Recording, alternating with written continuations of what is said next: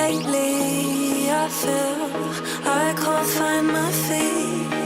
Pushing closer, my heart skips a beat, and now I'm falling deeper than I fly. I can't control it. Dark against the sky, it's not so black and white. It's like I told him, there's things that I can't fight. I just keep going, I just keep going. In my time I've been dreaming of a space to really fill my place. I wish she'd sing what I had dreamed. Before these darker days, I thought I found my way. Quickly it fades, losing the race, closing the page. In and out, I'll move myself again.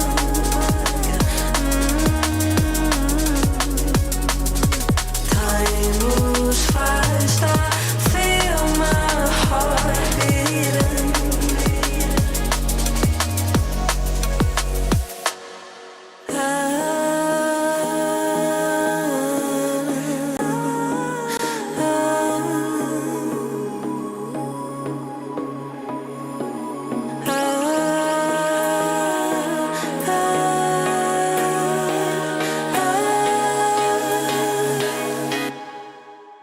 And now I'm falling, deeper than I fly. I can't control it. Dark against the sky, it's not so black and white. It's like I told him, there's things that I can't fight. I just keep going, I just keep going, I just keep going.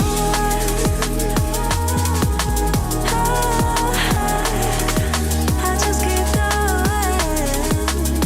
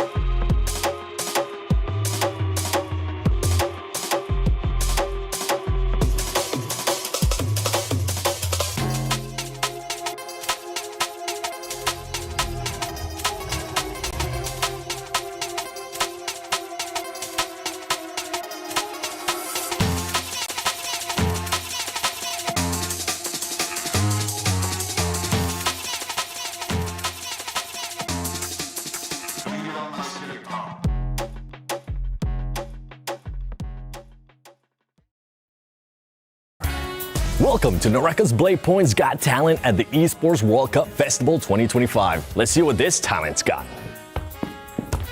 It's not Messi or Ronaldo. That doesn't count, okay? Well, he's trying to juggle it at least. I'm tired of this. Yeah, he's definitely no Messi or Ronaldo. Get out, please. Security.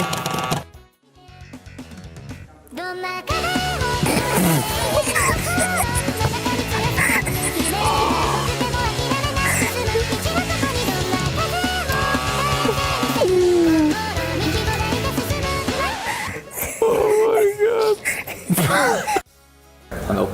Hello.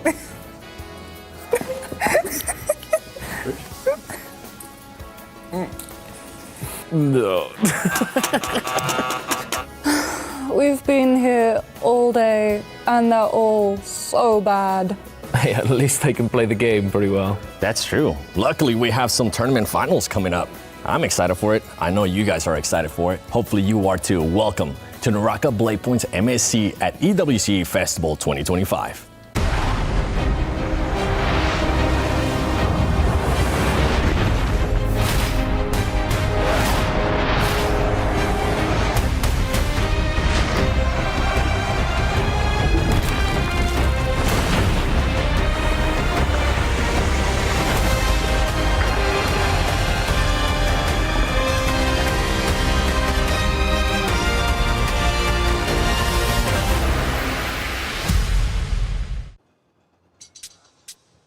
Hello and welcome, ladies and gentlemen, to Riyadh. We're here today for Naraka Bladepoint MSC at EWC 25 Festival. We've got the best players from around the world gathered here for today's games. It's the first time we've had all of these players in Riyadh. It's going to be an absolute banger. The weather's heating up, so is the gameplay. For you guys at home who want to understand the format a little bit more, we have prepared this video for you. For the first time at the EWC Festival, Naraka Bladepoint takes to the stage in Riyadh. 12 of the best players from around the world will do battle at the Naraka Bladepoint Mid Season Solo Invitational, fighting for glory and a share of the $150,000 prize pool. Here's how it's all going down. First up, the point system. It's 1 point per kill and ranking points based on when you're eliminated. In the event that multiple players survive when the match timer reaches 0, they'll all receive ranking points based on the number of players alive. So, if 3 players survive, they all get ranking points based on a 3rd place finish, with tiebreakers being decided in order of kill points, survival rankings, and total damage. These tiebreaker rules will then give us our match winner. In addition to this, there is a coefficient points multiplier for the first ranked player kill score, but only if they're the last one standing. Players will battle across a maximum of 8 maps, earning game points which are a combination of your ranking points plus your kill points. 19 game points is the key. Once a player reaches this threshold, their next win will seal their tournament victory and secure them the top prize, crowning themselves the Naraka Bladepoint Mid-Season Solo Champions at the EWC 25 Festival.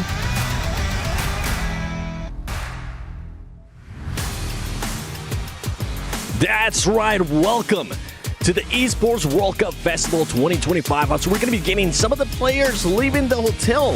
Brought to you by Jamil Motorsports. They have traveled all the way here to Riyadh, Saudi Arabia. It's going to come down to if they can actually control those nerves.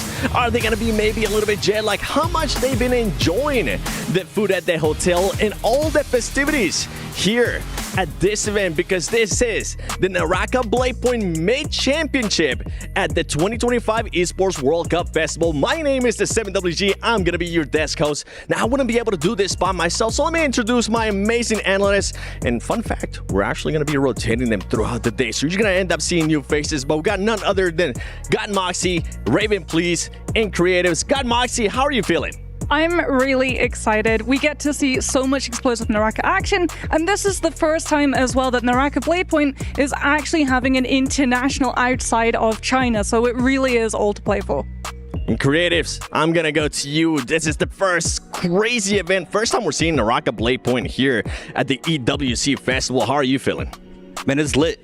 We out here, beautiful sunny Riyadh. I mean, this is amazing, right? International competition, usually in the mainland, and now we're here in Saudi Arabia. I mean, it's gonna be a blast for sure. And the man, the myth, the legend, I had to leave him for last. The man with over 11,000 hours in Naraka Bladepoint. Raven, please, how are you feeling? I'm super excited to be here. It's been 4 years of Naraka, and we finally get to share our beloved game with everyone. It's my favorite game of all time, and we have one of the most stacked lobbies we've ever seen, and it's for the world stage. It's for everyone to enjoy, and I can't wait to see what these guys show up with. You're excited. Creatives is excited. Got Mox is excited. I'm excited, but they're all going to be fighting for this prize pool. Hi everyone, welcome to the Naraka Bladepoint the Mid Season Championship at EWC 2025. We're here in the players' tunnel where these players are getting to walk out and head to the stage and compete for over $150,000 in prizes. We've got $150,000 going to our main prize pool with 29 grand going to our winner, and then we've also got $73,000 of supplemental prizes headed to our kill leader, damage dealer, and some MVPs in the round. Yes, of course, and this is the highest prize pool so far for all the Naraka Bladepoint competition, and now we're in this huge international competition right now. It's really nice to be on the global stage, and with that, we're going to throw it to the analyst desk. Bye-bye. Oh, I was talking about the money. You guys got a chance to see it right there. One thing, though, what we got to keep in mind is that match point got Moxie, because the match point is set at 19. Yeah, that match point threshold is going to be 19. And so what that means is you have to hit 19 any game after that if you MVP. Crucially, only if you MVP. You can be the last person standing, but you might not have the most amount of points in the round that time, so we would still play another game. That's right. It comes down to being the last one standing with the most points, hopefully. And if you're not, then yeah, you're more than likely not going to be able to get that MVP. But we've been talking about everything that's going on with Naraka Bladepoint. Let's take a look at what's going around here in Riyadh at the Esports World Cup Festival 2025. This is the Esports World Cup Club Championship, the ultimate cross-game competition that will crown the best esports club in the world. Let's break down how it works. Clubs will be able to compete at the Esports World Cup in as many titles as they can qualify for. The clubs will then earn points based on their placement in each title. To qualify for the club championship, a club will need a top 8 placement in at least 2 competitions. But to win the championship, a club must place first in at least 1 competition. At the end of the Esports World Cup, the 24 clubs with the highest number of points will earn a share of the $27 million, with the winner taking home a staggering $7 million, and of course, the title of the best esports club in the world. Who will rise above and write their place in history? Watch it all here at the Esports World Cup. Insane action happening at the Esports World Cup 2025. It's a close race at the top with Team Falcons currently having a 500-point lead over Team Liquid. But for all those top 5 teams, I gotta mention Twisted Minds has gotten back-to-back wins in BR in the last 2 weeks, so we know what they're capable of. Can they continue climbing up on that leaderboard? But that's enough. The EWC Club Championship brought to you by STC, because I'm excited for Naraka Bladepoint as we have the players' arrivals by Jamil Motorsports. They're going to be excited. Are they going to be crumbling under the pressure, Raven?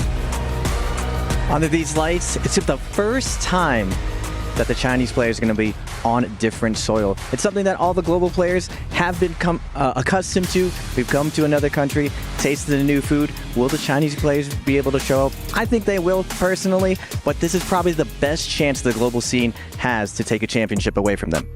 Yeah, and I mean, we have pretty much all our 2025 finalists except one, which is Wu Fong. He is not here today, so I mean, lobbies are stacked today. Everybody is locked and loaded. We have national competition as well. People who are not afraid or who are not unknown to being in big stages like J Cut, Frostfish, Tryhard, Zay. I mean, it's gonna be a blast.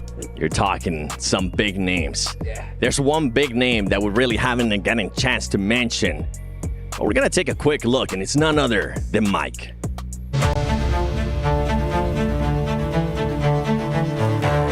对我来说的话，就是我的那个自尊心，就是不允许我如果变菜了，我会比谁都急的。最近出了点问题嘛，然后感觉也没加的东西，就是想了一下，就是调整心态吧，然后以一个自己以前最放松，然后也是最稳定的心态去打比赛。输的就是感觉有点急了，然后感觉可能因为这个自尊心的问题，就是觉得现在跟以前不一样，觉得以前都是统治级别的，现在只要一点没统治，感觉自己变菜了，就是那种没什么耐心嘛，有点。你拿了冠军之后，他可能就是因为平常要打天人，因为我说过，就是我不允许我的水平就是降低到一个太夸张的一个地步嘛。我觉得就是拿到冠军就多拿嘛，能拿就拿，然后保持一个最初的一个就是最高的一个竞技状态，跟最初的一个就是那个拿冠争冠的想法去打下去就好了。比赛这个东西，它无论到任何一把，包括是什么时候，它都是有机会，就是去让你自己来终结这场比赛的，哪怕这概率再小，但是我觉得都是有机会的。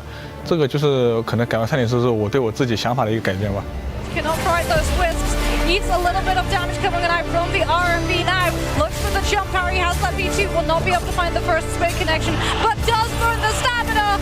Will be able to come through with the 1-2 into horizontal jump.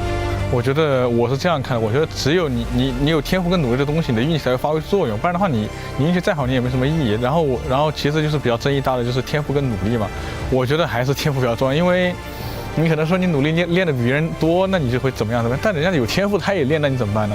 这样这个就不成正比。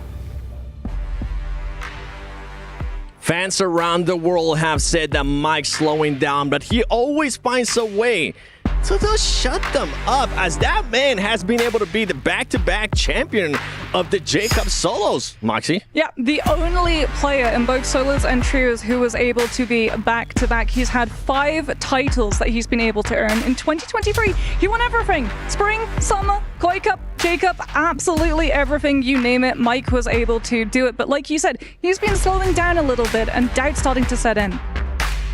I mean, the pressure is there for everybody else. Can they catch up to him?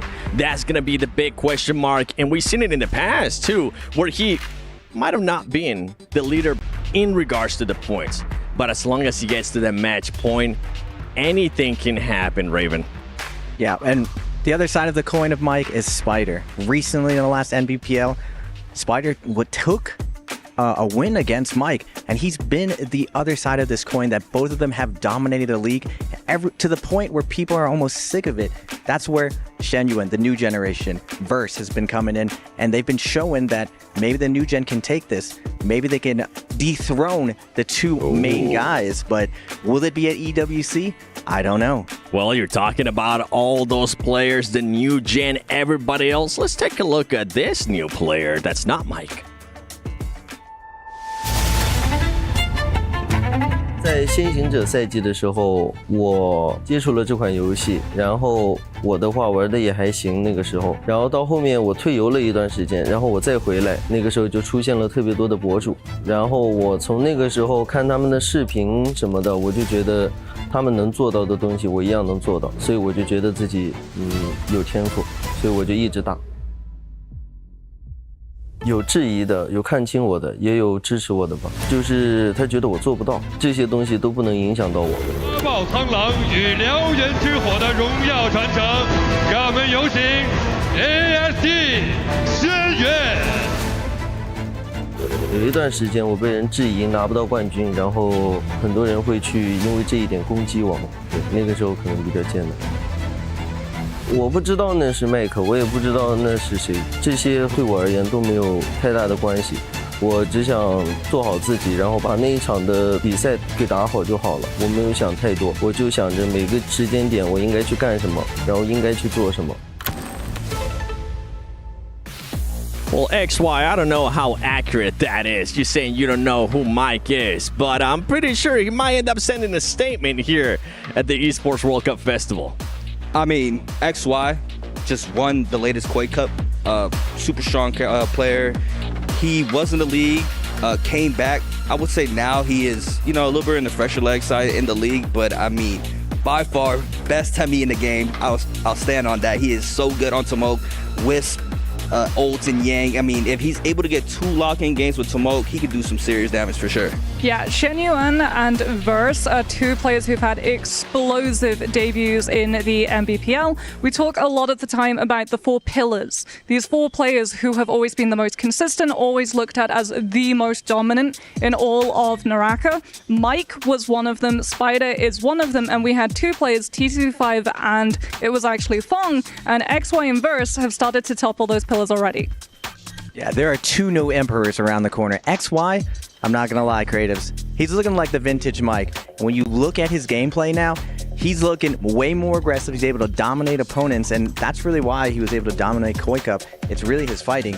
A lot of his macro hasn't really settled in, but now we're seeing really evolve into, I would say, his peak performance. And it's right before EWC, so I'm looking at him to do some damage today. Oh, he might be doing some damage. We've been talking about Mike, now XY. There's another top dog out there that we definitely need to highlight. And I think Seb got a chance to interview, and it's none other than Spider. Ladies and gentlemen, I'm here with Spider, and I'm here to ask him a couple of questions. So the first question is, how are you dealing with the weather in Saudi? I know it's very hot out here. Are you liking the weather, or is it a little bit too much for you? 首先 ，Spider 来到利雅得，你还适应这边气候吗？有什么感想呢？首先这边感觉室内温差比较大，外面非常的干热，但我觉得我的适应能力还是比较强的，可以适应这里的温度。Well, it's definitely very hot out there, but it is very cold in the arena, so there's quite a bit of temperature difference over there. But I'm a guy with a lot of adaptability, so I can easily adapt to any conditions that's given to me. Nice. My next question, how do you think you're going to be placing today in the tournament? You know, we've seen you do very, very well in previous tournaments in the MBPL. How are you doing? How do you think you're going to place here today? 那你预期感觉今天这个比赛中你会发挥多好呢？你觉得你自己的排名大概会是在什么个范围内呢？我的预测应该是前3嘛，因为感觉今天状态比较好，然后很期待今天的比赛。Well, I'm feeling pretty good today, so I would say that I'm predicting like a top 3 placement for myself. Definitely feeling on top of things right now. Hopefully I can do pretty well today. Very nice. And finally, just one last question before I let you go back to get all set up here. What are you guys thinking? You don't get to play very much against the other regions, so seeing these other regions come in, how are you feeling about all of these other regions outside of CN? 因为你们很少有机会就是到国际舞台上面和其他世界上的其他区域在那边对战，然后这次呢是一个比较难得的机会。你觉得其他区域这个实力会是什么样的一种水平呢？你会面对多大的一个种挑战呢？我觉得能站在这个舞台上，他的实力水平肯定是在线的，是很强的。希望他们都能打出一个比较亮眼的表现。Well, everyone that is here on the world stage, on the Esports World Cup stage, is definitely like top tier, of the highest caliber in the world. So I do hope that everyone can perform to their best. I do hope to see some very, very strong performances by everyone from all the regions to have a very, very interesting tournament for all the audiences out there as well. Perfect. Thank you so much. And Jayo Spider. We get a chance to see Spider mentioning there some of the other regions, mentioning how it's hot outside and cold inside. One thing we know about Spiders is that they're cold-blooded, and this man is not going to be faced by absolutely nothing, Moxie. Yeah, Spider was a player who came in and rewrote the rules when it came to how we played solos. He is incredibly aggressive. He took a hero that was incredibly defensive and made her an absolute monster, being able to chase down so many fights. I mean, we'll see what those fights are going to be coming down to. We know that he likes to be aggressive. Another player, though, that we're talking about now, the global stage, Frostivus, is looking to shock some people.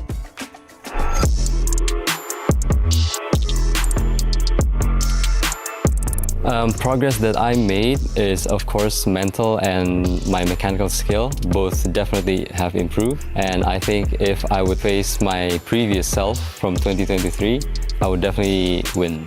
I've grown a lot more from before, train a lot more and be better. It's just uphill from when I first start. And so I'm pretty happy with where I am currently. In NBPL, it is where every of the best player gathers, and that's the main reason why I want to join, because I like high intense combat. What it takes to thrive there is you have to be strong mentally and mechanically, and that's how you succeed. Whenever you lose, you just have to know that in this type of game, you can't win every single time. The competition just always keeps getting harder and harder, and so you just have to adapt and also become stronger alongside everyone. Right now in EWC, I'm still trying my best and still try to win. I like when there's a lot of audience or like a lot of pressure because I think I'm a person who does good under pressure. It's better for me compared to other players. I think they would get nervous instead. Just keep trying and never give up.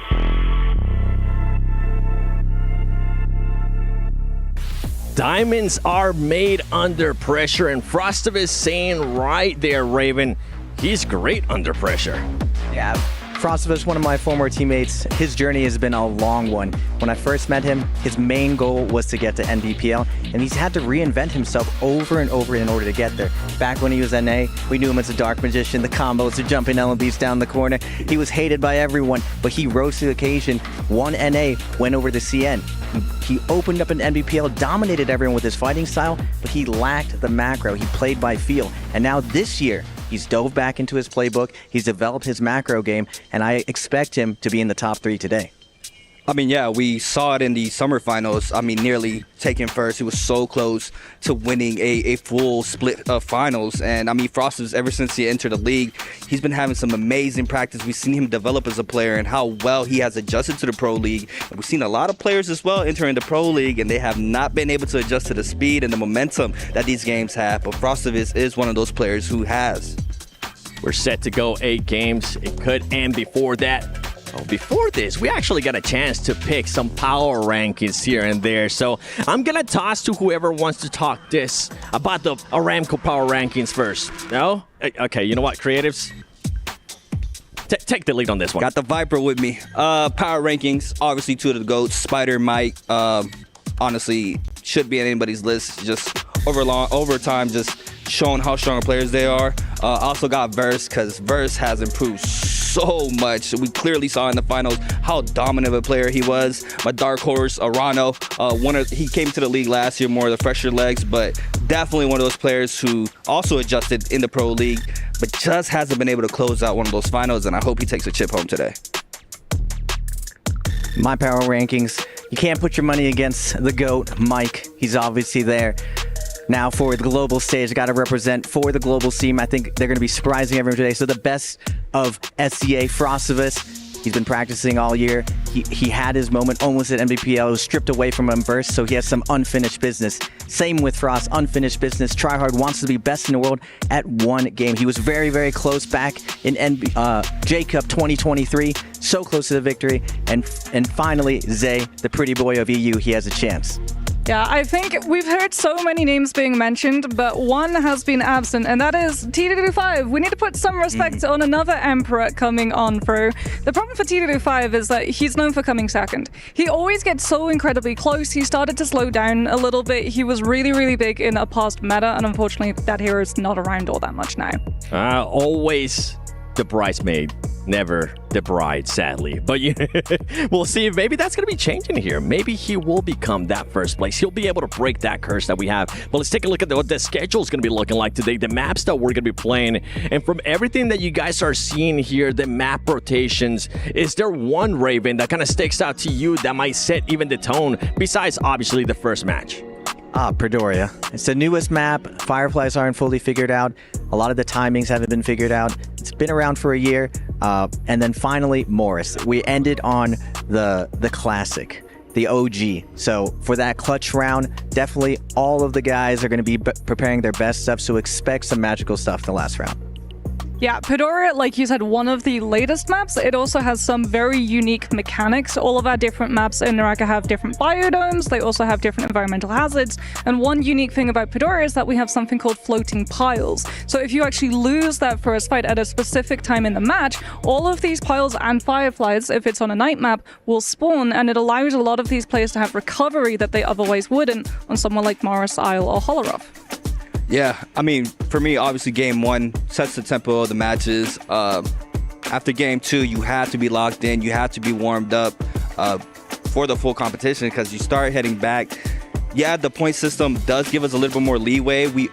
This is different compared to the Pro League where we're usually at 24-point threshold. But now with the 19-point threshold, I think it gives a little bit of, it's just hard because we don't get points coming into this tournament. So I feel like the tempo might be the same in that aspect. But overall, game 2, 3, you should be fully locked in and try to take an MVP home. Talking about locked in, talking about emotions from some of the other players, from conversations that we have gotten a chance to have about Naraka Bladepoint and just how the scene is performing, how the global scene is performing as well, Raven. You have mentioned to me that some of the Chinese players are actually scared of one player out there from the global scene, and it's none other than Tryhard.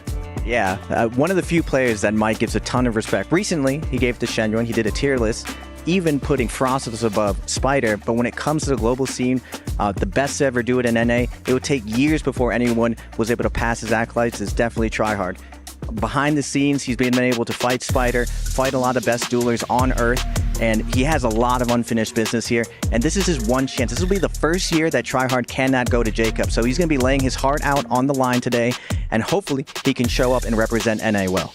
Let's speculate here. Let's take some predictions real quick. Where do you think maybe Tryhard might end up placing? I'm going to put you on the spot, Moxie. Oh, okay. We're going on the spot. I think he's going to come third. I think he's going to be able to acclimate really, really quickly to a lot of the meta that's coming on through, and that he'll be able to hit the ground running. I think he's going to be one going into the matches. Quick, creators. What you got? It's rough. I can't predict because I need to see the tempo because, I mean, it's a stacked lobby, right? Yep. 12 of the most amazing players who've ever touched a video game are going to be competing today.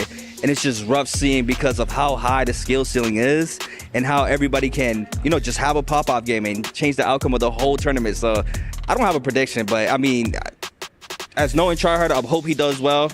Okay. Like Raven mentioned, he was on top of NA for such a long time until Frostivus came to compete in NA, and it was just a battle between both of those two players. And I mean, it's a blast to watch him play. Well, Raven, I'm gonna get yours later because we're getting the stage ready. We're getting everything ready for the Naraka Bladepoint MSC at EWC Festival 25. This is day 1. We are ready. Let's see if the players are ready.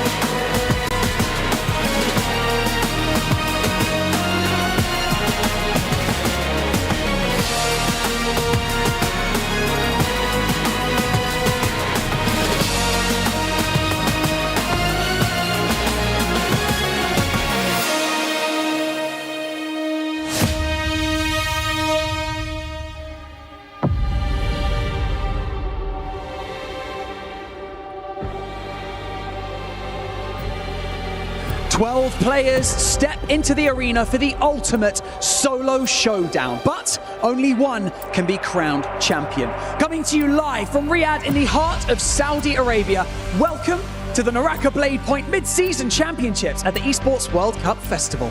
We have the best players from all over the world ready to go toe-to-toe for the $150,000 Annual Stoner Trophy. My name is Leah, and it's my great honor standing on the stage with our handsome Barney Bags. Ladies and gentlemen, it's our time to welcome our players come to the main stage. First of all, let's welcome SR Spider.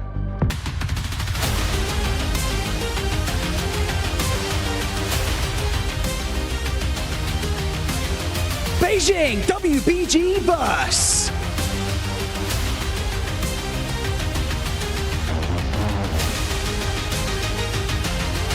ASE Shenyuan.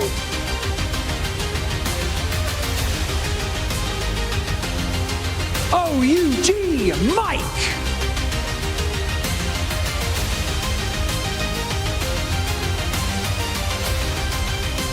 BWG Zay.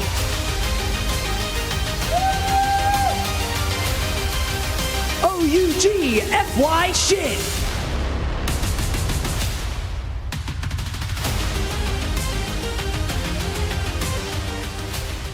OWN Zell.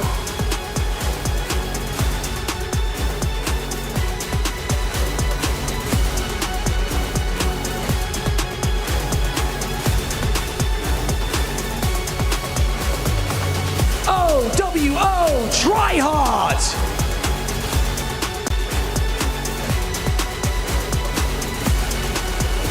YZG T225.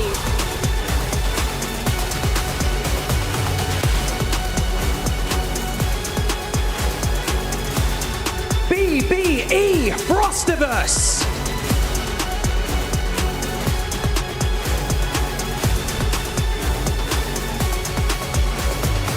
OA Edward.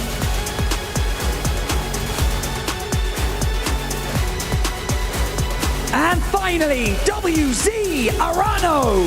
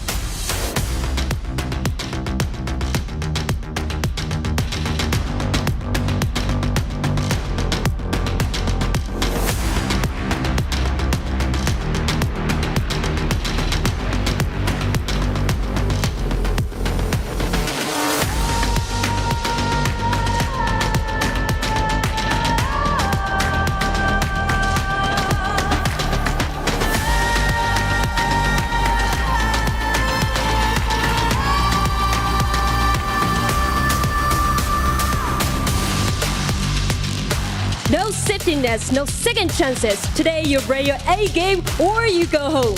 So get loud and get ready for the most epic showdown on the main stage, because today is match point format. Let's do this.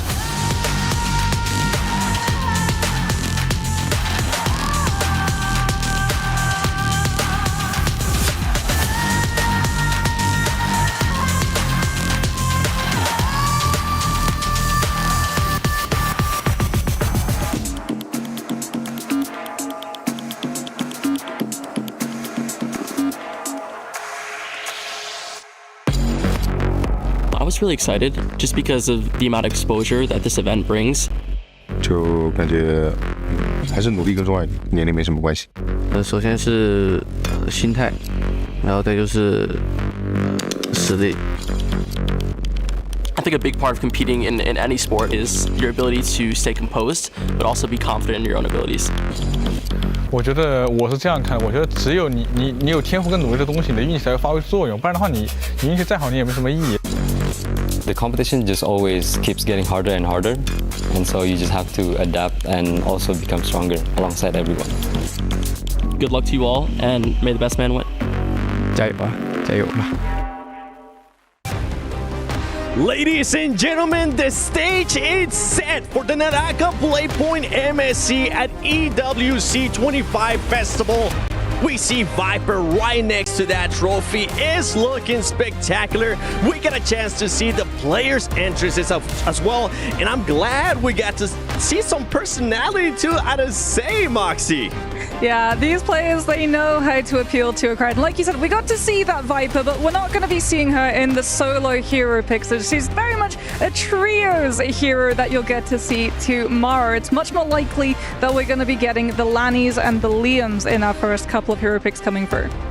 Talking about all those heroes picks, Raven, can we maybe expect any surprises here in the first match? I got a shout out to the cosplayer. That Viper outfit, absolutely insane and stunning.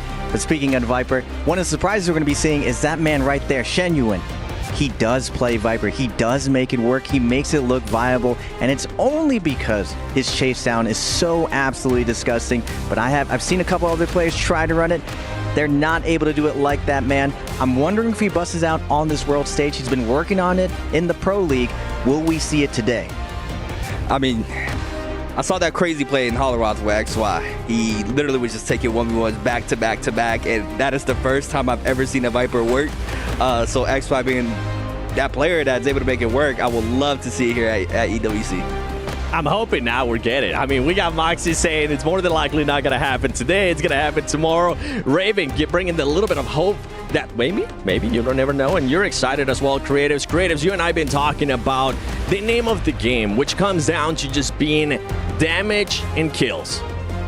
Yeah, I mean, it's interesting because we just play our matches and we see that it comes down to the MVP for the last game. But the stat sheet is just, our latest winner being Spider winning the 2025 Fall Split. He had 89,000 damage with 22 kills. Verse taking Summer Split with 133,000 damage with 32 kills. And then we have Mike with 60,000 damage, 13 kills. T25 with 59,000 damage, 17 kills. Wufang, who is not here, but does play in the Pro League, has 56,000 damage, 19 kills. And Edward with 69,000 damage, 22 kills. And the craziest part to me is 2 out of those 6 winners for the 2025 season have had the most kills for that finals day. And I think that is crazy because it sets up and just shows the versatility of winners we have throughout the 2025 season and how high the skill ceiling is right now for these games. I love all those stats. Thank you, Creative. And something to keep in mind for everybody currently watching at home too is that besides the prize pool of being able to get the championship and the standings, we do have some prize pools out there for most damage and most eliminations too. And every single one of those comes down to $6,300. So that is not bad. Well, not just that, we also have tiebreaker. If these players manage to actually tie for the points that they pick up in one particular round, and that is the round that determines the winner, it goes down to overall damage done. And in the past, it has been determined by overall damage done. Yeah, and I mean, that's the thing. All the damage at the end of the finals have been super close. So everybody's putting up damage, kills get stolen, and I mean, you got to work for the kills, right? At the end of the day, that's what gives you more in your multiplier. You're able to place well, but every finals to get that bump up and get those that extra prize pool if they take the MVP or kills or damage. So I mean, it's gonna be very interesting to see how these games go. We got our first round selection. Raven, I am not surprised right now by our first round selection being Lonnie's. First round selection, Lonnie's coming out, and Zay's going to be paired with Verse. Now today, the first 3 rounds, who you're being paired with is going to be super, super important because these players, they don't know who their partner is really in their group. And when you pick one of these characters, you want to pick the same character. It gives you the biggest amount of advantage going into these end games where you're going to be competing for these Spirit Wells. Verse, one of the strongest players paired up with Zay. So I know personally from Zay, he's going to be happy when he looks over and sees that Verse is his group. Now, as we're looking at the draft here, Moxie, something I want to keep in mind, too, is that a lot of the people currently watching Naraka Bladepoint, it might be their first time watching it here. So if we can get a quick explanation of what's going on here on the draft. Absolutely. So in solos, we have one specific rule where we play a total potential of 8 games. You can only double pick a hero once. So that means that every single person, if we go to full 8 games, they have to play a minimum of 7 heroes. Then, like our players were talking about, we've got the phases where all of these 12 players in one lobby get split into 6 different phases. You get a partner. If that partner picks the same hero that you do, we get to see 2 of the same heroes in one lobby. However, if there's a 50-50 split, that hero still becomes barred for everybody else in the lobby, which means we can have a maximum of 2 of the same heroes in every single map. Thank you. As we get a look right here, Frostov is one of the players that is in your power ranking, Raven. Now, Frostov is going to go with Liam, very, very standard player. And when Moxie says partner, this is loosely a partner. This is just someone who is in your group who may go his own way, may pick another character. You're going to see a lot of, quote, friendly play with each other, but also quick betrayal, some heartbreak down the line. Liam, one of the strongest characters in the game right now. We're at to see if Mike and Shenyun are going to be going with what we've seen as the standard meta picks. Ooh. Matari for the 3rd round selection. I think that is the craziest thing I'm seeing. Oh, that's Syra. I am blind. Syra, though, pretty standard. I thought it was Matari for a second. But everything up to now has been pretty much standard. Lonnie's, Liam, Syra's, arguably top 3 best characters in the game. So this is pretty much standard.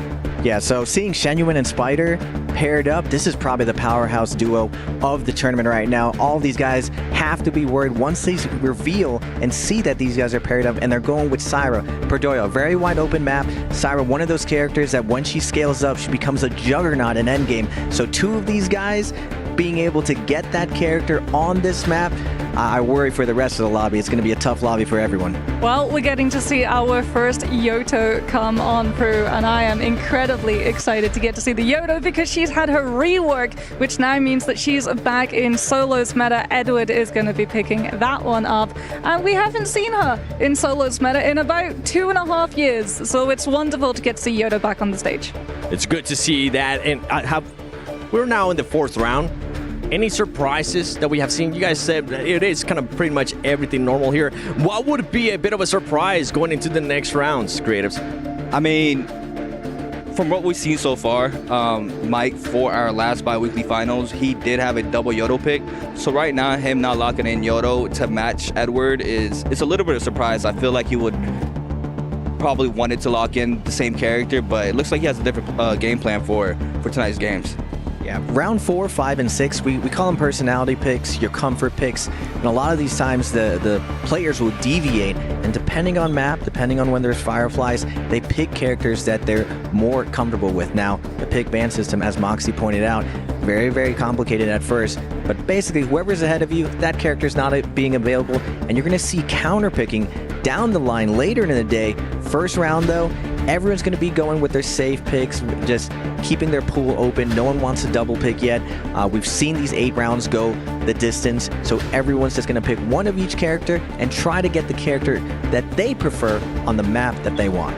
I don't know how safe Zeldinch is going to be playing it, though. That is a Valda, and we have to remember we have 2 Syras in the lobby. Valda used to be the queen of solos meta with her V2, giving her so much extra shielding to be able to win those crucial 1v1 Realm of Yang fights. And then Syra showed up on the scene and absolutely melted through all of that shielding. And talking about queens, the Ice Queens herself from Naraka, Justina overall, powerhouse of a unit character. I feel like Justina has a very, very, very high skill ceiling, and I think she does amazing in these matches, and everybody works on their Justinas as well as their other characters, but I feel like that Justina pick is that one of those comfort picks where you know you can pop off. Oh, as we're going into the 6th round here, is none other than Tryhard and T225. Raven, being in the 6th round, does that put you at a disadvantage? In the future, it definitely does. For the first round, not so much. But the 6th round, the big thing that we'd be looking out for, that 225 and Tryhard being paired together. I know out of all the players that Tryhard want to be paired with, 225 is at the top of that list. And Moxie, He's the king of the second place, but he cannot be slept on. Both Tryhard and 225, similar play styles. They take a little bit to warm up. Games 1 and 2, they get their bearings, but then they start heating up for the rest of the tournament. Yeah, but we're going to be seeing a lot of versatility coming out because of all of these players having barred a lot of those heroes already into that phase number 6. So lots of flexibility and lots of different kinds of compositions and attack styles that are going to be coming out in this first game. The stage is set. The picks are in too.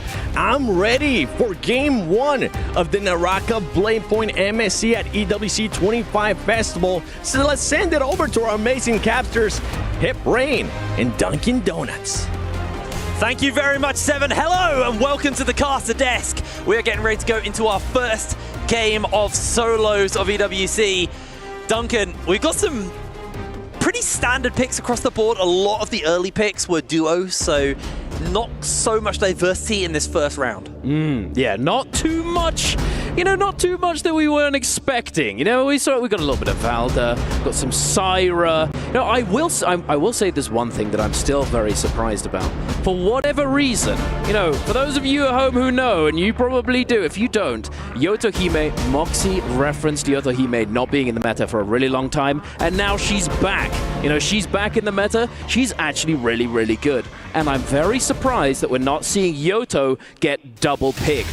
That both players within a phase picking Yotohime at the same time, because she really is quite good. But moving on from that, we're going to be jumping into the game very, very soon. How excited are you? How are you feeling? I'm so excited, man. I'm buzzing to be here, get to meet all the players yesterday, see them get their scrims in, see Seb beat 225 in a 1v1 is kind of crazy. He'll ramble about that later, I promise. I'm sure he will. Seeing the drop spots, actually, everyone's dropping in pretty close proximity to each other. Gonna have a big fight for that Volpine Essence just north of the center of the map. So gonna be a lot of action over there. I expect this to be an absolute bloodbath of a first game. We saw the scrims yesterday. These guys were just like a bull in a china shop, man. They were just running into each other, smashing everything. It was chaos. Absolutely. Yeah, no, you're absolutely right. There were some ugly scrims, to say the least. It was, we were watching, it makes sense, you don't want to give too much away. You just want to be fighting. You want to feel it out, the new setups, new stage, new everything for all of these players. None of them have been here before. We haven't been here before, so everyone is going to have to get used to that new setup, and whether or not they can succeed and make it work is up to them. But we're already in game, ladies and gentlemen. Get hype. This is our game number 1. And we got the two poster boys, Mike and Spider, dropping right on top of each other. TT25 actually just above Spider right now as well. Could drop down on him. Now, for anyone who doesn't know Naraka, in the early stages of the game, you'll see a little lotus in the bottom left of your screen.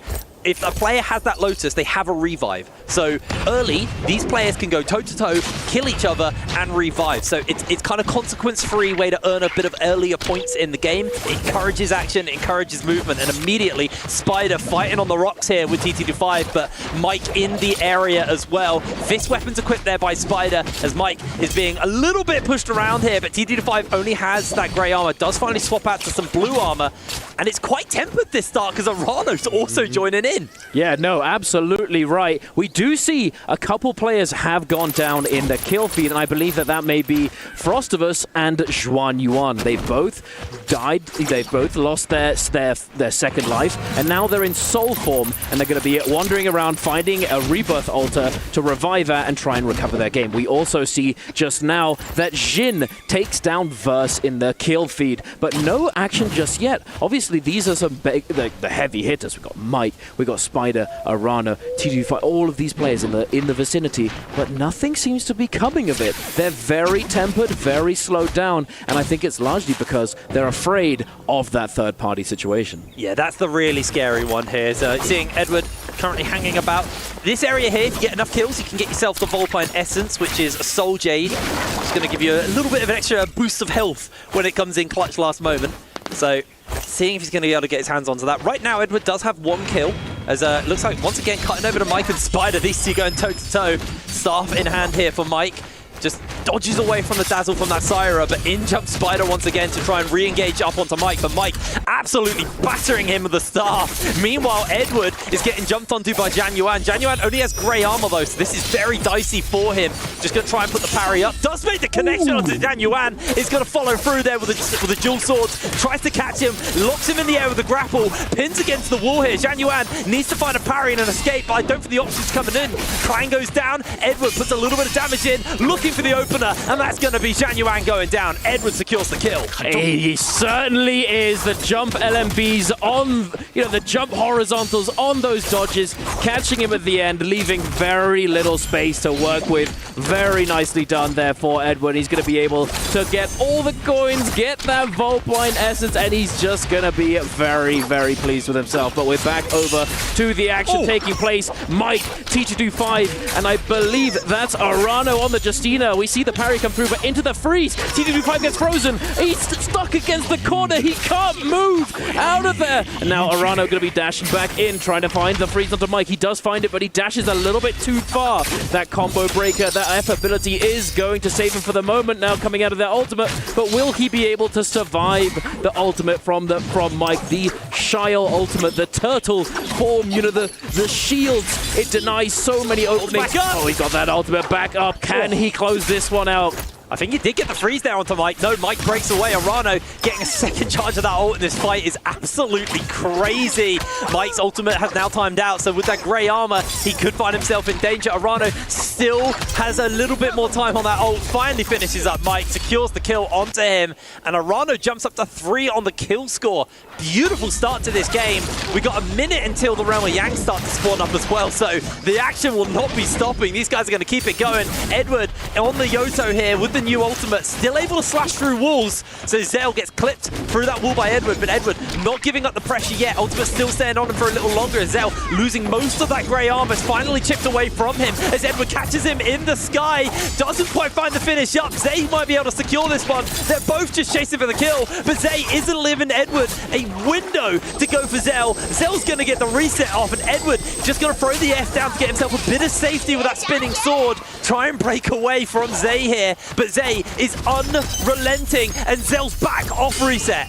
Oh my goodness, ladies and gentlemen. Zay coming in, trying to find that third-party opportunity, but just wasn't able to catch it as Edward was contesting it as well. But now he's going to be jumping onto Edward and trying to take him down instead, as he's seen Edward has got no ultimate. But these F abilities are giving him a lot of protection. The overhold on the ball throw. He doesn't find the connection, but now it looks like Zay's going to be turned onto by Zell. Can he clutch this one up? Edward also a good target, and there it is. The Valda Spear comes through, and Zell picking up that kill onto Edward is going to be massive for him. Him being the original target of the entire thing, and now he turns it back around, getting himself an elimination. What a beautiful turnaround from Zell on our Valda.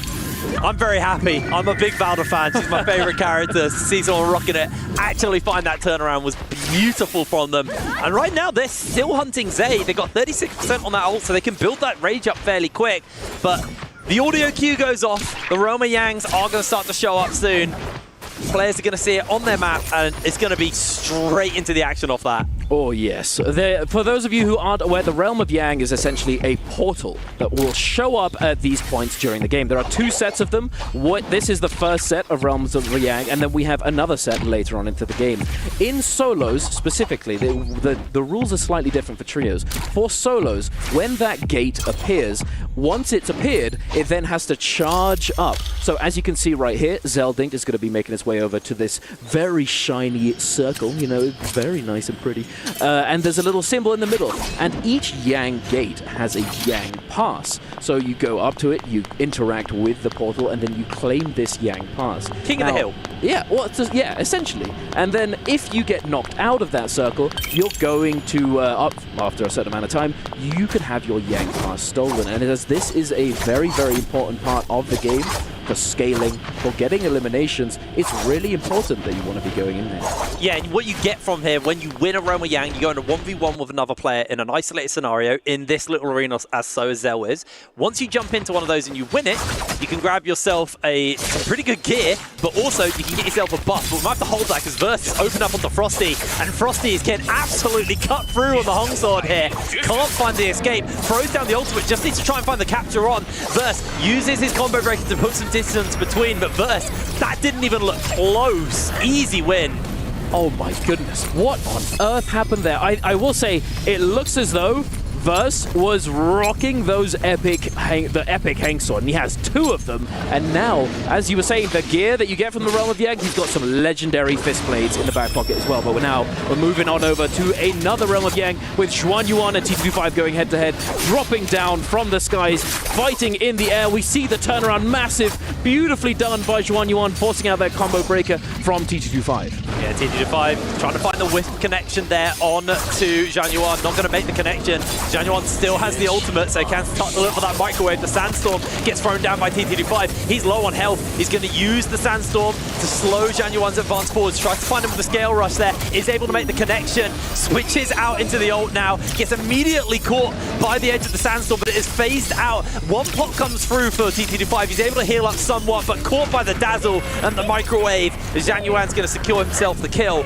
Now the weapon is a big thing you can get from this, but the bigger thing is the buffs. Now, there are 4 buffs, but in the first Realm of Yang, there's 1 buff everyone will take.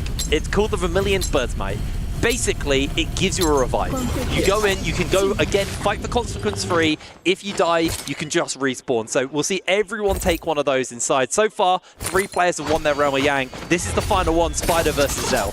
Yeah, we see them both healing up on the edges next to those pillars. So it must have been fighting for quite a while, as we also have the timer at the top of the screen. Spider coming in and getting a huge read onto Zell. And speaking of reads, he sees the focus attack coming on now, against the parry, and cleans it up before the timer ticks down to 0. Beautifully done. And also, for those of you wondering what happens when the timer runs out, it is that both players go down and they go into soul form. And then they can respawn anywhere on the map, keeping all of their loot. However, if you die in the Realm of Yang, you are afflicted by Yang depletion, which is essentially a debuff that once a timer runs out, if you have that timer, if it runs out and you haven't claimed a soul bloom, which is essentially a item that you get from killing people, it's on their body. It's like just imagine it as their soul. You're stealing their soul from them.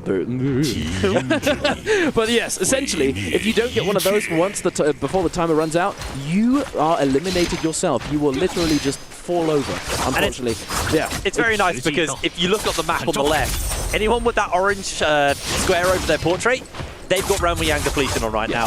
And so right now we are looking at Frostivus with his depletion, taking on Xin. Xin doesn't have that, but he does have the Vermilion Bird's Might, so we'll be able to respawn if he loses the fight regardless. And everyone is just connecting together. Nice capture there from the Liam. As Xin, he's going down, going to force the Bird's Might out from him. I think Frosty was able to cleanse himself and maybe make an escape. He was, but now Spider's keeping the chase up onto him. Parry comes down. Frost just needs to play the escape and find a reset and get away to safety, but they are not giving him. It's just the blood in the water. The sharks are circling. Frostivus desperately trying to get away, but every time he makes an escape, a grapple connects onto him. He's using the terrain and scale rushing around, trying to find a window, trying to find a mistake from his pursuers to break away.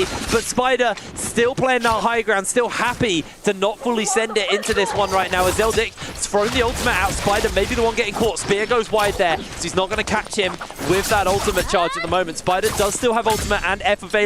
Clan comes out. Zell, has he got a spear left in the pocket? It looks like he does. He's looking for Spider, but Spider's able to dodge away from that one. We see Tryhard get taken out off screen as Zell incredibly low. Spider still holding ultimate in all of this, and the catches him with the F is going to get caught by the grapple as he tried to get through the window, and Spider is going to secure the kill.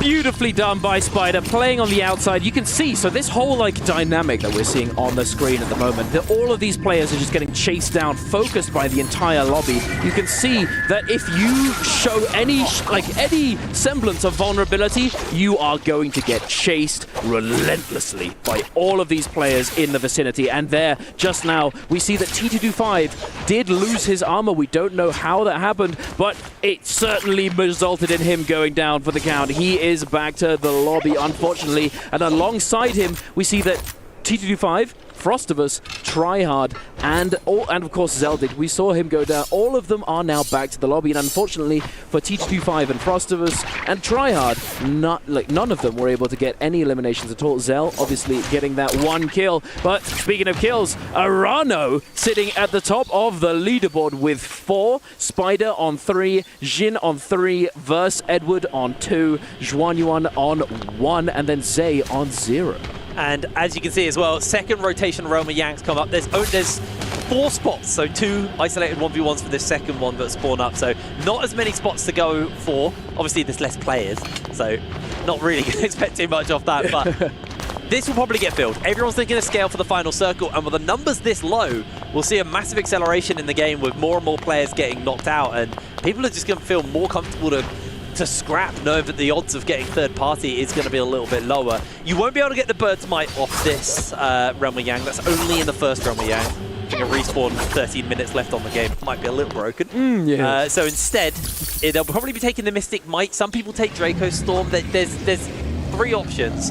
We do see different things. Oh, it's White Tigers now, isn't it? Yeah, well, Draco Storm's only for trios, yeah. Oh, you're right. Draco Storm's a trios one. It changes all the time, guys. It's hard to keep up. We've seen it. We've seen lots of different things. Draco Storm was, it doesn't exist at some point, But here we are, jumping in at Spider and Verse. And it's Syra versus Lani. An interesting matchup.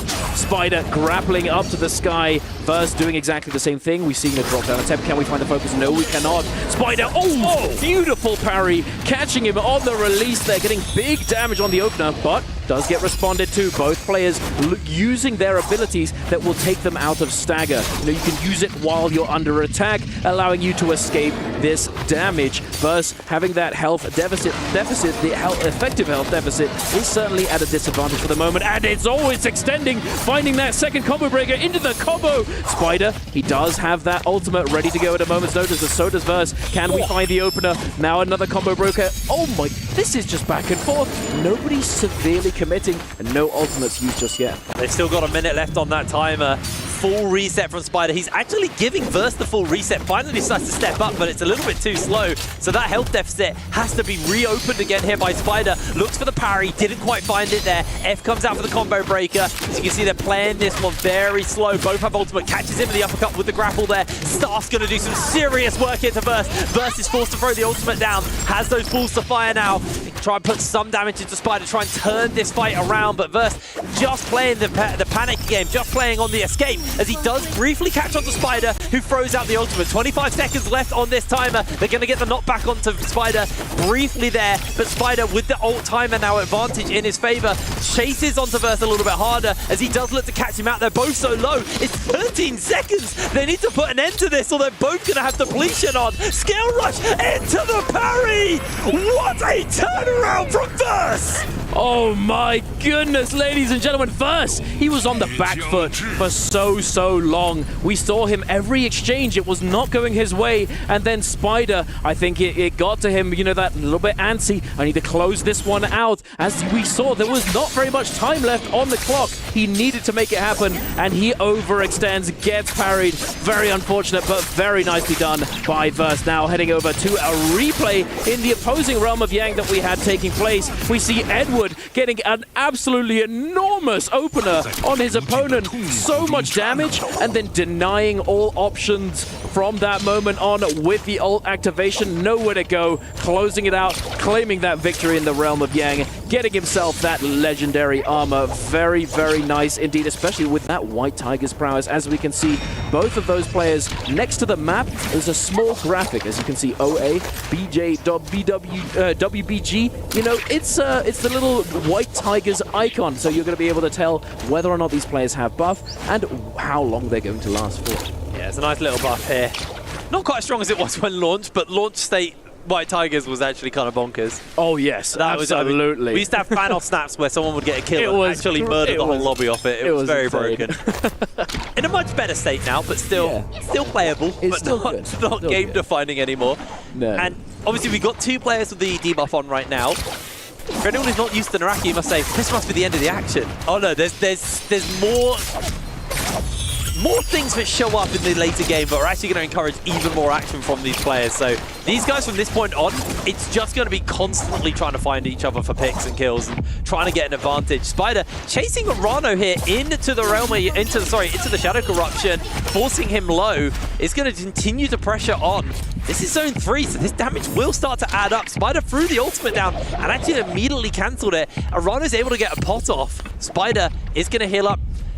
I don't know if this was worth it for Spider, because he's going to come out real low from this. He's going to try and rejoin the fray. Edward on the rooftops breaking away. This is definitely very interesting. So as I was talking about before, we got that Yang depletion in effect. Spider and Jin, they need to find a Soul Bloom. So their eyes are peeled, looking for any vulnerabilities. And Arano showed vulnerability for a moment. Spider trying his very best to capitalize, but unfortunately not able to do so. But on the other side, we see Xuan Yuan going down out of nowhere, and Verse being able to pick up the kill for himself. And it looks as though Jin and Spider are not going to be able to claim that Soul Bloom, unfortunately. So no Yang depletion cleanse just yet, but we do see this fight breaking out on this nice little hill here, this very green hill. The broken wall is going to provide them a little bit more pressure. Get mobility. The scale rush is beautiful. Parry coming out from Arano. He's trying to find the parry a little bit too early. Spider going to try and take advantage of the combo breaker being utilized, as well as getting himself an armor swap. Ooh, that was very close. Beautiful combo break usage coming out from Spider. He's looking for that scale rush. He's threatening it. He runs right up to him and sends it. That was beautiful. Just got him off the wall. Didn't let the scale rush go in. And Spider, the spacing with the staff is too much. Mike slides in, decides he doesn't want to go for the full third party. Arano is our kill leader. He does not want to be going out here, but he is just kiting away from Mike and Spider. They both have him in their sights. They see this as a freebie. Arano, he's going to be able to get one pot off, but that's still it. That's all he's going to get. The flying knives are making the connection. He jumps into the zone. Spider gets caught, forced to use the ultimate, but Mike is just fixated on taking Arano out of the lobby. Now these two can go toe-to-toe. Spider able to get the cleanse off, but Mike may continue to chase. No, he didn't get it. He didn't get it. He was still in his ultimate. He couldn't get the Soul Bloom. So as he was still in his ult, he can't interact with the body. So he doesn't get the heal, and Mike shuts him down. He gets knocked out of the lobby, and I believe Jin jumps in, takes the kill, but he doesn't manage to cleanse, and he goes down himself to OA's Edward in the kill feed. Mike looking very happy with this. You know, there's much fewer people, but unfortunately, he's not been able to pick up any eliminations. As you can see on the scoreboard, we have Verse and Edward with 4 each, but Mike with 0. He's none still in at the game, all. but hasn't done anything with him. I'm surprised he almost went and got a free soul well there, but no, Edward's going to slide in with ultimate ticking away. Better scale, better gear right now. Mike playing respect, and it's a bizarrely quiet game from Mike. Even if he takes this lobby as the last man standing, he will not be getting MVP off this one. It's really Verse or Edward who are going to be able to get this. Because we're having I think this is a replay of earlier. Yeah, this is a replay of how Xuan Yuan got finished up by Verse. This is this is rough. You see it right here. It's exactly what we've been talking about, where players, if they show vulnerability, if they're not, if they're the odd man out, they are going to get focused down. And there you have it, forced into the zone, unable to do anything, and he's just getting fiended. And then right here we see this is what happened earlier. Jin jumps in, and with only seconds left, he's not able to get the Soul Bloom to survive the Yang depletion. Now, Edward's got the Vulpine Essence. That red Soul Jade, but was on the screen for a brief second there. Edward still has the Vulpine Essence, which is kind of a game changer for this final circle. It's going to be huge. Mike is jumping in. He has Yang depletion on from that Spirit Well earlier. Mike loses most of his HP. That golden staff absolutely chunking through him. Mike's trying to space this one out and play escape here, but he gets caught by the staff. Edward finishes up, and we're down to the 1v1 to close this one out. Remember, Edward with the Vulpine Essence will get a big big heal when he goes to low HP, so he has a major advantage for this fight. He has a bunch of golden weapons in his pocket as well. Switching it to the flying knives right now gives him a bit of mid-range to work with, but he's being juggled around. That armor's being stripped off him. He's going to use the ultimate to try and get an advantage. Look for the parry. The Bane's Breath is there. If he can walk verse into it, he could be able to find it, but Edward is going to get hit by the Bane's Breath, bailed out by the Volpionesses. Verse continues to fire in. Edward just about tap dodges away from that Bane's Breath charge as Verse continues to assault forwards, throws down the F, gets hit, but Edward is taken out by the Bane's Breath. No way did that happen. Oh my goodness, ladies. The Moonbane, this force of the gods, he's just coming down and raining terror upon these players. Absolute insanity. So much going on there. Oh, tight lobby. It's a good start to the day, isn't it? But oh, what a bang! I just trying to catch a breath after that one. Absolute chaos, game number 1, and the scores, the kills, very, very close. So I think we're in for a really good day. I think these players are going to go the distance. No definitive person pulling ahead off game number 1. Well, and it is the MVP.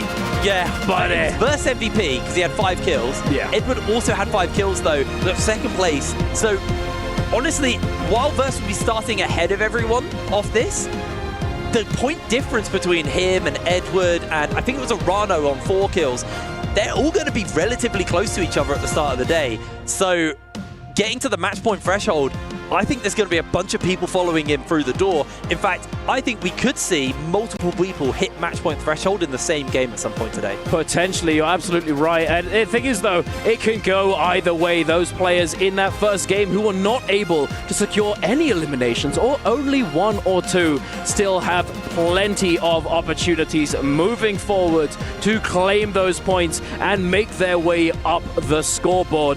But only time will tell. Tense game, absolutely playing inside that Moonbane with the threat coming down. So dangerous. But for now, ladies and gentlemen, we're going to be thrown over to a quick break. We'll be back later on in the day. Well, not very far off, are we? We're going to be going into game number 2 pretty soon.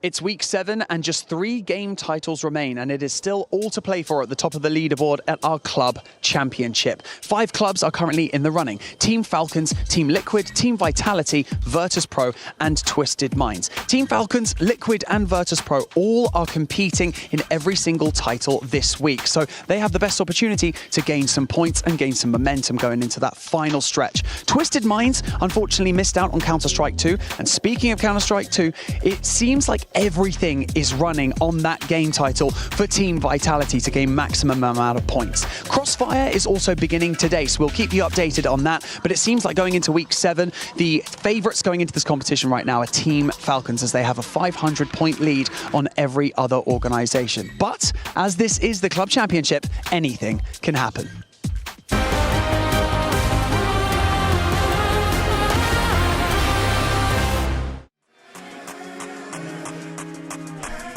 We had some shockers there in the first match of the Naraka Bladepoint MSC at EWC 25 Festival. What a surprise, too. Verse being able to come out there with the match MVP, but we got to rewind it because Raven, Arano with the early third parties. Yeah, the name of the game in this modern Naraka is work smarter, not harder. He slows down Mike and Spider off spawn. Really, really crazy because it's how it plays out in the end. Verse gets a big lead and he's able to find Spider later on. Spider did get an okay off spawn because of it, because Mike took the brunt end of it, but it really sets the narrative of how things end up happening for the rest of the match. It definitely did. I mean, everything, it was just so crazy with everything going on. At one point early on, we saw Mike and Spider fighting. Like you were mentioning, Rano did end up coming in as well. But from this first match, anything that surprised you, Moxie? I mean, the ending. We have to talk about it, right? 1 versus 1, and then Moonbane comes along in third parties, and it was anyone's match, really. That Yodo had the F2, was trying to take full recovery and stabilization within her ability, and Moonbane lands directly on top of it, and Verse is able to walk away with the win. I mean, one player that was hot at the start, Zeldinch Creatives. He went into Yang first. He ended up going with Spider before we even talk about what happened in Yang too, because that was even crazy. Spider did end up coming out on top. Yeah, I mean, Valda pick. Valda has gotten tweaks since she got her rework. She's a little bit less stronger than what she initially was with her rework. So I was surprised that we had a Valda being picked early on for this game. Well, we'll see what's going to be happening in that second match. Yes, sir. As we're talking about surprises, we're talking about what was going to be happening here between these players. We saw Rano finish with 5 eliminations. We saw Spider finish with 4. There was one player that I kind of highlight. I'm going to go back to you, creators, as well. It was Mike. He ended up with over, I think it was 8,000 damage, if I'm not mistaken, but ended up with just 0 elims. That's the hard part of the game, right? All these players know where the action's happening. They know where to rotate. They've been working on the rotations for a very long time. They see the spread of the map and they can calculate which way they can kite to start scaling up, to rotate into a fight, and potentially get into a battle. Well, as I mentioned earlier, Verse with that MVP there in that first match. He also gets a nice little share of 1,800 going into his pocket, because every single time we finish a game, whoever ends up getting that MVP is going to be securing some extra money. But you know what? I want to go back into that Yang fight that I was alluding to earlier. Spider, what happened during that Yang too? Because we were all like, okay, Spider's about to win it, and then all of a sudden it was not the case. Yeah, so Spider was playing the Syra, and Syra has been sort of inadvertently buffed by the removal of something called Wave Roll, which basically meant that you could just roll away from something called the Stun Dazzle, which is the Syra Orb. As part of her ultimate, we can see here that indeed he does actually manage to land it, but he cancels the ultimate to try and go for some staff follow-up damage, which then allows the recovery to come on through of that Lani, and then he sees that the time pressure is getting a little bit too close down to that wire and commits the full Scale Rush, and Scale Rush, when it's charged up, is a focus attack, which means that it's parryable. We've been getting our notes in here. I want to see what maybe some of the casters got to say, because we do have the Doctor Notes presented by Dr. Suleiman Al-Habib. Hello, you lot, and welcome. You were meant to eat your apples and you didn't. So here you are with your doctors, Dr. Hipbrain and Dr. Duncan, here to prescribe you our predictions for today's games. Duncan, you're up. What do you think's going to happen? All sorts of things can happen. This is rather unprecedented. We've got multiple international players coming in, but we've got all the heavy hitters from China, you know. Predictions-wise, Mike is always a solid choice. Spider has been performing very well. Recently, you know, making a comeback, Zhuan Yuan has been making a name for himself for a while now. But of course, the international players, you know, I got to support them. But we'll have to see whether or not Zay and Tryhard can manage it on this kind of stage. Well, I knew you'd go for the international players and support them. Me, I'm sticking with my boys. I actually think Spider is going to make a recovery at this tournament. I think he's been struggling domestically for a little while, hasn't been able to kind of live up to the legacy that he made for himself. And I think this tournament might be the return of Spider. On top of that, I have a couple of other predictions, just gameplay ones and characters. I think we're going to see the F1 V2 Yoto, not Valda, I wish. Yoto showing up. We saw it in MBPL, so I got a feeling like that's going to show up. Yeah, well, there's going to be a lot coming out today on these. It's going to be an exciting day. 8 games. I'm very, very excited. I hope you are too. We'll have to see you on Morris Isle later on today.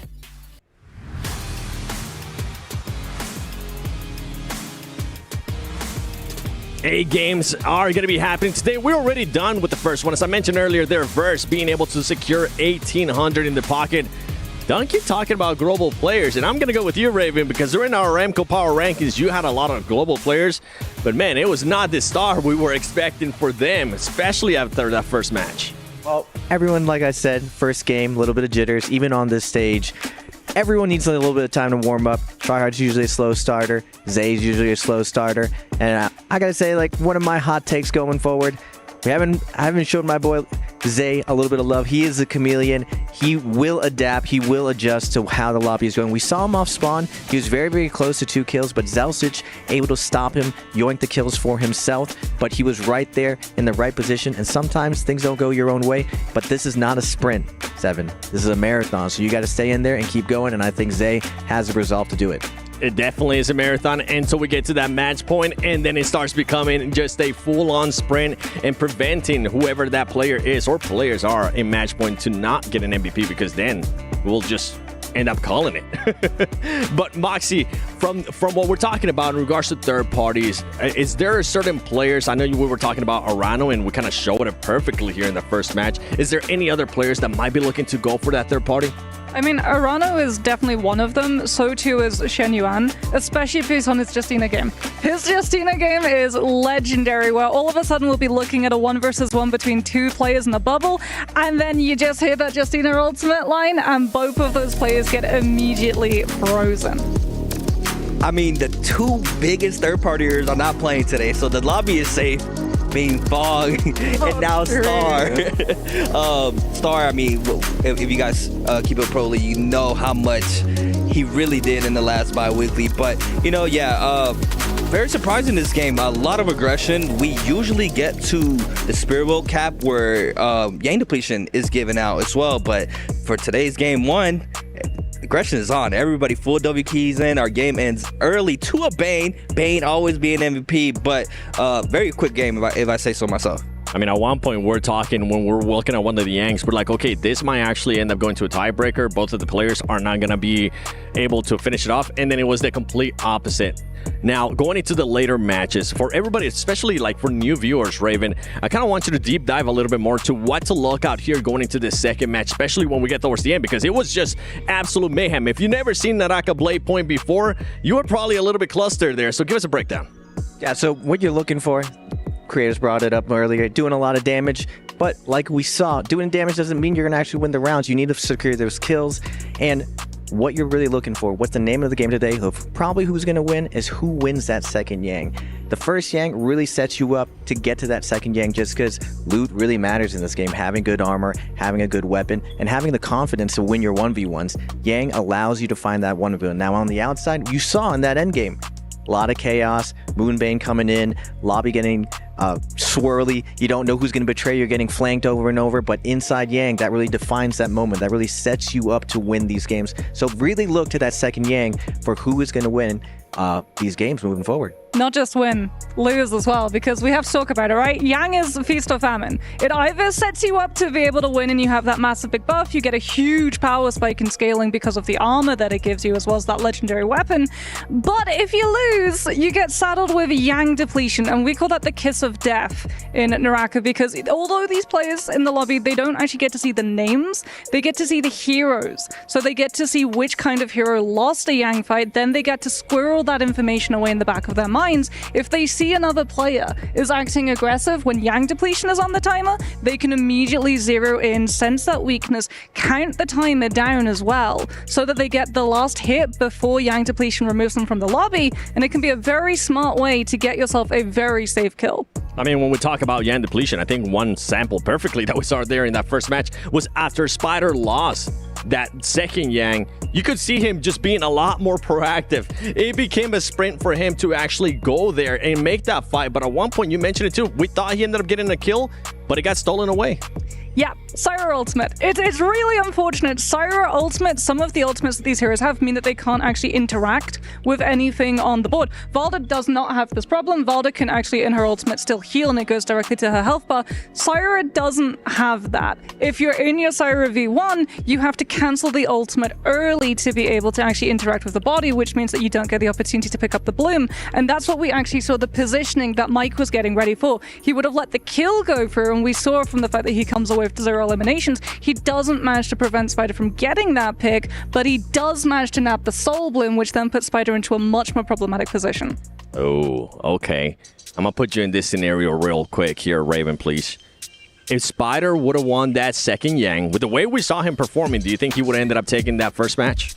100%. Spider, as you saw, even in 1v2 situations, even when he has Yang depletion, my man is never out. He's the absolute Terminator in the lobby, and I would say his chase down is second to none in the league. A lot of players can get away, like Mike is known for being the GOAT of getting away with his friendly armors helping him out, but Spider, I've had the experience of running away from him. He's one of the few players that is full lockdown. Doesn't matter if it's 1v2, it doesn't matter if he's behind, he's still in there to win it. Anyone can really win this. It's still the first game, creatives, right? Like, we've seen a lot of Naraka before. First game, a lot of jitters like you were bringing up before, but second game, these guys are going to be heating up. Phases are going to get moved around as we move into it. We have to see. Who do you think is going to be taking this next one, man? I mean, Arano had a great start for this first game, right? On the Justina, opened up great. But Verse being able to stay composed, and I look at that second Yang like another wave in aggression, right? Because it comes down to people who has that Yang depletion timer having to cleanse, and that just starts up a whole aggression wave there for everybody. So the kills can go either ways. The person can cleanse, the person cannot cleanse, and that's where eliminations start happening. I mean, the good thing for Verse as well is that he scored highly on one of the heroes that is one of the metas. Because we see these phases actually shuffle around in terms of position, you're not going to be able to get one of those premier hero picks every single round. So it's all the more important when you do have access to them that you score highly. So Verse is actually on a really good track to be able to consistently keep up those scores and try and hit match point as quickly as possible. You're talking about hero picks. We saw the hero picks there earlier in match 1. We're getting ready and started here for match number 2. Are we expecting in going into the second match some of the same picks, or do you think maybe some players might end up mixing it up, Raven? I think for the first 3 rounds, it's going to be very, very standard across the board. Right now, Lonnie in the CN meta is looked at as very, very strong. Then there's Liam. Third is going to be a little bit different, though. I would say Shayo has been looked at as very strong. It's just on Perdoria, Syra is favoring. We are going to see the open up with the double Liam, Triard and 225 opening, or the Lonnie. And this is one of the parts where you saw me gush a little bit when Tryhard was paired up with 225. He's one of the most predictable players when it comes to choosing characters. So for Tryhard and his preparation, this is definitely one of the key picks that he is excited to go. Now it is that first round. There's still a lot of Naraka to be played. I still think the global players are going to heat up and show us some exciting things on this stage. Yeah, for anybody new watching, Lonnie being first round selection is no longer a surprise, but it is a surprise in a sense because this character on your screen right now, Liam, was running up the first round selection for such a long time right before Lonnie release, and now we have a new character in the pool. Well, not that new, but still, we do have another character overcoming that first round selection, which was Liam for a very long time. And now this is the standard, right? You either get your double pick Lonnie's as a first round selection, or you can also get your double pick Liam's, and Lonnie would definitely get picked for the second round selection. But arguably the best 2 characters in the game, and that throughout the whole tournament should not change at all, I believe. I mean, Liam just enables you to be so aggressive and free because his base ability allows him, if he gets parried, to recover. He can pick up his weapon without having to worry about losing it. Plus, when we actually got to see the revival and resurgence of Arano's Liam meta, where he came on through and changed the game entirely with the ultimate that he decided to pick, Liam got so many combo extensions that you can do, making him one of the strongest 1v1 fighters inside places like Realm of Yang, which, as we've talked about extensively, is so important to being able to place highly. Now, going into the 4th round pick, Spider and Shen Yuan, these two are the powerhouses going into this. We are going to be seeing the Temi come out. Now, Shen Yuan is not just the best Temi today. He's looked at the best Temi in the world, and I'm not going to lie, Spider is no slouch on Temi as well. So look for this power duo to make some waves. We saw Shen Yuan fighting against another Syro inside the Realm of Yang, or another Temi, and he just walked right through the Temi. This man knows the ins and outs into Temi, and he's able to exploit it. Now, I gotta say, one thing I'm worried about moving forward is if these two guys start heating up and they're gonna run away with it. But Arano and Verse, that the 2025 Naraka is this hit and run style. The third party works smarter, not harder. Are they going to walk away with this, and are they going to dictate the pace of this tournament? Well, Shen Yuan, like you said, that Premier Temi, every single time he takes a Realm of Yang fight, looks immensely strong on it. But we have a split coming on through now on this phase, which means both Justina and Shayol are going to be removed from play. No two Justinas, no two Shayols going to be coming on through, and we've already got to see what that Justina is able to do. The fact that when you cancel your ultimate, you still actually hold on to some of your ultimate charge with that rage percentage allows it to come up much more frequently, especially if you have to burn it on a getaway rather than aggressive play. Yeah, and I mean, Justina being one of the few characters in the game that can do that, that can rehold ult rages, it's a very good thing to have in a character's kit. 6-round selection, Verse pulling out the Yodo, Zay on the Kylan. I mean, Kylan has been brought back into the meta, usually in our last phase, as we're seeing it here as well. Kylan does have some strings, especially I believe in Yang, has a very good outcome.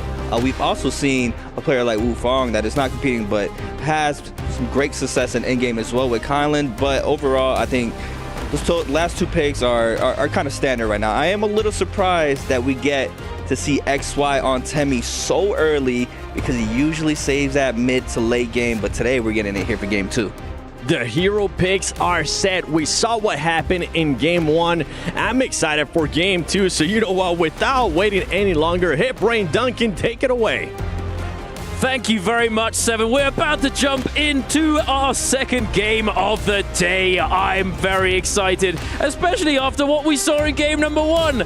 I am Donkey Donuts, joined by HitBrain. We are very excited to bring these games to you. What are you most excited about off of that phasing? Well, I mean, the hero select itself, pretty standard stuff. There's a few things we'll talk about a little bit later, but what I'm really excited about this map is we're switching off Padoria onto Holoroth. Holoroth is a very different map from Padoria. There's a lot of environmental traps. There's things like sandstorms in certain parts of the map, snowstorms in other parts of the map. Those refresh troves. They kind of give you a way to get a bit of extra loot, but also affect your abilities within the game and how you play it. I really love the way Holoroth implemented it. It's probably the most dangerous map. Like, a lot of the environmental stuff in Padoria is relatively friendly. Morosio barely has anything because it was our first map and they were kind of playing around with all this stuff. But Holoroth, I think the devs got mean, man. There's so much stuff in it that can just kill you, but it's not another player. You got thorny rollers, you got spike pits, you've got, you know, the freezing effect in some of the northern areas. It's brutal, this map. It's not just the mechanical things that can take you down. Even the flora, you know, you've got those spiky cactuses. You know, they explode with spikes and knock you down. It's not a very friendly place. And we literally saw Edward get knocked out by an environmental factor in the last game. He got taken out by a Bane's Breath, which is standard across all maps. Yeah, exactly. The Moonbane. For those of you who weren't sure what was going on, why is it purple? You know, there's a giant circular area that spawns on the map, and these pillars of purple lightning drop down in these, circular areas, and they can also stack on top of each other. So if you take a fight inside the area of effect, you're risking a lot. We've seen players go from 100 to 0. But here we are jumping into our second game of the day. Ladies and gentlemen, I hope you're ready for it, because we certainly are. Kicking it off, we're seeing Arano and Mike spawning in the exact same spot, but are we going to see them commit to a fight right off the rip? I think we are. Mike wants it, but doesn't really have the weapons. Meanwhile, Edwards and Tryhard fighting for the chest. Tryhard just absolutely clapped by the parry into the follow-up. Edward will be able to get a golden weapon off this because Tryhard is the only person on the map near him. So that's going to be a nice little start to the game for him.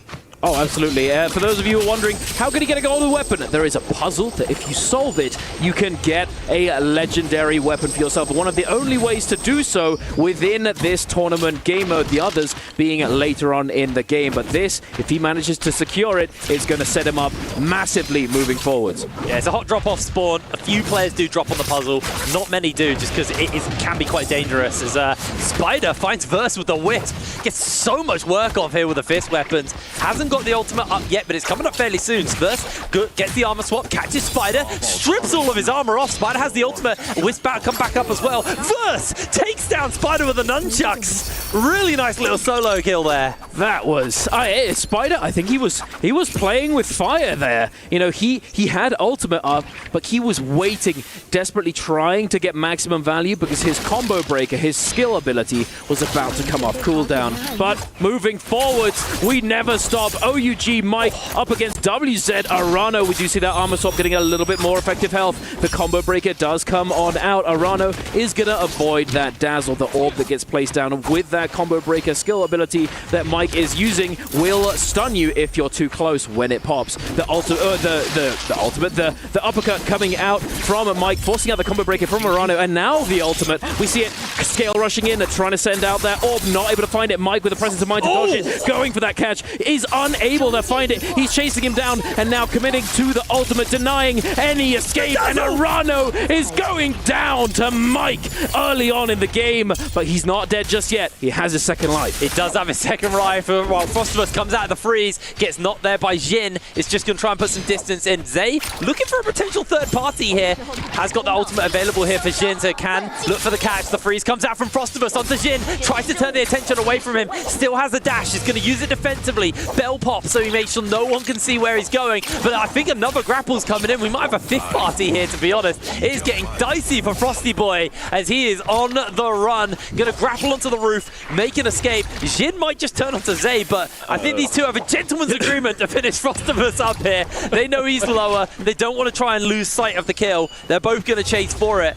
and Frostivus, he's got to have the movement right now, but there's not that much terrain. Gets himself in the outhouse, knocks Jin back, gets a pot off for a bit of armor, and does knock Jin back once again, but his health is just so low. Able to strip through the armor. In comes the backup. Another freeze out from Frosty as Mike has joined into the play, and Frostivus goes down, and now these three are going to scrap it out. Oh my goodness, it is so much action back to back, and that's why we love Naraka, ladies and gentlemen. Here we see Jin looking to disengage with that fan. Fan being one of the fastest scale rush speeds in the entire game. The scale rushes are a form of mobility and attack that allow you to chase. Right here we see Zhuan Yuan demonstrating again with the dagger, also extremely fast, but the wisp coming on out that he had prepared, knocking him into the sandstorm, the pocket sand out of nowhere, into the drop down with the RMB, but Zell coming in for that third party. He didn't get the kill for himself, but he's going to try and take down the other player. Mike? But Zay getting juggled. Mike, wait a minute.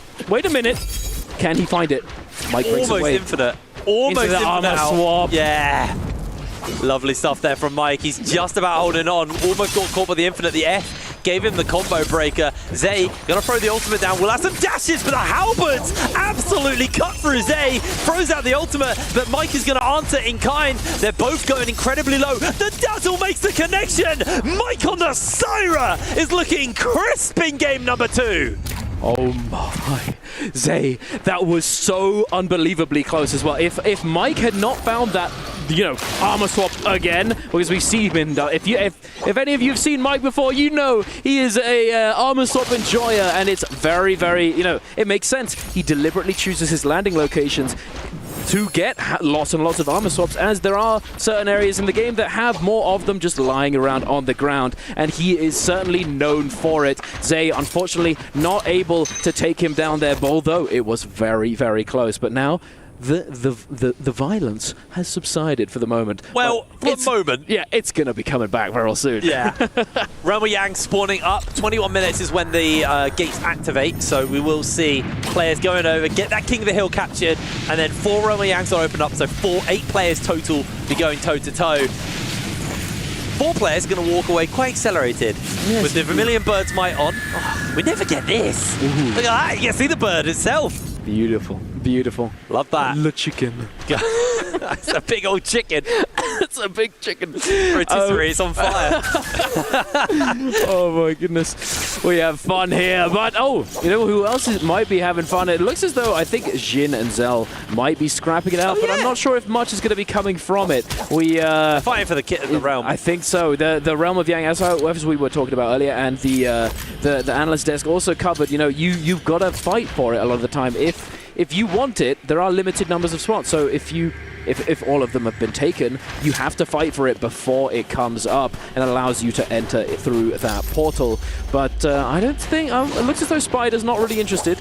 He does have blue armor, so it's not, you know, being able to contest Mike here, especially considering he's on Syra, having that ultimate that gives him the big shield. It's hard to, you know, push through and take it away from him. But one last thing, I think, actually, you take it. We're going to be jumping into the Realm of Yang, so we'll have to cover it afterwards. But Spirit Well is something that we should cover over after we get to the game moves so quick that sometimes it's hard for us to explain everything in a single game. We'll explain Spirit Wells briefly, but right now it looks like it's Mike taking on Verse here inside this Realm of Yang, going toe-to-toe.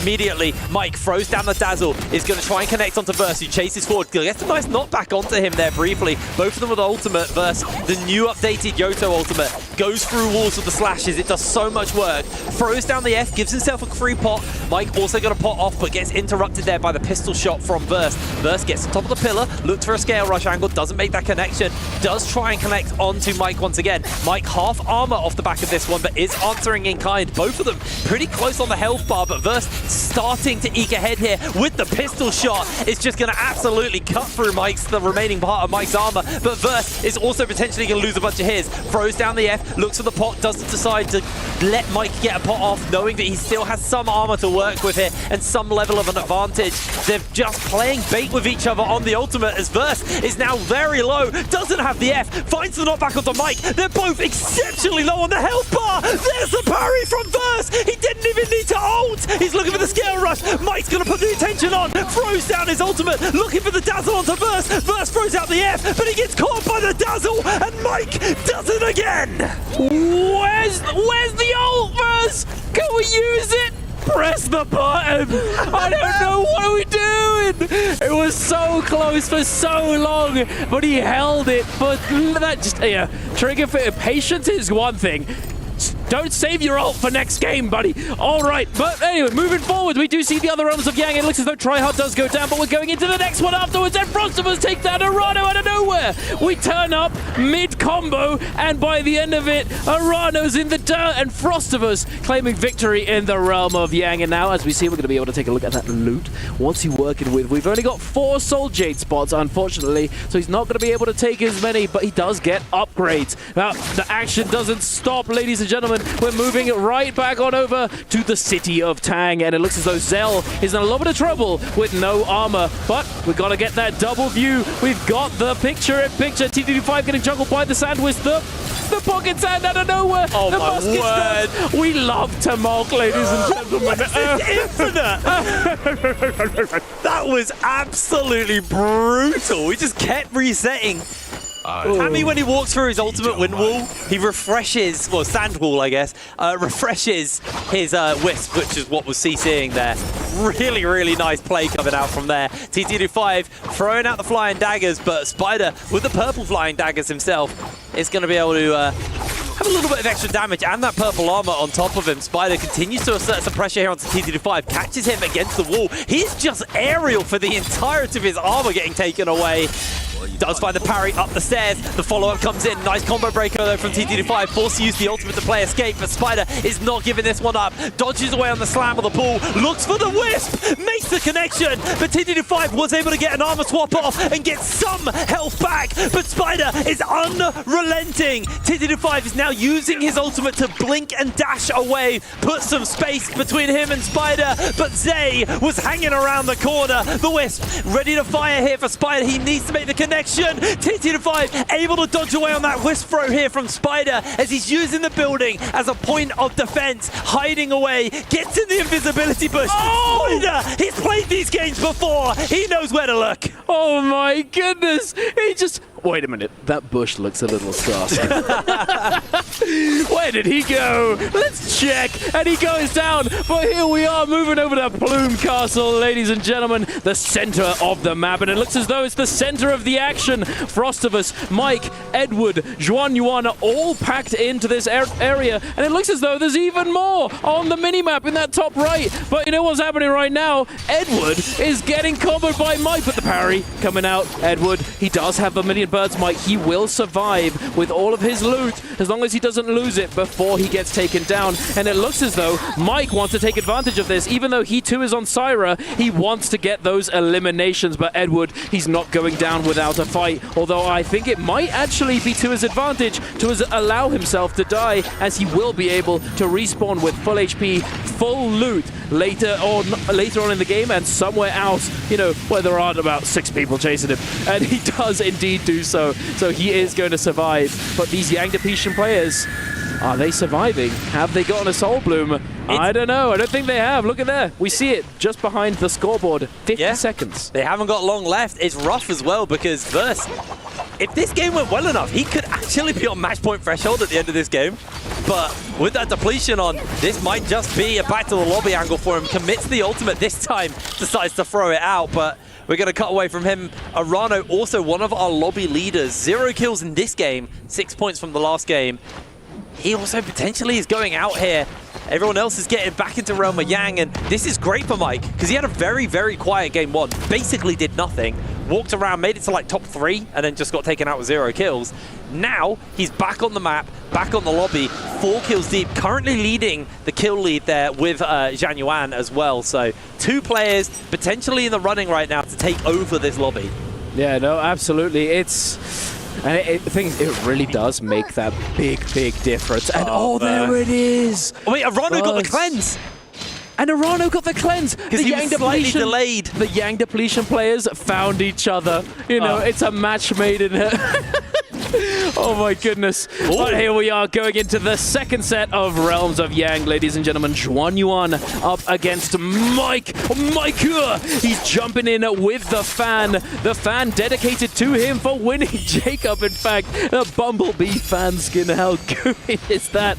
We love to see it. The catch with the scale rush. Very nice. Getting a little bit of extra chip damage. No significant follow-up. And Juan Yuan's going to be able to turn around with that focus attack, getting a little bit of damage. And Mike waste no time. This is the ultimate. You know, you're not saving it all for next game with that one. Mike is going to be going straight in, but Juan Yuan is going to respond, preventing Mike from getting, you know, too much of a significant follow-up. Yeah, nothing too major, but he does actually catch him with the dazzle at the tail end of the ultimate, the Sandstorm of Menace, but is able to dodge away that wisp. That was very close. The second one just about tickled him there as it passed through, but that is now Mike looking to see if he can turn the advantage. Both ultimates used, playing a bit of range here, but Zhang Yuan is just going to get the shot off onto Mike. Mike looking for scale rushes and now just playing evasion. He's on the back foot with half HP or just above half HP. Zhang Yuan's going to get some healing out, gets a pot off, gets a bit of extra health. Mike able to get a single armor pot off as well. Both players on somewhat relevant footing. Dazzle's not going to make the connection onto Mike. Zhang Yuan scale rushes forwards, doesn't make the connection. It's a very tempered fight.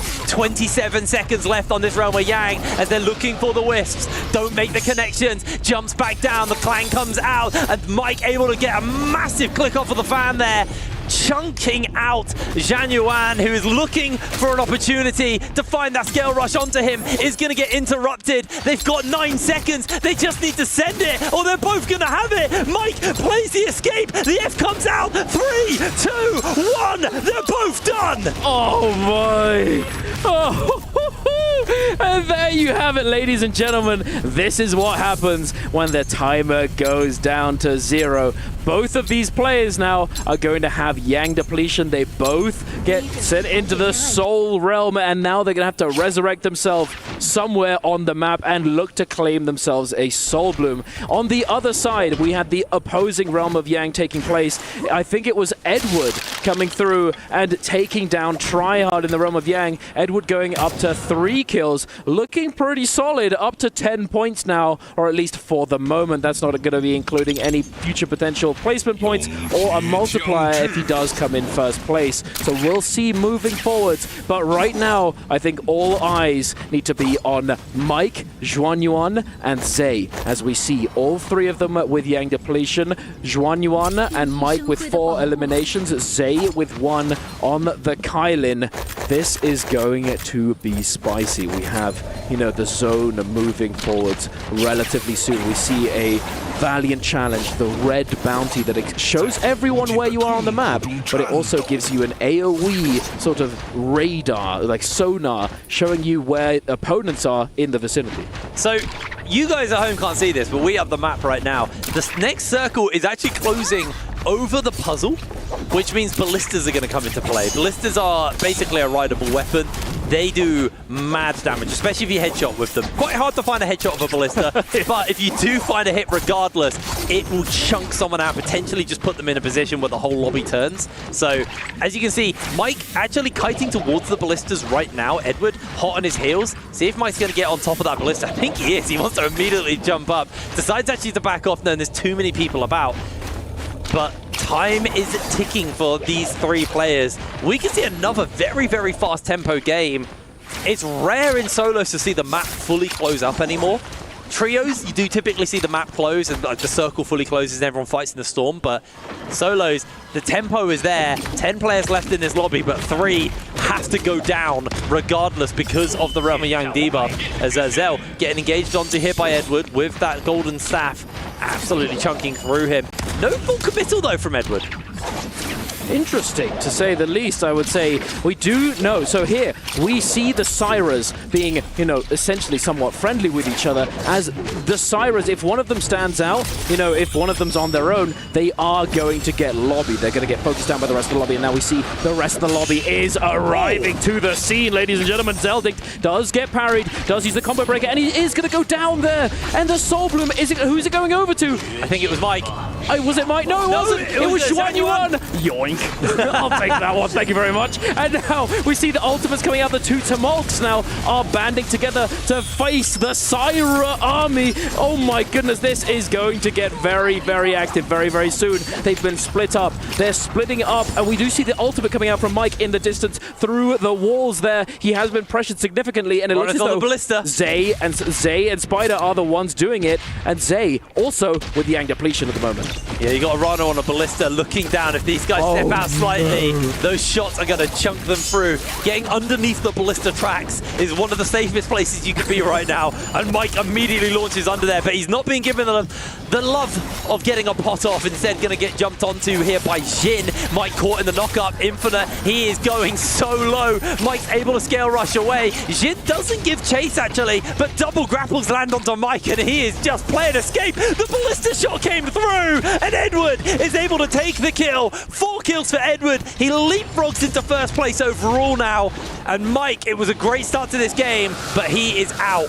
Yeah, there you see it. The betrayal. They were friendly before, but he saw him going down. He saw him just like vulnerable. He wasn't going to continue being friendly. I'll take that kill. Thank you very much. The betrayal, the backstab coming on through. But Zay, I wanted to add, Zay was able to cleanse his Yang depletion, getting that Soul Bloom off of that kill. But now he is getting pressured by Jin, being daring enough to go and loot the body. He is now going to just go down out of nowhere. Kylin, you know, you stand out, you pop your ultimate, everyone hears it, you are instantly the target of everyone in the area. Yeah, absolutely. Spider hit on the Tammy. Ultimate not quite available. Double Whisper connected over there. Plus some shots coming in from Arano. Jin is getting absolutely blitzed by the lobby. Just completely unloading every ranged ability they have. Jin jumps onto low ground. Does pop himself the F to try and stay alive, but he is going to be caught. There is no escape for him. The parry from Frosty, and Januan snipes with a pistol into the Whisper. The Frostless. He is absolutely chunked out. Forced to throw the ultimate and play the escape. There's a 40 roller. Potentially that catches onto Spider. This could be so dicey for them. Spider doesn't give chase. Frosty decides he's going to play the risky game, and he gets out as Edward catches the Spirit Well. He sees him going into that tunnel, and that is what we were talking about early on in the game. There is lots of things on this map that are, it will take you down. Environmental factors. There is a sort of roller, a spiky sort of roller of doom that goes round and round in a circle. And if you get hit by that, it's a lot of damage. You can get sort of turned into a stain on the floor. They're fighting in the corridor now. But it looks as though they're gonna go for it. Initially it's like, they want to play safe. No, they jump in. They just needed a breather. Now they're gonna chase. Frostivus in the center room underneath. Will he actually be able to make it out alive? He plays Arano. He got hit. Ooh. No, he didn't. I thought he got hit. He got clipped by once. He got clipped by it once, but the full damage didn't go through. Oh, thank God. That was very dicey. That was very dicey for him. Frostivus, though, still pinned inside here, is just about going to jump over. Nice juggle of the range there to evade getting caught by the 40 roller, but Frosty going to try and heal up here. Zone's going to collapse. He gets one pot off. He's actually just hanging in the corner right now, as we do see Spider getting knocked out by Frostivus. I didn't even see how that happened. He'd done damage to him before it, and then nobody else did damage to it before he died to the storm damage. Brutal. So he was the one to get the kill credit. But Edward is going to be jumping onto him as soon as he leaves the safety of that tunnel for the Moonbane. We saw it last game. It is very scary. If you're risking this, you have to be very, very confident. The Moonbane surfing, as we like to call it. But Frostivus is, he's receiving the attention of a lot of players right now. Gonna have to go through. Oh, there it is. Arano's gonna be the one to pick up the kill as well. Frostivus going down. Tryhard is still in the lobby. Januan, Arano, and who else? Edward, thank you. How did I looking at him? How did I miss that? There he is. That's the guy responsible for the Bane's Breath, if everyone wants to know. Oh my Got 23 seconds left on this Bane Breath, so it's going to fade away fairly soon. And Januan still has a debuff on him from the earlier Spirit Well, a mechanic we will explain later when we get a chance. It's just constant action right now. And Januan, I don't think he's going to get the opportunity to cleanse himself. He's knocked onto the low ground. Arano's keeping the pressure up onto him. Who's going to secure the kill? Nice armor swap. Comes out as he's still low. They're looking, they're chasing, they're desperate for the kill onto Arano. So Januan, but he's able to break away. Arano goes range, switches to the pistol, looks for the shot. Can't quite find the lineup onto Januan, who is using the grapples, using the movement so flawlessly to play the escape. Arano unable to make the connection, but Januan not given the opportunity to pot. There's the pistol shot from Arano to take him down. Tryhard now sliding into the pocket. Edward, he's just potting, he's chilling. He is absolutely vibing. He's got the buff still for a few more seconds, and he's got 4 eliminations to his name. Tryhard in this situation. He's got no elims this game so far. Unfortunately, he just didn't have the best start and wasn't able to sort of really put the front foot forward in that mid game. So wasn't able to find any eliminations, but now could be his opportunity. It looks as though Edward does not like the look of Arano. Arano looking quite vulnerable at the moment, and he is not full HP. So it looks as though Edward very happy to potentially take this fight and focus down Arano. Tryhard with a beautiful parry, able to force Arano into using that combo breaker to disengage. He does hold on to his weapon, and his ultimate is going to be coming up at about 25%. But will he be able to manage that before he gets focused and committed onto by both of these players? 3 minutes now until the zone fully closes. Tryhard, this could be a good shot, a good chance for him to put a couple of kills on the board and jump up that standing. Right now in 10th place, so has a lot of work to do. Right now we're into what I call the Buccaneer phase, typically a trios thing where everyone just shoots at each other with cannons and muskets. But all it's going to take is that single spark. When you're in a three-way final circle, you don't want to be the one to start the fight, because if you get chunked, you're the one that's going to get chased by the other two players. It's vicious, but in Naraka, if the lowest player will always be chased and be teamed up on to make sure that they go out and secure a safe 1v1 for the other two players. I mean, it's target selection. Yes. It's optimal target selection. If the objective is to get as many points as possible, each kill giving you a point. Yeah. You know, it's ideal to focus down a target that is vulnerable, that's going to be an easier kill to get for yourself, right? So it makes sense in the grand scheme of things. However, there's lots of different ways of thinking about it. You know, if somebody is committing to try and take down a player, you see that and they have their back turned to you, you could potentially go for the backstab and go for the, you know, the off-meta or suboptimal or different line of thinking where you go for the guy who's actually winning. But I have to say, a lot of players would probably get a bit angry with you if you did that, because it doesn't make all that much sense. Yeah. Why are you attacking me? He's the low one, get him! Exactly. But we shall see as this starts to unfold, ladies and gentlemen, where all three of them now do have that legendary armor. Yeah. We are going to see Tryhard drop down, see if he can find a little bit of chip damage onto Edward. Tryhard now dropping back, trying to disengage. The focus attack doing quite a bit of damage. The cannon fire coming down from above. Both of these players eating so much AoE damage. Is Tryhard going to be able to get the heal off? I don't think he is. The Flame Breath is going to come on through, I believe. I think Arano, that's what he was doing. He was stacking up that Flame Breath, allowing him to now have fire damage on his cannon shots. Yeah, it was really nice there for him, but Tryhard has lost all charges on his ultimate. It's going to go incredibly low. Has the ultimate to try and get the distance between him and the others. Jumps up into Edward's pocket, looks for the ball slam down, jumps forwards, one more kick available to him onto Edward. It's going to get a nice amount of CC health. Dazzle goes down. Tryhard not given the opportunity to get himself a pot though and heal back up. Edward still very, very comfortable on the health bar situation. So Tryhard,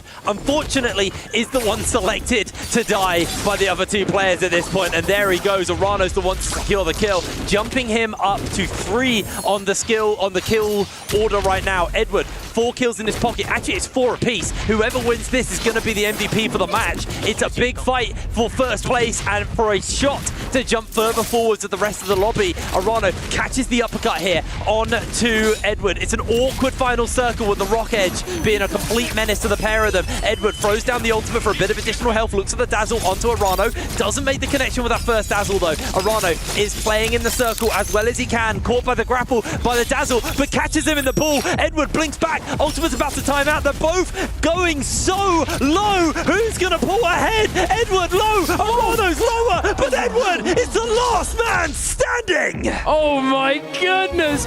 Both of them having Rupture Gale Flame Breath, ladies and gentlemen. They were able to dictate the pace of that end zone so well. And that's one of the reasons why we saw Tryhard just getting stuck in the middle of them. He couldn't do anything. Both of them had the cannon. He's just going to rain fire down on them from above, and they take full advantage. Edward coming out on top in those last few moments. It was a sliver of health, literally nothing in it, and he comes out victorious, ladies and gentlemen. Our MVP for game number 2. What an absolute banger. What an absolute day to be alive, ladies and gentlemen. Absolutely crazy. 19,000 damage coming in from him as well. Edward popping off. He had a great game 1, great game 2.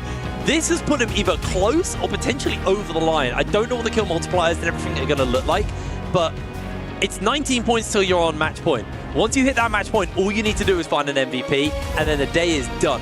You are the big winner. And the big thing is there is a prize pool for winning every game today. If you MVP, let's say in game 4, game 5 to 8, you win all of those MVP prize pools as well. So like, that's a lot of cash for winning early. They want to tie it up, they want to walk away with the dosh. Nice and happy. Yeah, bit of Wonga nice in their pocket. That's a very British one, that one. Very British indeed. But we can see it right here. The faces of these players, you know, they're very focused in. You can see a little bit of disappointment. That's to be expected. If you're a competitor and you're not winning and things not going your way, you're bound to be disappointed. You're bound to feel something. It is the way it is, you know. If I was one of the bottom players right now, if I'm looking at like the TTT5s, the Tryhards, the Zays, people like that, I think you full send it next game. You need to go in hard and try and catch up to the top of the lobby, because the guys at the top right now, your Aranos, your Edwards, I think Mike is now climbed up to there. I believe Zhang Yuan also in there as well. They are standing so far ahead of everyone else right now. But we actually do have one of our top guys standing by on stage. It's Edward for an interview. Welcome back to the Gadia Esports Arena here. We've got OA Edward here, an absolutely outstanding start to the competition for our solo showdown. Edward, I've got to ask you, coming into this competition, starting this strong as well, do you feel confident that you can now prove to everyone that you can claim the championship? 其实对于这一次的比赛来说，你有一个非常厉害的开始，那你觉得有没有十足的信心，能在这一次的比赛当中证明自己，打败所有人呢？只要运气好一点，我觉得随便打。I think it depends on if I have a good luck, so I can do that. Also, for the second question, I want to know, because for the first game, it's really pity that because of the Mumbai, but how did you keep that from affecting you mentally after that game? 那其实对于第一把比赛真的非常的可惜，因为那一个地气，在那把比赛之后是怎么样，就是自己做心理活动去让自己不要受到那一把结局的影响呢？我觉得第一把前面都发挥得很好吧，那个就是最后的地气是人为不可控制的。然后我觉得就打好自己的，剩下的看天命就好了。Okay, so I think for the first game, I really did a good performance in the beginning of the game, but I think the Mumbai is just accident, so I just do myself and to try my best for the following games. Well, we wish you the best of luck in the remainder of your matches here. That's it for us here on the main stage. We're going to head back to you guys to continue our competition for day one here.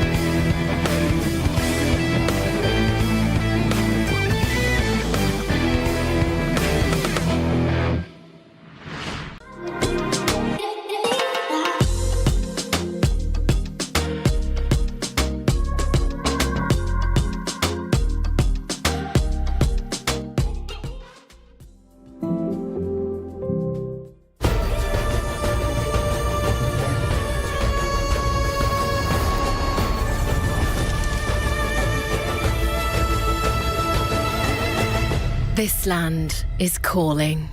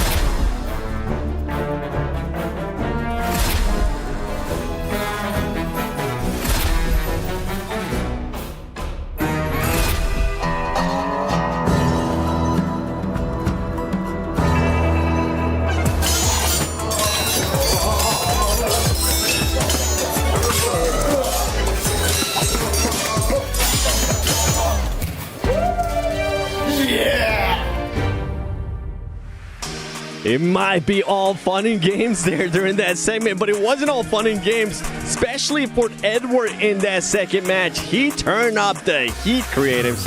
Yeah, I mean, Edward, we saw how strong he even did in the fall split as well, the first fall split finals that we had, and he's continuing that momentum onto today's matches as well. We're going to be looking at some highlights here on game one. I know this was a big factor at the end, Moxie. You kept seeing players get ran over and over again, and it actually ended up hindering Spider's performance a bit. Yeah, the Temis really looked like they were going to be an absolute powerhouse, and then when the fight moved underneath Salvation Podium, Spider actually got caught both by the pony roller as well as that zone closing, gets caught in the back, and that weakens XY's position too.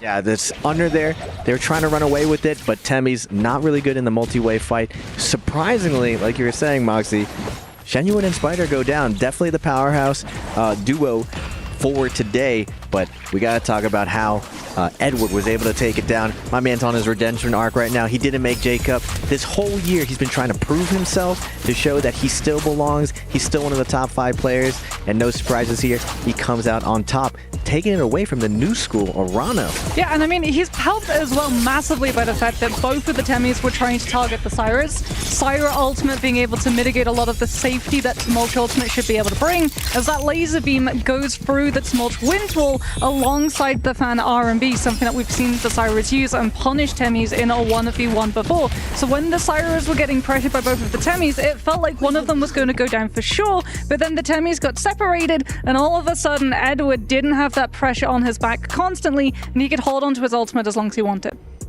We saw Tryhard there towards the end too. He was trying to do something. He was trying to get just a little bit of redemption there after that first match. But let's take a look at this overall ranking, because now Edward, with that performance, he's set at 16 points. So if he gets 3 more points, he's going to be able to hit that match point.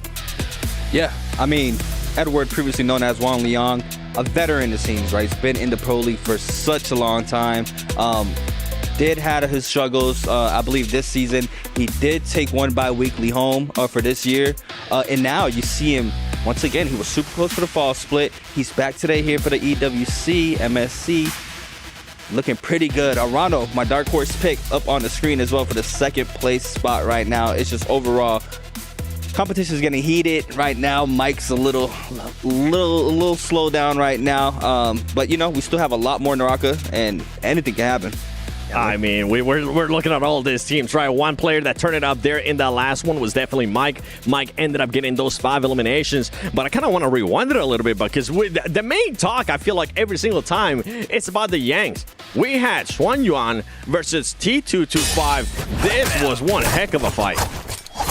Yeah, Shenyuan getting to come on through on his signature hero. We talked about that Temi being incredibly strong, and you can see here as well the pillar play. We're going to be talking about Realm of Yang. We have to talk about the pillars. And Raven, that's something you can actually give a lot of insight into, right? Yeah, Verse, he's definitely set the pace. We saw it earlier today when he was versus Spider, and definitely moving forward now. Shenyuan on his Temi, world class, puts Verse in the blender. This stun lock is just absolutely oppressive. But something we saw in that Yang fight the whole time. Verse is definitely coming to play with some new technology with those pillars. So I expect to see more of that moving forward. I mean, we got to be looking at some of the other fights too, because the other fight, it was Verse versus Mike. And we thought for the longest time Verse was going to be able to hit his vault. He just decided not to, creatives. Yeah, I mean, this is our first timeout, right? Our first timeout of today, as well as our first in-game as well. So, I mean, back-to-back first times. And this right here puts a lot more pressure into the lobby, coming up with 2 players with Yang depletion time right there. You see XY beautifully kite out the pressure that, you know, he was getting implemented there. Does throw down the Wisp, manages to stay on top of the pillar, and he does manage to time out the Yang. We're going to continue on with the Yang fights. We're going into the last one. I swear, it was just so entertaining seeing all of these fights. And it came down to that second one. The one between Mike and Xuan Yan. Yeah, old school versus new school getting to come on through. New Yoto as well, with Mike on that Syra, once again utilizing those pillars, getting to come on through with a lot of those skill rushes that we get to see, which is another reason why things like the fan, the dagger, and the flying knives are so important, as well as things like that combo break. Syra being a very strong 1v1 fighter, because she has a combo break, which allows not just for spacing to be created, but also a little bit of a heal that you can then have without getting pressured by your opponent. opponent and when you're forced to give up space. Yeah, looking at this pillar play, Shenyuan Verse and Mike. Verse showing a lot of new technology. Mike usually known for his aggressive play, but all of this aggression doesn't matter versus Verse. We see a new level of play coming out of him where he's perfectly spacing Mike out. Now, I thought this was over as soon as his ult came out, but Verse does manage to buy a little bit more time, but just like always, you can't put your money against Mike. New school versus old school. Old school still comes out. Mike's the GOAT. Yeah, and then it puts Verse in such a rough position because he's hit with that Yang depletion, and we see him have to take a fight against Arana when that second Yang is starting to time on up. Unfortunately, he loses that fight, and it means that when we look at those overall standings, Verse gets overtaken despite such a stunning dominant performance in game number 1.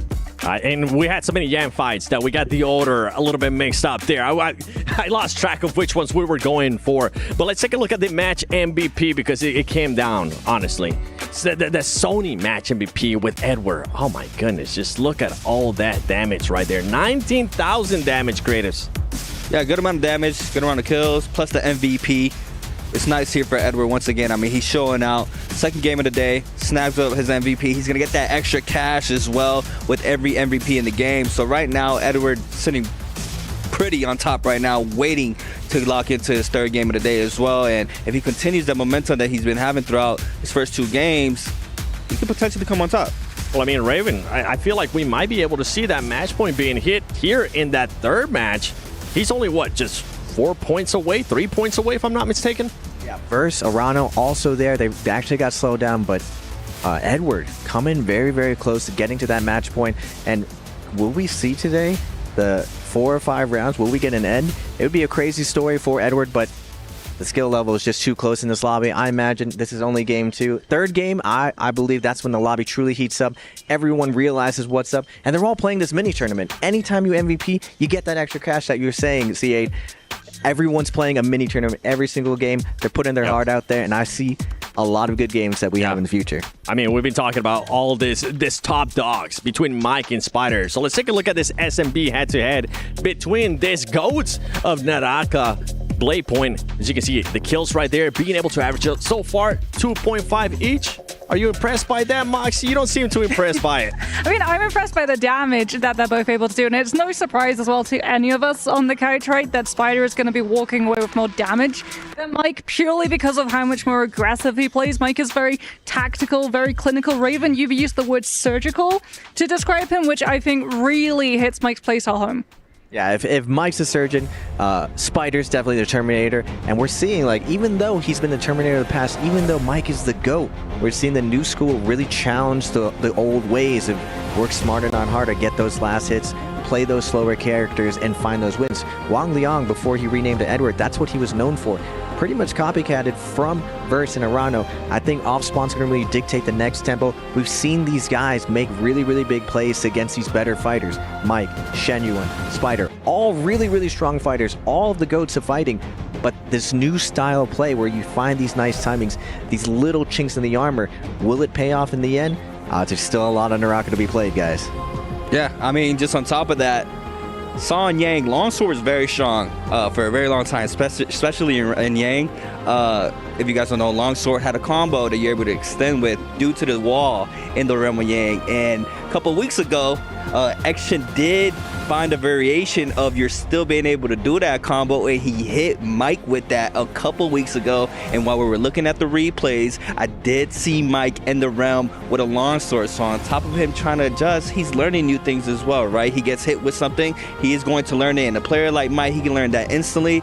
He knows all the keybinds, all the macro. He knows everything he needs to do. He just needs to see it once, and Mike, you see it there in the round. Well, we're getting ready for that third match. We're getting ready for the draft as well. Earlier, Moxie, you were telling me about how we had 2 Tammys in that last match, how they ended up splitting. What are you expecting to see here, especially on the draft going into the match 3? Well, it's still match 3, which means these phases are still going to be rotating in a, well, fitting carousel manner to harken back to Creative's point. For those of you in the know, that was actually what we called that combination. A very fun name for a not fun time for players to be able to have. But I think something that we have to talk about in terms of those drafts and hero picks is that Edward is in such a good position in the standings. While he picked something incredibly off-meta in game number 1, he picked the Yoto. So he's still got things like the Lani and the Liam open to him. Yeah, and when you say off meta, Moxie, this is a new tournament. A lot of these things are unproven, and leading into it, a lot of players were playing Yodo, ironing out the details. We saw Mike really dominate with a Yodo, and now Edward getting a lot of value out of it. Will we see more of it moving forward? I know Wu Chen is in all these guys' pockets. This is only game 3. There's still a really, really deep character pool for these guys to play, and like I said, first two games around, we're only on game 3. These guys are going to be heating up, and as the leaderboard kind of evolves, these guys are going to be looking at Arano, at Verse, and we're going to start seeing some counterplay in order to slow these down. Because of the MVP system, we see a lot more counterplay in this modern Naraka. Love that you mentioned Wu Chen. And I keep going referencing bi-weekly one for the fall split because our last fall split, Edward had the best Wu Chen of the night. So him being so on top of he's on top of the leaderboard right now. He still has that Wu Chen game. If he decides to play or if he's in the last round selection, he still can't do good, as we saw there for the bi-weekly in the fall split. So, I mean, it's exciting right now. Edward is sitting very nice right now. Talking about counters, we're talking about what Edward's going to be doing. I'm looking at what Tryhard's going to be doing, Raven, because we saw him being able to step it up in a bit in regards to not getting eliminated early on. He is currently sitting, I believe, with just 1.5 points. A big gap to close up, especially with how close Edward is to that match point. Yeah, things were very, very close, like you were saying, Seven, and he's going all in. This is the first double pick. Normally, all of the players in the current league, they wait to double pick just in case you can't pick the character that you want in those games 6, 7, and 8. But the Lani, he had some success right there. He was able to find the Soul Bloom and cleanse and get to that end game. The only thing, I know Tryhard really prides himself with those 1v1 scenarios. He wasn't able to win Yang. And what's surprising about Tryhard, he's so confident in his skill that he doesn't really care if he loses. He finds ways to cleanse. So it's a good sign that he still has some life in him, that he's finding these cleanses even on this world stage. Moxie, I'm thinking about some of this other player. I'm thinking about a little bit more in the big spectrum of all these players. The global players, say, Frostivus, we really haven't seen much out of them here today. You've been a coach. What do you think their mental state's currently at? I mean, you just have to be able to dust yourself off and pick yourself into the next game, right? Sometimes you can get griefed by the RNG. It's a battle royale. After all, you might not get your weapon. You might go into a rough matchup in terms of that Realm of Yang, and then you're not able to find the recovery. But that's one game. Potentially we play 8. So you have to make sure that that last game doesn't affect your mental. And that's actually something that a lot of these players have struggled with. Spider, when he was starting off in the league, we've all seen it time and time again here on this couch. He had one of the worst mentals. And we actually got to see when he was back with WBG, one of the best coaches in the league was able to help him out in regards to that. Yeah, I mean, we even saw it in the player interview. He mentioned mental, right? First is mental, and then his gameplay. And, I mean, that is another tower that these players have to overcome in esports, is trying to get that mental right. If something doesn't go right, you have to try to brush it off as fast as possible. I know it's easier said than done, but that's what makes a pro player, and that's how greatest are made. We're talking about mental. I think there's one place and one person we have to go to. The man that actually gets to hang out, eat pizza with all these players, talk about what's going on here at the EWC Festival 25. Raven, what do you think their mental of these players are currently at, especially the global ones? I mean, you have to find the love for the game. At this level, what really sets a difference, everyone puts to work, everyone puts to time, everyone can kill each other, but it's the ones that really, really love the game and have a ton of fun. Like for me personally, Naraka is my favorite game of all time, and I know for Spider, the big change that you really saw in his demeanor is he started having fun again. I know when he came back, when Mike came back to the league, Spider had a trouble finding his footing, finding his identity. A lot of his playstyle was similar to Mike, but now the modern 2025 Spider looks nothing like Mike right now. You see a lot more commitment at him, and he's willing to put it all on the line. Even in the situation where we saw him versus verse, throw a bad scale rush out and get parried, you still see him come out of Realm and keep swinging. That mental of having fun, finding that enjoyment in the game and leading into your strengths really is exemplified by a player like Spider. Yeah, Spider has always been overshadowed, it feels like, by Mike. Every single time, every single title that he won, people said he wouldn't have been able to do it if Mike was there. And we even actually get to see how much these players feel the pressure of having to prove themselves when we have rookies coming into the league. We talk about players like Wu Feng, Shen Yuan coming in, instantly changing the game. They actually confessed in their own interviews because they were new. They felt like they had to play more aggressive, take every single fight, go up against the old guard to prove that they deserved to be where they are. Talking about aggressive and talking about maybe non-aggressive or not as aggressive, Arano, I feel like he's continuing on with those third parties. We're more than likely going to honestly continue to see those third parties coming from him. And this is a player that was in your power rankings, Creative. I'm looking straight at you. What have you enjoyed so far out of Arano's gameplay? I mean, especially game 1, he played that Justina. He got a lot of value early to mid-game as well. I think he was sitting at 4 kills mid-game. Just getting those eliminations out the way, you can slow down a little bit towards the end game. So he's playing perfectly on that aspect. But overall, Arano being one of those players who usually is one of the first players that makes it into the threshold, once again, he just never closes out, which is so rough. First one in and never been able to complete. It's just so rough there for Arano. We'll see. The third parties are there. He can get the Ilims. We want to see if maybe he can bring back what we were able to see as well in that first map. And we're going back to those global players. There you go. We got a chance to see, Raven, what Zay's pick was. Yeah, Zay actually really looks up to Versus gameplay. It's one of the places he does study. So being paired with him and having the same character picks, it's because he's put so much work into his game. And his gameplay is very similar to Arano. Both of these players, very, very adaptive. Chameleons. You could say that Verse is the Zay of CN when it comes to this chameleon playstyle. Something new and something very surprising to me that I don't really see from a lot of players is Verse really much sandbags in the qualifiers and other rounds that don't matter as much, and he keeps to his heart a lot of secret tech, because right now on the world stage when it matters, I'm seeing a lot of new stuff from Verse, a different style of dominance that we normally don't see from him. He's normally looked at as a timing attack character, but now he's actually dominating fights inside the realm of Yang. Yeah, I'm thinking about those fights real quick, Moxie, in regards to inside the realm of Yang. Sometimes it seems, especially from what the casters are saying, Hip Rain and Dunkin' Donuts, sometimes they just don't end up using their ults. What is the deal with that? Do you want them to actually continue holding on the ults or use them? Because I'm getting sick and tired of hearing use the ult, use the ult. Well, unfortunately, sometimes you don't get all that much say in using your ultimate, because we talk about the term combo breaker, we mean it literally. Some of these heroes have a combo breaker on their F, some of them have a combo breaker on their ultimate, which means that if they're being pressured into a combo string, they can actually still use those skills and abilities while under attack. However, some other heroes, they don't have that option, so you have to have a window of time to be able to activate it, which your opponent doesn't always give you. Creatives, I'm looking at you. You're smiling over there. You wanted to go in. What you got to say about that? I mean, for me, no ult in Yang is probably one of the biggest no-nos in the game, because while you take Yang, you get ult recharge back. You get your ultimate as soon as you're entering. So if you end up going in Yang and not being able to pop that ultimate, yes, unfortunately, you do get caught up. You just misplayed all the way up to that final moments to not be able to pop that ultimate. I'm looking at you, Raven. Give me a quick little heads up here. Alt or no alt? We got a saying, the Chinese taught this to me. It's called Baige. You die for free when you don't hit that ultimate. It's a cardinal sin to do it, especially in trios and solos. It's the same way. You want to use all of your cards that's dealt to you, getting that ult, getting that value out, stringing your abilities. You might as well use it before you lose it. Well, there you got it. We got what Moxie got to say. We got what Raven Please got to say. And also Creative. So let's send it over to our casters, Dunkin' Donuts and Hip Rain. What do you guys have to say? Alt or no alt? Press your damn ult. That's what I have to say to that one.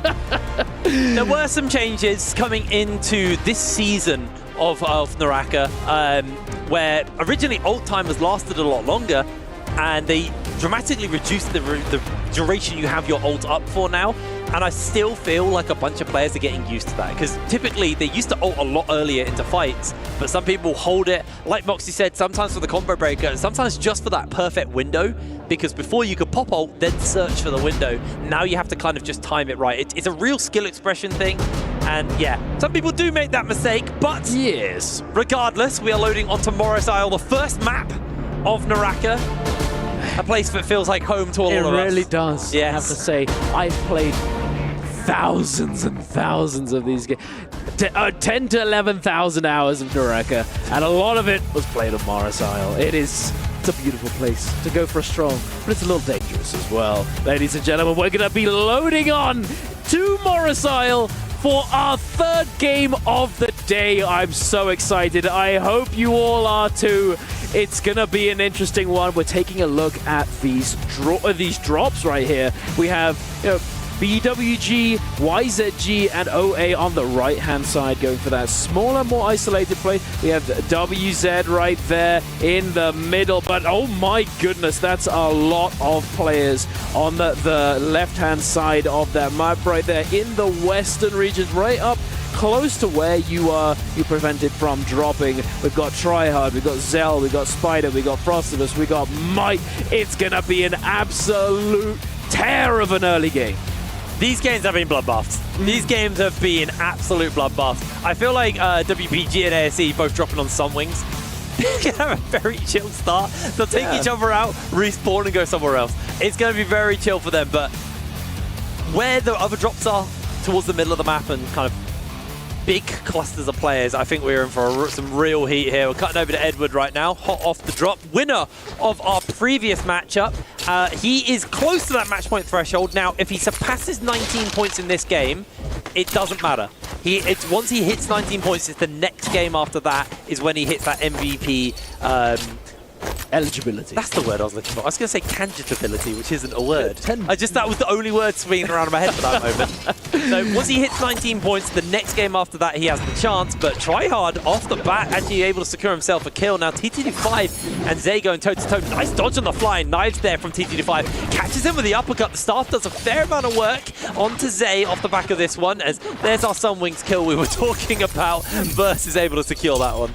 Very nice indeed, and we're going back on over to Edward, Zay, and T225. Edward jumping in with that third party, able to secure the kill for himself, getting that ball rolling as it were. He is on Lani after all.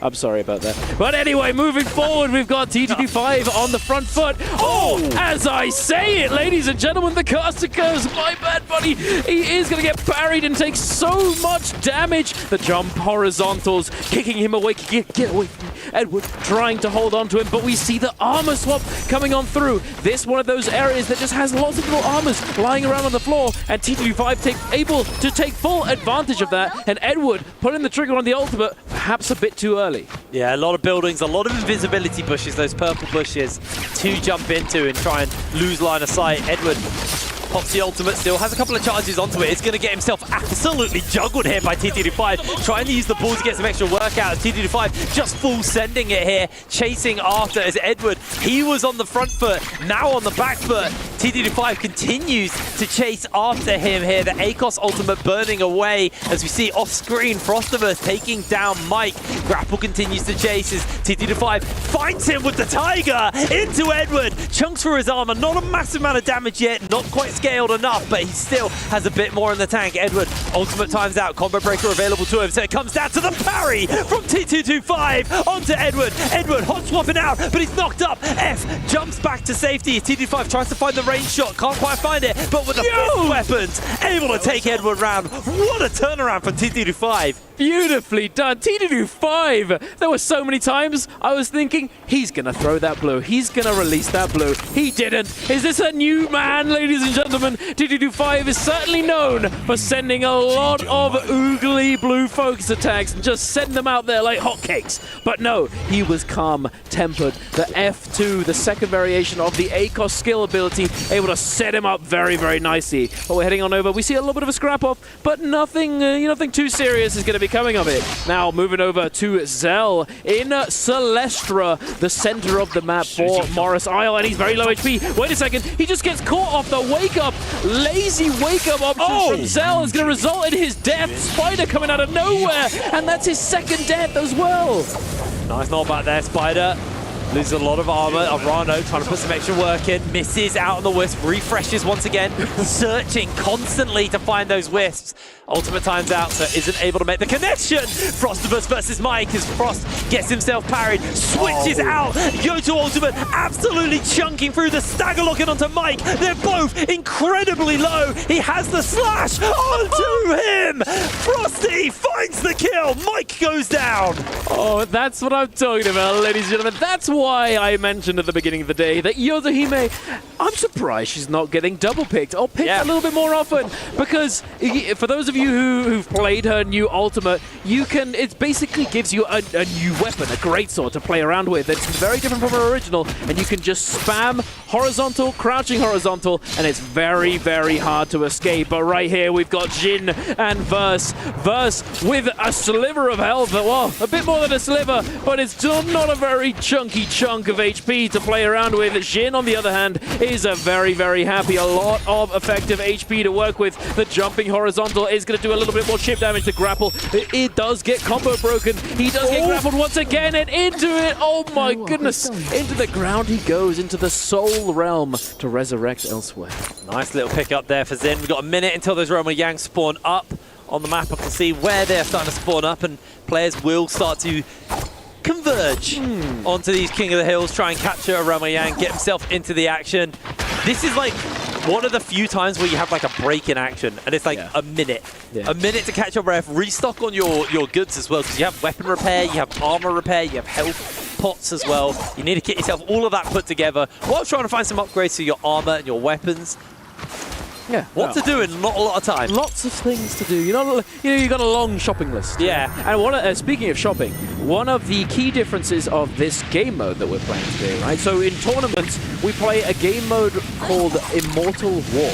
And this differs slightly from the game mode that's typically played in usual ranked matches in-game. For those of you who don't know, there are a bunch of different things that happen in Immortal War, one of which is that you can buy a lot more things from the shop. There are shops dotted all around the map, and you could buy a random epic, so purple rarity ranged weapon, or a random melee weapon. You can get yourself purple armor perhaps, but obviously all of this costs money. And then another change that's made in Immortal War is that you get a lot more money in lots of different ways. Yeah. I'm not going to ramble too much on it because there's lots of different things that could be talked about and lots of different things that do change, but it's not relevant right now because we're going to be going into the realm of Yang, ladies and gentlemen. We see everyone's rather calm and collected. Not much is going on. And this is the big point where we start to see people jump ahead on points. Right now, Mike's leading the kills with 2, but everyone else have 1, a couple people on 0. Like, it's a very, very low tempo start right now. Edward, 17 points, he's closing in on that 19, but the big thing is I feel like the rest of the lobby are starting to peel up after them, so we're gonna see more and more people get those kills on the board, and that 19-point threshold could get surpassed by a couple of people fairly soon. Yeah, no, absolutely. We're seeing the patience right here. So I think that they can go into the realm of Yang if they want to. However, a lot of these players, they wait, because it does fill up. Like Frostivus, he's not waiting. He just wants to get in. He's going straight in there in first, because obviously, if everyone's piling in, they're not all fighting each other. They're going to get paired off. So some of these players wait to try and get specific pairings or get specific fights based off of the analyzed tendencies of their opponents. Yeah, also, typically the earlier you jump in, the more confident you are to win a Roma Yang. So if you wait and jump in later, you're realistically going to maybe run into someone who's maybe not as prepared. As we are jumping into our first proper matchup, Zhang Yuan versus CT25. But actually, we're going to cut over to Edward versus Zay. Edward, obviously our kill leader. This could be a big one here for him on the Lani. Flying daggers in pocket. Got himself the dagger as well. Looking for that opening on to Zay. Zay pops back for a brief second there. Edward uses the F to buy himself a little space for the moment as he's still playing the evasion game. Zay also on the Lani. Both of them hunting each other. Gets a cheeky knockback. No full send, no full commit, just trying to find a bit of extra damage off with the cannon fire in. Zay, his armor is slowly getting chipped away as Edward, nice little tap dodge there to break away from the flying knives with that mid-range that they offer to you. Both of them now going toe-to-toe with one another. Stripped away at the armor. Edward has such a big advantage as he's just keeping Zay chunked out, unable to properly move. F breaks away here from Edward. Zay, incredibly low, needs to pop the ultimate, is going to throw it down. Actually, it's a Sheol, not Ilani. He's going to throw the shield up, finds the connection onto Edward, chunks through some of his armor. He's still got a couple of ones to fire off there. Edward uses the ball, doesn't find the connection onto him. Still 2 charges left. Actually just totally lost track of where he went as he's looking for that opening. Zay puts the shield up, goes for the block, another clap with the shield onto Edward, trying to play the evasion onto it. There's still another charge here for Zay to throw out as he launches the ball in. Zay chunks through. Edward, he just had the tempo on that fight the whole time. Very, very nicely done. So there are lots and lots of different mechanics and different tendencies that happen within the realm of Yang. If you have a cannon is one of those weapons that has an AoE splash damage, right? So if you shoot the cannonball at the pillar, if they're on the other side, they're going to take the damage from that AoE. So it's really, really good for the realm of Yang fights. If you're able to find one, getting a cannon before you go into the realm of Yang is just a useful thing to have. As you can deny healing, you can chip them down as they're doing so, and it just denies so many different options. There's so many different things though that function with the pillars, different optimal strategies. That I love this game. Yeah, I love this. Anyway, moving on. There's a lot of mechanics. There's a lot of things so much. Yeah, in the top right of your screen, ladies and gentlemen, you can see all of the teams, all of the abbreviations right there: SR, YZG, OUG, and OA. All 4 of them have won their realms of Yang, and all 4 of them have Vermilion Birds Might, meaning that they're also on the other side of the screen. You can see on the left with the scoreboard that we have 4 players with Yang depletion, that being Juan, Frostivus, Tryhard, and Zay. All 4 of them are afflicted, and we're going to take a look at a quick replay to see how that happened. Spider versus Frosty inside this one. Ultimate still available. Nice little jump away there. Spider throws the ultimate down. Did catch the ball onto Frosty. Actually uses this one to just get a reset off. Has a second charge to the capture. Didn't need it. No. Didn't need it at all. And Mike versus Tryhard. Oh, it's a sad day for the NA players, isn't it? Oh, well, I mean, they're still young. They're still, yes. The Knight's still young as well. They have a chance. Indeed, all of it off. Yes. Oh, wait a second. Oh my goodness. Rolled into the pillar. That was very unfortunate. The terrain, the pillar, as he said, just slightly griefed him, but also just not being able to get that, the skill ability, the bubble, in place, so that Mike was forced to step inside it, allowing him to create the opening opportunity. But here we are, we're in Celestra, we have Spider versus Mike. Mike taking quite a bit of damage. He is, but Celestra is one of those places where there's so many buildings, so many windows and doors, where the players, like you, have put a lot of hours in onto this map particular. They know how to play the evasion game. It's a real chase fest when we get to Celestia. As Mike actually playing on the low ground is still holding on for the moment as Edward actually secured himself a kill on TT25, took him down, but Mike heavily chunked out, half armor, decided actually to give up the buildings, gets captured out here. Zhang Yuan finds the slam, but somehow Mike's not the one turned onto. Edward just pinches away the kill. He's hit the match point threshold. Next game, all he needs is that MVP, but for now it's glory, chasing and denial of MVP points to other people. The parry comes in from Mike, but the steal from TT25 onto both of them! What's happening? Cheeky son of a gun! Oh my goodness, what is happening? And also, I'm loving it, but this pole sword gaming, the heavy sword gaming just everywhere. Everywhere you look, we've got Yoto, we got the pole sword. I love to see it. Love to see it, ladies and gentlemen. But yeah, in that ravine that cuts right through the middle of Celestra, if you go down there, you're likely going to have to commit to a fight because escaping is nearly impossible, especially, the more players that are around you, the more impossible it becomes. As we saw, multiple players, they just fully sent it. Unfortunately, while all of this was happening, we do see on the scoreboard that a few more players have been eliminated completely and sent back to the lobby, and those are Juan, Tryhard, and Zay. Unfortunately, with that Yang depletion, we've talked about it before, our lovely people on the desk, on the analyst desk, have also discussed it quite a bit. The Yang depletion is so rough. It's so difficult to recover from these days. It causes a state of panic, is what it really does. Now, as we just had our update on where the zone is closing, it's a Celestra close. They can be very elongated because, like we talked about, there's a lot of room to kind of play the map and use the buildings and all the terrain to evade being caught. It could get real dicey as Mike inside this realm with Yang. I don't think he's actually... Oh, yeah, he is up versus Zin right now inside here. So 8 seconds until this closes. Dual swords, not dual fishes, for Mike. Is going to try and see if he can get an opening and try and catch up with some of those front runners, because he himself isn't too far off that match point eligibility. Just takes a good game to really close that distance between him and the front runners. Jumps up. Dazzle going to just about get dodged out from Mike. Played that beautifully, actually. F's back into the action just to break away. But that is Jin finding a nice opening onto Mike. Mike going to switch out into the ult now, see if he can find the connection onto Xin. Was able to do so. Xin answers in kind of his own ultimate, looks for the dazzles. Mike using the pillar and the evasion is just going to dodge away from all of these dazzles, but it is slowly starting to add up here. Mike still got 2 charges left on that ball onto Xin. Gonna slam it down, doesn't make the connection onto him. No, he does. Xin does get clipped. Ultimate finally gonna end. Gets that last connection on as well. Onto him. Gets him nice and chunked. F comes out. Dazzle is just gonna connect onto Mike though, as he's gonna play the F just to break away from Xin, who's got him in the uppercut there with the katana. No, the hung sword, sorry. Beautiful play. Mike looks for the parry, doesn't make the connection. Xin's got himself the advantage, but catches him with the uppercut. Catches him with the dual swords, and Mike turning this fight on a dime. Dazzle goes wide. Musket shot's not going to make the connection. Xin, what a turnaround! Whoa! I couldn't hold it in. What on earth? It's so close, man.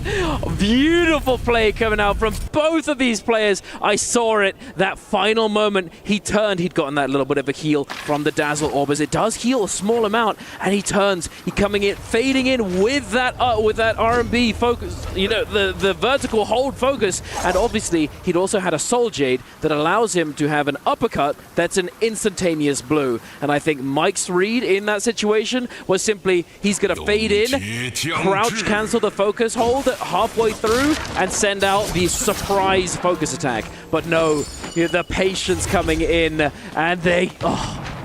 This is absolutely beautiful, Naraka. But another thing I want to add is that BBE Frostivus took down SR Spider in the opposing realm of Yang, and we've got a fight with said player Spider taking place right now. Spider sending out that vertical focus attack. Mike getting that beautiful dodge to get inside the hitbox, catching the parry, forcing out that ultimate from Spider, and now it's also drawn the attention of quite a few other players, that being Frostivus coming into the fray. Plenty of people with the debuff on. Well, 2 people with the debuff on right now fighting for their lives. Spider's able to find the cap off, though, onto Mike as we cut over to the realm of Yang. But in real time, Mike is kind of getting rolled over here. I want to see what Frosty did, though, to Spider using the new Yoto ultimate. It's so hard to fight in the realm of Yang when she can slash through towers, but what a vertical coming out from Spider with a longsword. It's a nice chunk out of multiple people, sends everyone scattering. Again, there's so much terrain to work with, so many windows, but Mike is going incredibly low. He's being chased up onto here by Edward. Looks like he's been able to break away and get a pot off. Blue armor coming back, but he has had to armor swap. Mike significantly weaker off that. We call them blueberries when you're still running around. Yeah, the little blueberries. Very easy to pick. Yeah, it's very tasty. Yeah. Nice little kill. Delicious. But, yeah, no, it looks as though, ladies and gentlemen, we have... Well, there's definitely a cluster on the main bridge that links the 2 sides of Celestia right here. But we have 2, isolated areas on the sides. It looks as though Frostivus, Verse, and Mike are in this area. And on the other side, we have T225, who's tempted to cross said bridge and maybe go down into the ravine below. But Mike still on the run. Edward looks as though he's pretty close by, but not interested in taking down the other Lani, and as it would make him the only Lani left in the lobby. And we've seen what happens when you're an isolated target. You just get absolutely focused to all hell. But we'll see how this unfolds. As you were talking about Celestia, it's just that brat city. Back in the day, back in the first season, Matari in Celestia. Good luck. Good luck catching a Matari. And so many new characters have come out since then, so long ago, and so many weapons. It makes it so unbelievably difficult to catch people in this area, as there are so many different windows, avenues of escape, and it makes it, it makes it really good for certain characters, but also really dangerous for others. Well, Mike and Spider going toe-to-toe. Right now, they're going to get a chunk out of Mike's HP. He's half health already. Everybody chasing onto him. Just playing the evasion game right now. Again, using the terrain, using the buildings to try and break away. There's Mike desperately holding on. Looks like he's been able to break away, though. There's so much terrain to break out as Spider not going to full send it. Mike and Spider, both with those Realm of Yang debuffs on, need to stay in this. Oh, absolutely. They need that Soul Bloom sooner rather than later. And it's getting later pretty quickly at this point. They need to make something happen soon. And I think that might be why we're seeing that aggression coming out from Spider as he finds Verse in the rooftop, in the attic, so to speak. But Spider looks as though he's going to be the one focused down. He's going to take a lot of damage. That AoE splash damage coming through the walls, through the windows from the cannon, making it, you know, a dangerous spot to stay inside of. But again, it looks as though we have about 15 seconds on the clock. He's got no time left, ladies and gentlemen. Mike jumping in, trying to create an opportunity, but I think Spider might just be going quietly into the night, ladies and gentlemen. There it is. He does go down. Unfortunately, the kill does get given over to somebody else. What? Speaking of fortunately, Mike is going to be able to pick up the soul bloom from his body. He's still in it. Mike is not done. Edward leading the kills though, an absolutely dominating day from him so far. 4 kills under his belt. Mike got 3 though. He's playing catch up, has jumped into top 4. Everyone's fighting for this Spirit Well, and this is one of the times where the game's actually been slow enough tempo, but we might be able to talk about these Spirit Wells.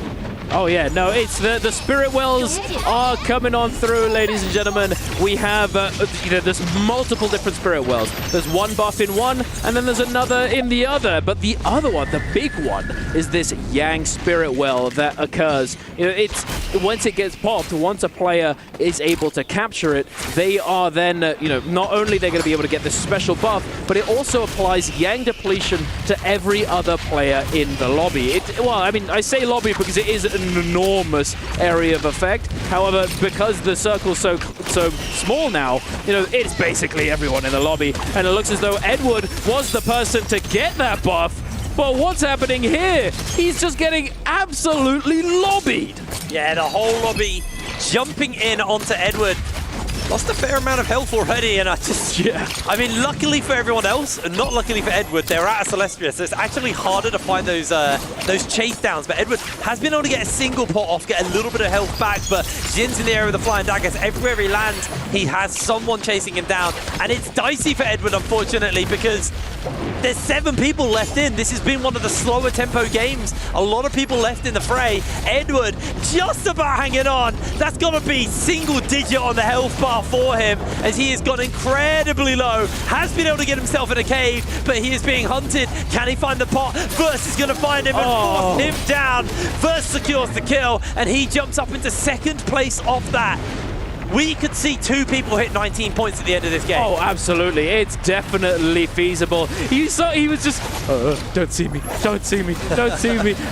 He's just doing a jumping horizontal attack against the wall. He didn't see me, right? And then all of a sudden, just instant engage, tries to roll away, but it's not to be, and he goes down. But his objective has been achieved. Getting up to that match point threshold is exactly what he wanted to do. But now we're moving forward with the lobby. 6 players still left alive. Mike might not be long-lived though, ladies and gentlemen. He's extremely low HP, and he's gonna have to kite around this Moonbane to try and stay alive. The Tiger Grab is bound to come through very, very soon. TT25 hot on his heels, along with all of these other players, but the Moonbane might be cutting off their path. The jump in, the Tiger Grab, is he gonna be able to secure it? He does indeed! There's so many players in here though, are they gonna be able to make it out alive? Sandstorm's been a real menace there for TT25. He got himself caught by the Wisp as well. He can't break away, just about slides out, but now the lobby turns their attention towards him.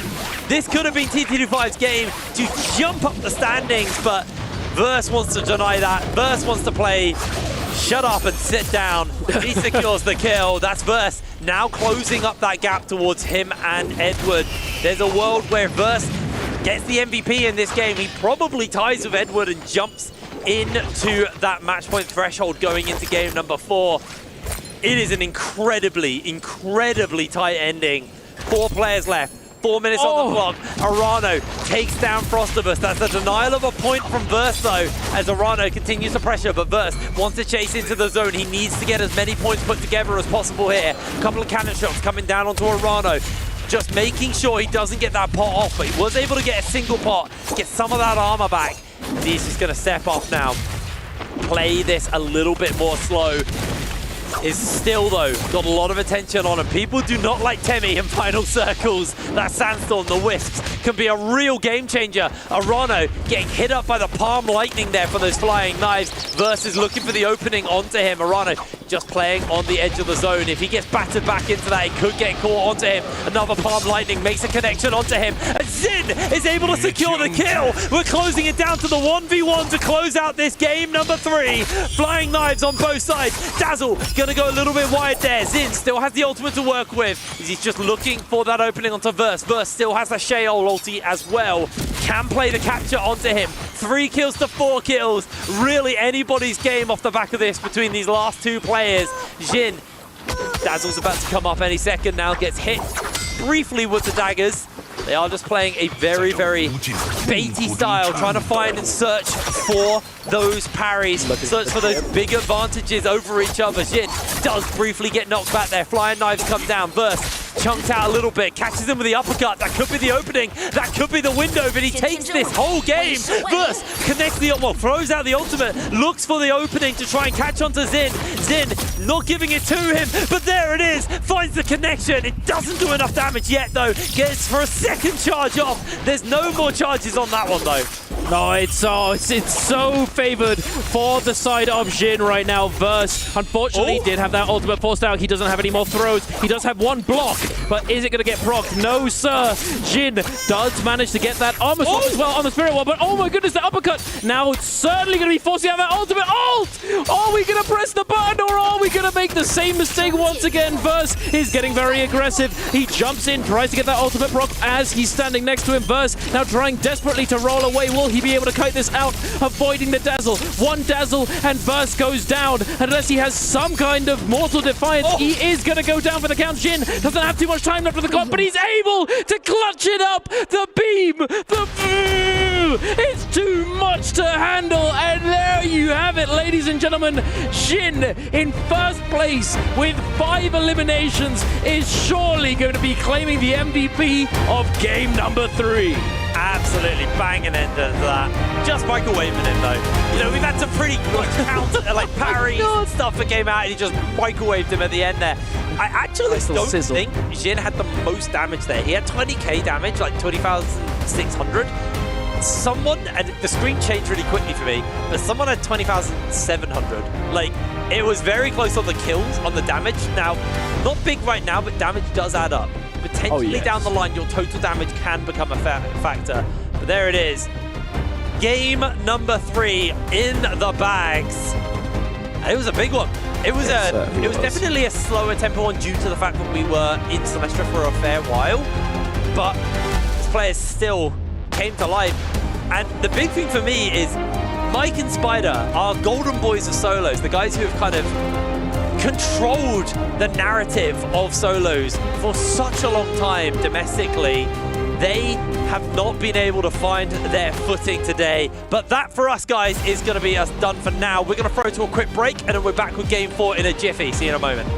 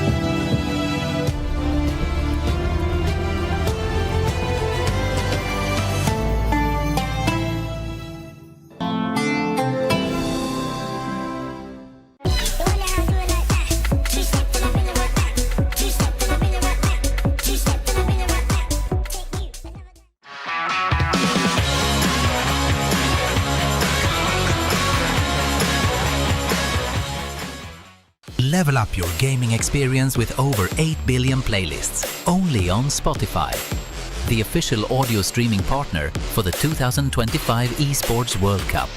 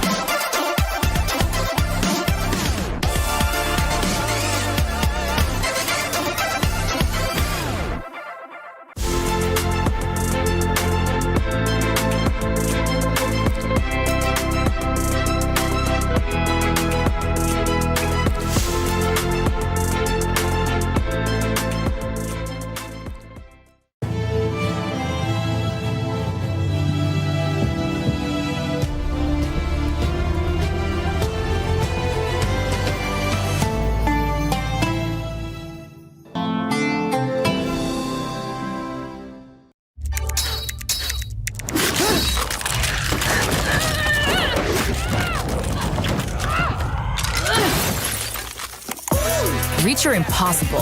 Lenovo Legion.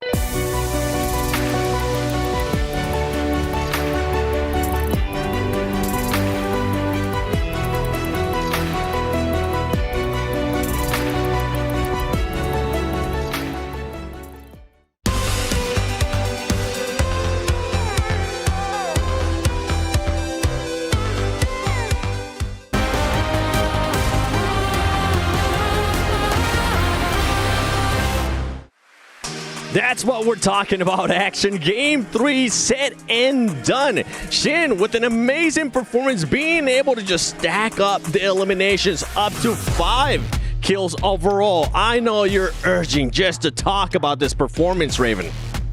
Action showing up really big. He's known for being the most sophisticated Hong Sword in the pro league. So you get to see he's had a season off, he's refreshed, he's rejuvenated, and he's performing on the big stage. Getting a big win over Mike and closing out this game versus the current dominating Verse definitely shows a shift of momentum for today. And we got a new face with us. I didn't get a chance to introduce you just because of the performance that we saw here, Hiprain, after that match 3. How are you feeling? You just got to cast you coming in here to break it down with us too. I'm feeling great. It's been so explosive, and I found this season of Naraka has, especially in solos, has really changed, and the pacing of the game is a lot quicker. I've always been a bit of a trios fanboy, but I've been very quickly sold this season onto solos, and this is why. It's a total bloodbath, and what's catching me about this is I feel like Mike and Spider are actually slightly struggling to keep up with the rest of the lobby and the tempo at which everyone's playing at. Yeah, we're used to them being the most aggressive, right? We talked about the fact that Spider is a Terminator. He'll take any fight regardless of the nature of if it's a 1 versus 2 or a 1 versus 1. But like Jake said, they've been slowing down somewhat, and I think we really got to see very aggressive tempo right from the rip that we all weren't expecting. The fact that game 1 didn't even go to map close. I mean, one thing that we definitely got to talk about besides all these performances that we've seen is that Edward has, with the performances that we have seen out of this man, those last 3 matches, he has been able to pass match point. So if he gets that MVP, Raven, going into next match, we could finish the solos tournament here for Naraka Bladepoint at EWC 25 Festival. I mean, for Edward, this is a great story. For me, I don't want it to end yet. And for everyone at home, it's likely not to end. We've always seen these things go to distance. The chances that everyone's going to let Edward run away with this is absolutely, I feel like is 0 to none. These guys are going to target him, not let him get there, especially after we see one of the old emperors, 225. He's heating up now, Moxie. Yeah, I think it's really problematic, right, coming on through for Edward, that he's the only player that was able to make it onto the match point. I think it would have been better for him in the long run, especially into this next game, if Verse hadn't been denied by Action, because then everyone in the lobby, they'd have to spread their attention between 2 MVP eligible players, as opposed to just having nothing to distract themselves from open season on Edward the second the next game starts. I mean, we got to take a look once again here at the Sony MVP, match MVP, because the numbers that these players are just being able to put up, over 20,000 damage, 5 eliminations. These numbers are just insane, Hiprain. Dude is popping off right now, like straight up playing so well. It's good, great for him, but like you said, Edward probably going to get heavily focused out in this next game. I think by the end of this game, I think Edward's going out immediately, by the way. I think everyone's going to run him down. I think we're going to see the likes of Verse. I think who's the other one? It's Arano and Verse, who are also at the top of the table. Yep. So I expect to see those guys probably just play the catch up in this game, and then the next game, that's when it gets dicey for everyone who's not on match point. Well, it's going to be coming down to what they can do in Yang too. I know this is one we definitely want to talk about between Edward and Sega. Moxie.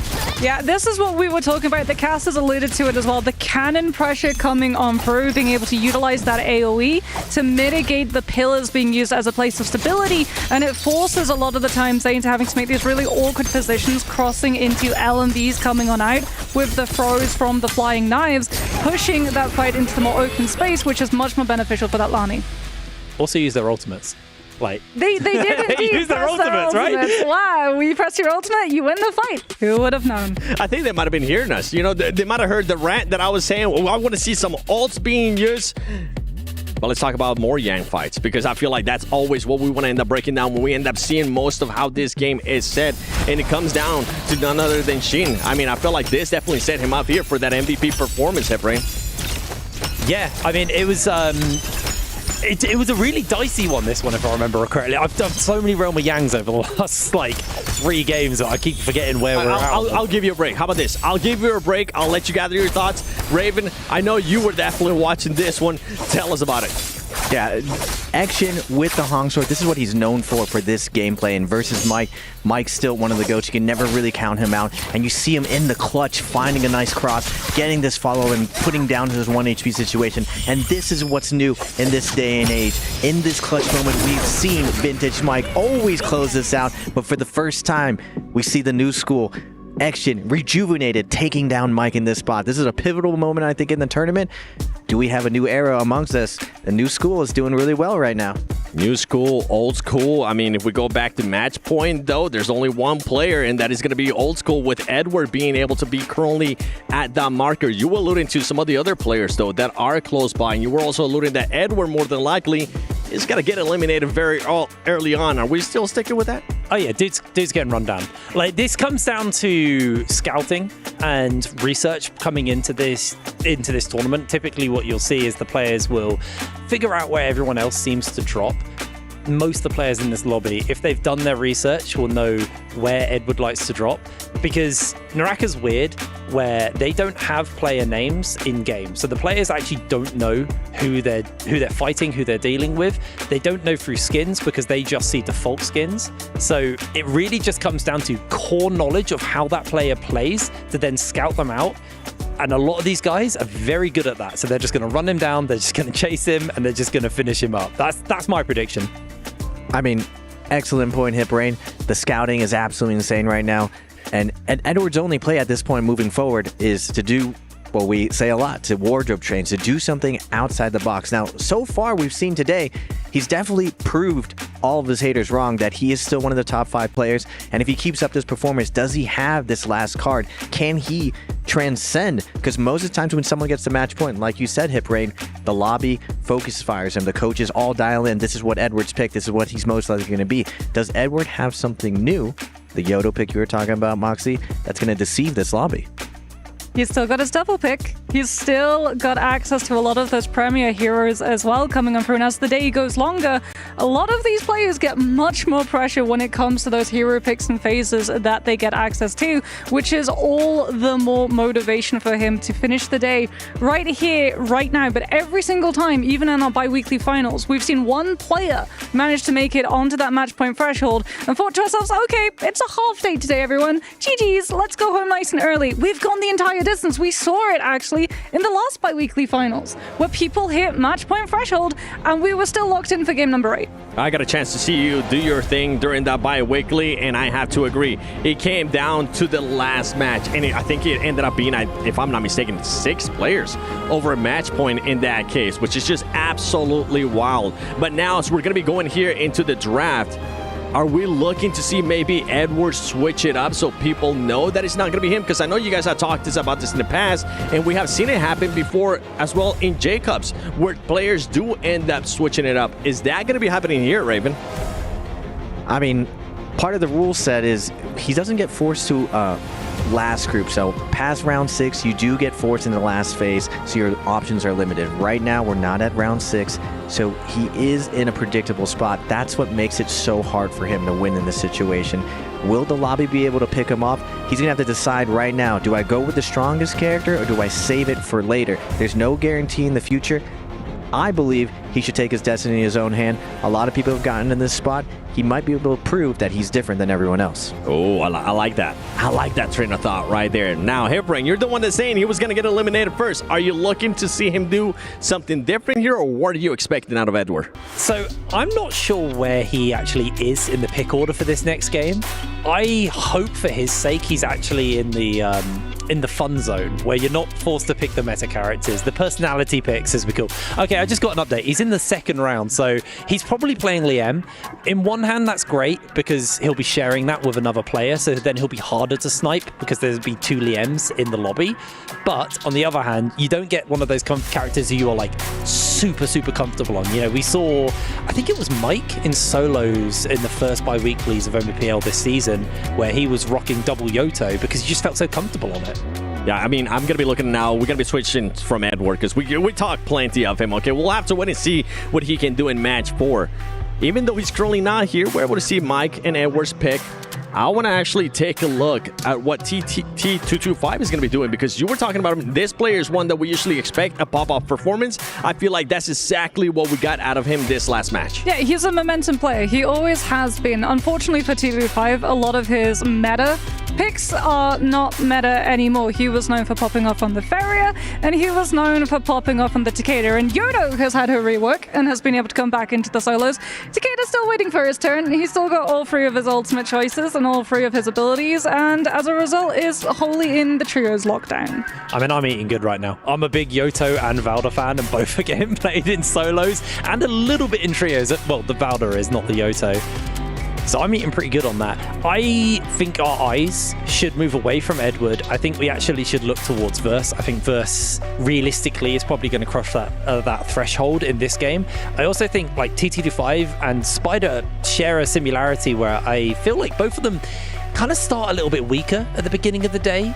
And then as you move later into the day, it feels like the engine starts to get running and they're warmed up. And actually, you see some players kind of expend all of their energy at the beginning of the day and then run out for when they need it, where other players, they conserve that energy and then pop off in the latter half of the day. Yes, bringing off that point, popping up in later today, one of the things to point out, Shenyuan and Spider are paired off right now, 2 of the strongest fighters, but the reason why Edward's been doing so well, Mike is paired off with him. So even though Mike's not getting the better end of the deal, Edward is definitely benefiting off of it a ton. Everyone believes it's either him or Mike, so you got the prestige of the GOAT on your shoulder, and he's finding all the opportunities. Can Mike kind of turn this around, especially now that he knows that Edward's on this match point? Now, this is one of the things. We've seen this time and time again. We try to paint this other narrative, but Mike always comes back and proves everyone wrong. There's still a lot of Naraka to be played. I don't believe it ends right now. I think we still go to the distance. The problem for Verse is that he's so close to that match point threshold, and even if he manages to MVP on this game, it doesn't count. So he doesn't want to burn one of those premier hero picks. Right now, what we might actually see him do is play a personality pick so that he can cross that line and then look to MVP with something else afterwards. Double Sheol. I don't think we've seen that today, have we? I feel like it's all been single picks on the Sheols. We had Sheol double pick last round. Okay, well, I'm really good at paying attention then.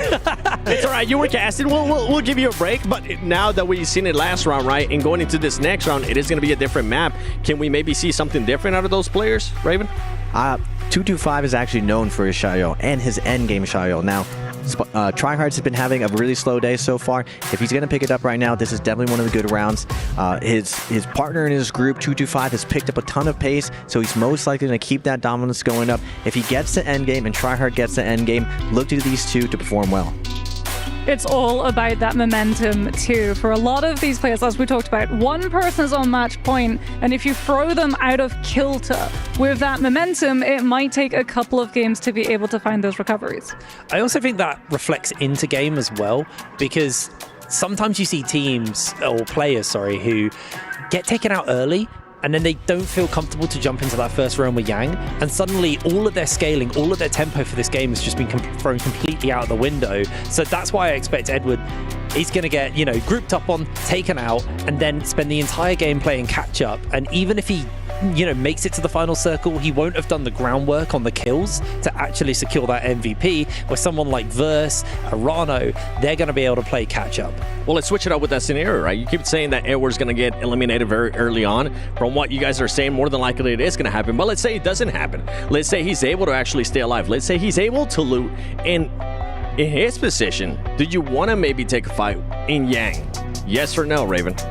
You have to. It's a league now with these rule changes that the second Yang is the most important. It just gives you too much loot, it gives you the buff, and it allows you to transition to that spirit well. If he's hoping to win this, the big mistake I've seen all the other players is they slow down in this instance. They kind of let the game try to come to them instead of seizing their destiny in front of them. And if Edward takes that aggression like Seven said, I believe that's his only chance of winning, and maybe, just maybe, we might end early today if he does it. Anything can happen here at the Esports World Cup Festival 2025. We've seen craziness happen. And we've been seeing T225 step it up in the last round, waking up. One other person that's going to be waking up here is going to be a new caster. Zeb is going to be coming along with none other than Creatives. Thank you so much, Seven. It is good to be in the caster box tonight, ladies and gentlemen. I am going to be one of your casters. This is Seb. I'm joined alongside C8. You guys saw him on the analyst desk earlier. We're going to be jumping right into game number 4. We're going to get a little bit of a forecast, see where these players are going to be spawning. We are back on the beautiful map of Pretoria for our 4th game. C8, how are you feeling? The analyst desk looked like a lot of fun. I got to watch from on stage. So how are you feeling coming into this game? I'm excited. I'm excited, man. We're back in my element. We in the caster booth. You already know how it's about to go down. Going back to Pretoria, you already know sunny time this time around. Things are going to change up. But right now, Edward already in match point. And this is where you're going to start getting tricky, Seb. We're seeing how the attention might fully change onto Edward now with 4 games out of the way. They could potentially see what group Edward has been with his hero selection, but we are going to be locking in our game number 4 here for the MSC at EWC 25 Festival. My name is Creatives. It's going to be an amazing time right here. We are going to be looking at our drops here, Seb. What you think about these drops, man? So taking a look, we're going to be seeing down at the bottom side, we've got a cluster. So we've got Tryhard, we've got Verse, we've got Arano, and we have Frostivus all spawning on that lower side of the map. Now in Imperium, we're going to be seeing Spider, Zeldink, and we've got Zay coming out there. On closer to our left side, we've got OUG and OUGFY. So we're going to be seeing Mike and Action going at it right off the rip. T225, the only person spawning all by himself in that YZG area. OA and ASE. Shenyuan and Edward always on Pretoria. Going to be going for that red Jade spot up in the top end of the map. So we're going to be kicking things off in just a second. Yeah, these spawns are looking pretty similar to what we've been seeing so far. I'm excited to see the Tryhard versus Verse at the bottom there. Yeah, and some of the casters mentioned, or the 2 casters, amazing casters we had earlier, did mention the Volpine Essence being that red Soul Jade. That Jade alone, you drop to 0 HP, you get that white health completely right back up. It is an amazing Jade to get, and you have to collect all the coins and pray to the statue to be able to get that Volpine Essence, but we're locked and loaded. 4th game of the day. Edward in match point. We got Mike, though, coming out hot here against Action. LB Pryle as well. He is going to be collecting that elimination very early on to Action. Mike able to pick up that kill right at the bat is going to give him a good lead over everybody else. That's going to be our first blood of the game coming out, using a blue staff to do it. So he's got a little bit of an advantage with those weapons coming through into that fight. We're going to be flipping over already. Tryhard taking on Verse. This is the fight that I'm super excited to see. The 1.0 is going to release into the overhold. Tryhard going to try and run it back, but the parry going to come through into the weapon steal. Tryhard 1 HP in a dream right now, going to get himself eliminated pretty quickly. Verse taking that kill, sending Tryhard back to the Soul Altar. As we're going to see now, he's going to try and drop down into a third party. Frostivus fighting against Arano here, tries to go into the meter dump here, but the double parry, oh my goodness! Arano coming out to play today. Frostivus going to be getting sent back to the Soul Altar here, as we're going to be seeing Verse versus Arano coming around. Nunchucks is going to be able to connect with the double charge. Verse going to try and make a charge of his own happen, but the ult is going to cancel that on the side of Arano as Verse tries to make a break for it. He's going to get himself that armor swap. Arano just going for a bit of a heal first. He gets the stun off, switches into a combo. Oh my goodness, the free's going to come out on the other side. Verse going to be able to hit that F ability trigger. Going to be able to nunchuck block. Oh my goodness, Arano with the purple nunchucks takes it out. That's a nice spin back there from Arano. Gets the purple nunchucks. So much damage off of that, especially in the early game. In Immortal War, the weapon rarities are very hard to come by. Purple, having purple early in game is just so nice, right? Yes, you can get gold rarity off Yangs, but with the loot being a lot more tighter in Immortal War, which these are the game mode we are playing in, it's a big value having purple weapon, and we do see SR Spider purple spear in hand. I was looking at the kill feed. Edward picking up one on the board already as well. He's been doing that all day long. He's been getting these eliminations and staying up, but currently right now, Spider coming up here with a big parry on to say. He is going to be forcing out this F. Spider is going to invest the Lonnie ultimate. Does hit with the first ball throw. Doesn't manage to get the Dragon Slayer, and now Zay's going to be forced to recall in the Yodo ult. He does manage to use the Golden Sands TP to create the distance that he needs, and now the chase down happens. Spider with the elimination, the third party coming on in. T225 now catching Prowl. Zelda's trying to come in with a third party as well, but now the Lonnie ultimate investment is about to run out. We see T225 waiting for the perfect opportunity to get the last hit in. Spider jumps full off that armor. He is forced to back up, and it looks like it's going to be a quick reset here for SR Spider. Yeah, Spider able to use that jump LMB tech chase to be able to get that elimination off onto Zay. Really nice movement from him, and that purple spear just doing so much damage. It's really going to hurt and punish if you're going to be getting hit by that. Now, taking a little bit of a look back at a rematch that we're going to be seeing here. This is Mike versus Action the second time around. Action with no remaining life to keep his shield padded.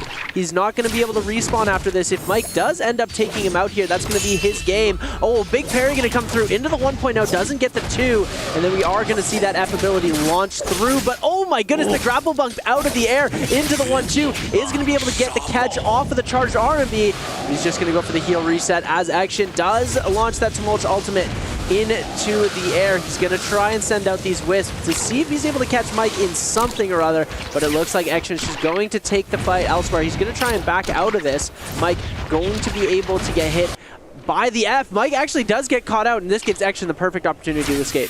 Yeah, and it's a reposition area here for Action.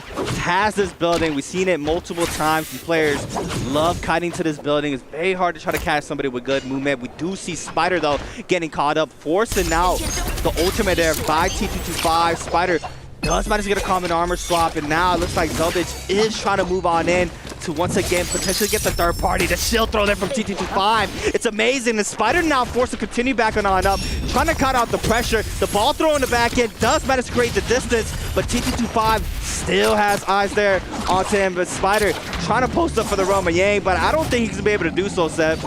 Yeah, Spider's not looking in too good of a position right now. I think he still does have his life, so if T225 manages to get this elimination, he won't be in too much of a deficit. He'll be able to come back and try and put some more waves into this game. T225 with a double charge is going to come through here, but the F ability going to prevent the damage. Zeldik actually going to be able to come through and take the elimination away. T225, 1 HP in a dream right now, trying to escape and kite out this situation. Zeldik getting extremely low. T225 able to find the armor swap on Arano with the purple nunchucks, trying to come in and see if he can make anything extra happen here. T225 getting hit. The 1.0 is going to connect into the 1, into the uppercut. Grapple bump coming around from the spear is going to be able to get a little bit of an extended combo off of that, but now we're seeing Arano coming through with the Syra ultimate, and this is going to be the end of days for T225. Yeah, I mean, and that's fine, right? He's able to pop that ultimate. He has 2 Roma Yangs right next to him, so he's able to get that ult back if he's able to get into those Roma Yangs. Zeldich, though, picking up another one this time around against OWO's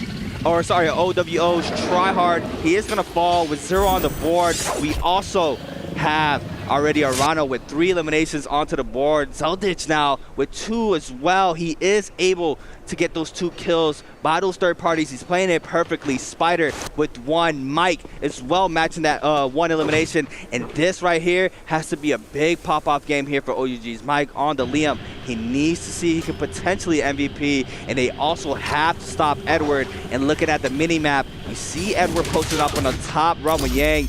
He's waiting this out. He's been very quiet. He did end up getting that elimination very early into game number 4, but thus far, he has slowed his roll. He's playing the correct way. All he needs to do is MVP, and he's posted up for the Roman Yang.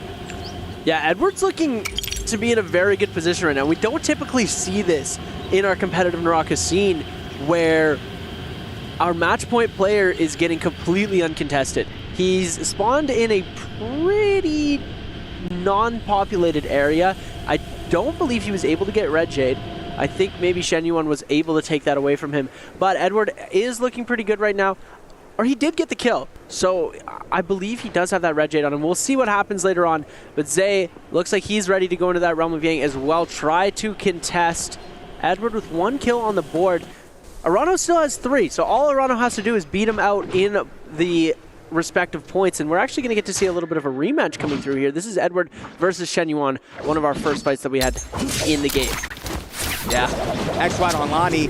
Edward on the Liam, top 2 picks in the game right now. Tries to put a grapple stun. He is not going to be able to capitalize over this. Triple Hong Sword in hand here for Edward. XY bounces back here with a dual halberds in hand. Tries to put a musket shot. Doesn't connect. Overholds. Massive damage there from Edward. Forcing out the F there from the Lonnie now. Scare Rush looking to connect. Does manage to do so. XY now forcing out the F there from the Liam. It's going to be the mix up here. Does send the 1.5. Gets the damage. Forcing out the Liam ultimate as well. The Lonnie ultimate is going to come out to respond. He catches out the ball throw and the elimination. No, he cancels. He definitely had enough time there for the elimination, but it doesn't even matter. XY with textbook gameplay here in this first Roman Yang. Nice elimination right off of the ultimate. They nerfed the ult, so you couldn't do a TOD, and these pro players still found a way to make that ult incredibly viable into this game. Shen Yuan going to be able to pick himself a nice little bit of armor, some buffs, and that fabled gold weapon we're going to love to see here. And take a look at the second Realm of Yang. This is Frostivus versus Zay coming out, or Frostivus versus Arano, my mistake. And look at that, Frostivus able to pick up the elimination. Kylan ultimate just too strong for the likes of Arano to be able to defend against that. Frostivus going to be able to pick himself up a whole heck of a lot of loot. He's going to be looking very good coming into the rest of this game here, as he's going to pick up all of that extra loot, pick himself up that Volpine Essence, and it looks like Zay has managed to get himself another buff coming outside of that Spirit Well. Yeah, and Frostivus always had that good Kylan, as we see it time and time again in the Pro League. He really polished up his Kylan's skills there, and we see here today as well. In that Roman Yang, being able to come out victorious is huge. And now, the XY with Vermilion's Bird's Might, the buff that lets you get a second chance, right? We do see him opening up with a massive parry onto Mike. Mike now getting forced out here between XY and Frostivus. We see the F caught in from Frostivus. Mike loses all that armor. Gold poster in the hand for Mike, but the damage is just way too much. Frostivus is going to go ahead and invest the Kylan ultimate as well. Gets caught up into the Lonnie ball throw. It's just so much stagger there, and Frostivus is going to be the one picking up the elimination. And there we see, that's the Liam focus that's going to start coming through. Frostivus picking up another elimination into this game. This is doing good. That's his second elimination so far. He's going to be trying to make a push. Fallen behind in the first couple of games, but it looks like he's starting to make his way back up into standings. And for the ladies and gentlemen, oh my goodness, the ball throw, but Frostivus is actually going to negate all of that damage. The terrain going to have that spear throw just narrowly miss that health bar. You're going to be seeing now Frostivus still getting focused on, but the double charge is going to come onto the other side. Big parry going to come through on the side of Frostivus, but Shen Yuan going to be able to make that elimination happen. Mike now on the re-engage, going to try and come through. We're going to see the Nej's Might getting thrown out from the spear. Jump LMB going to come through, trying to get that tech chase up. We're going to see the ultimate coming out from Mike. Unable to get the hit off, tries to go for the parry. We're going to try and see that ult connect through, and he's going to be able to get the ult grab into the throw, and Mike picking that up. But one thing I wanted to touch on was they started focusing Mike incredibly hard there. They know that Edward is second round to picks. They know that he's going to be on the Liam, so when two players are going to see a Liam in this game, they're going to try and focus him as hard as possible, just like Zeldic is right now. Edward's game could be over here. 1 HP in a dream. We need to see who's going to be able to come out victorious into this fight. Edward trying to kite it out, and he goes out in 11th place. Ladies and gentlemen, we are going to 5 games guaranteed. These players are now going to be trying to vie. Oh my goodness, are we going to see Portal? We just saw Red Longsword. Oh yes. This is Red Longsword in pro play, ladies and gentlemen. We rarely get to see this. Zeldin going to be picking up so many eliminations. He's got 3 kills all in Imperium, which are allowing him to enter the portal and take the Red Longsword. That Red Longsword gives you Siphon back. Each hit that weapon, or each hit you do with that weapon, you are getting some of that health back as well. And also inside that TP portal, you're also able to get Firefly. So it's a massive thing to do, and we see it here at the MSC, at EWC. It's just insane to see because that is very rare to watch. But action still unfolding. We see these people, or these players with the Yang Depletion Timer trying to get active. That's going to be Arano in burst. We see the commotion right now. Arano able to retop off that purple armor in the back end. Mike now as well trying to top off the armor. Zay though has his eyes onto Arano. No, it's Burst. Burst in the back end, drops very low. Anybody with a musket? There it is. It's T225 with a pistol shot from mid-range. Snags up the kill onto Burst, and that's another one on the board there for T225. Being his first one, sorry. He is going to be picking that up. But look at the overall total points right now. 18 for Arano. He's so close to making the threshold. Versus out with 17. Action still has a chance to make it to the threshold. But right now, Arano fighting for his life. He does have a couple seconds left here with that Yang Depletion Timer. Snags up the kill onto Zay. And I do believe he cleanses. I think he does cleanses in the back end. Zay is going to be eliminated. Arano is not good. He is not out of the Yang Depletion Timer. We do have a Temi ultimate being invested in the back end. But Arano now trying to stay in the pocket. To let loose the dragon, the Nunchuck meter burn to try to stay up here in this fight. Yeah, Arano, he did not manage to cleanse in that fight, and that's going to be his downfall here. He's very low in HP unless he gets a kill in the next couple seconds. And I spoke too soon. It's a little bit over there. Spider going to be able to pick up the elimination, but Arano has qualified for match point in the next game. The Verse was the next one to be able to qualify. Mike is going to have to pull off a pretty amazing feat to be able to qualify into this. He needs 4 more eliminations, so actually he could do it. If he gets the first place finish, he's going to get that kill multiplier and those big placement points. That could be exactly what he needs. We're not going to be taking it to the realm of Yang, our second Yang of the game. This is going to be Shen Yuan versus T225. We're going to see the scale rush coming out from the pillar. Does not connect. Pistol shots keep coming out to pull things through. Gets the grapple cancel. Oh my goodness. Into the ultimate. Tried to go for that nunchuck grapple cancel just in case the parry bait came out, but it looks like he's not going to be able to connect with that. So we're going to be seeing now onto the other side. There is the big play coming through. Shen Yuan able to get hit by the grab from the Shio ultimate, but he does use that F ability to back out and prevent any more extra damage. This is going to be a full reset coming through from both of these players. The only downside is T225 is going to burn ult completely, and we're still going to see the ult on the side of Shen Yuan, and there it is right away, jumping into this. F ability invested from T225, so now he's got no skill, no ultimate available. He's just got to rely on kiting. He's going to use that full nunchuck meter burn. Oh my goodness, the catch coming through into the pistol shot, back around. He's going to try and back out of this. He needs to kite for as long as possible. He's just going to try and go for a timeout here. He's not. It's going to be very difficult for him to win this. Now these players are both no ultimate available on both sides. They're going to try and go for the parry here. Tries to get the catch. Both of these players are just trying to regain the neutral. The 1-2 going to come up from T225. He's able to break shield. Now he's going over through the health bar, trying desperately to get the kill. He's got 10 seconds left. Spear going to be coming out. Shen Yuan getting hit with the 1-2. Tries to go for the uppercut. Who's going to get it? The focus attack comes out, but the F ability and T225 at the buzzer, able to get the elimination onto Shen Yuan. Wow, that's massive there from T225.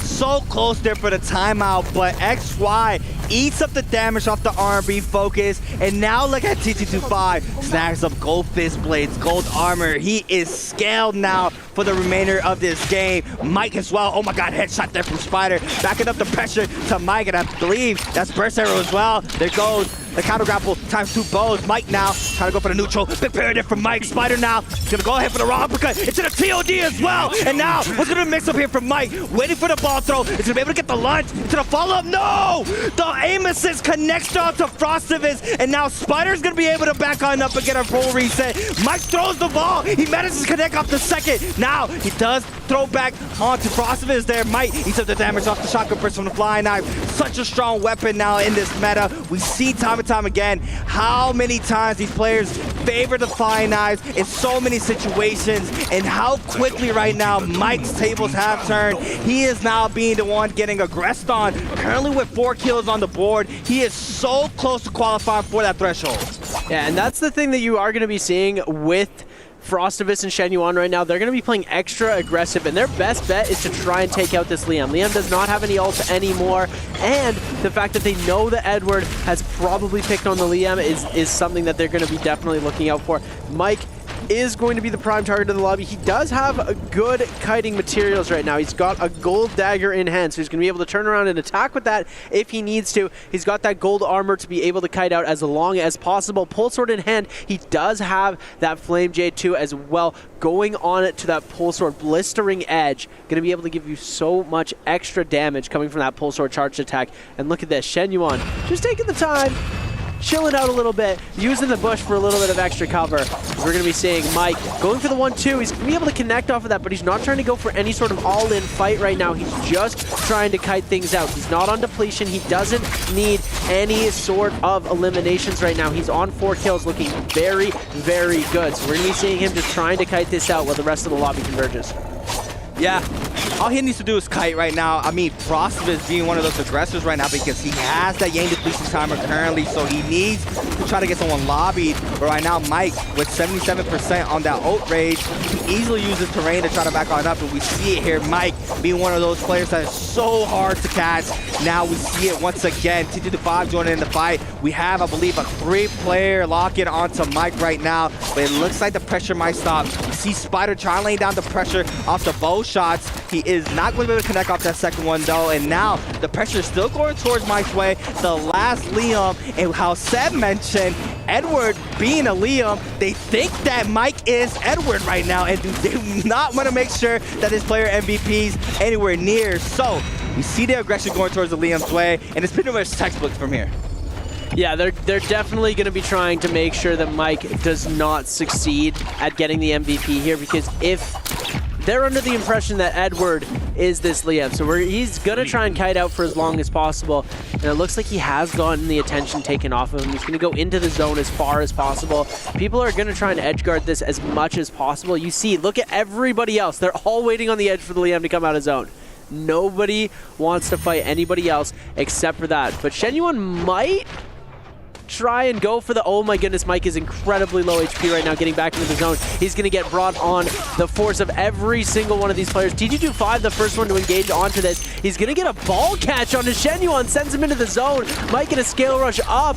Frostvus the only one not near, as well as Zeldinkt. We're going to see Mike getting knocked back into the zone again. Uses that C to jump to the ground, and Shen Yuan going to pick up the elimination. Who gets the bloom? It's T2-5. Oh my goodness. Shen Yuan still on that Yang depletion timer. He's got that timer down pretty low. Spider going to steal that golden armor from the downside as Shen Yuan needs this elimination, so he's going to try and go for the full aggression, and it looks like Frostvus has gone out to that Yang depletion. Shen Yuan's going to be the next one to go. He's going to try and dodge this out, but his timer is going to tick away pretty soon. He's just going to try and escape, but T2-5 knows that he's down.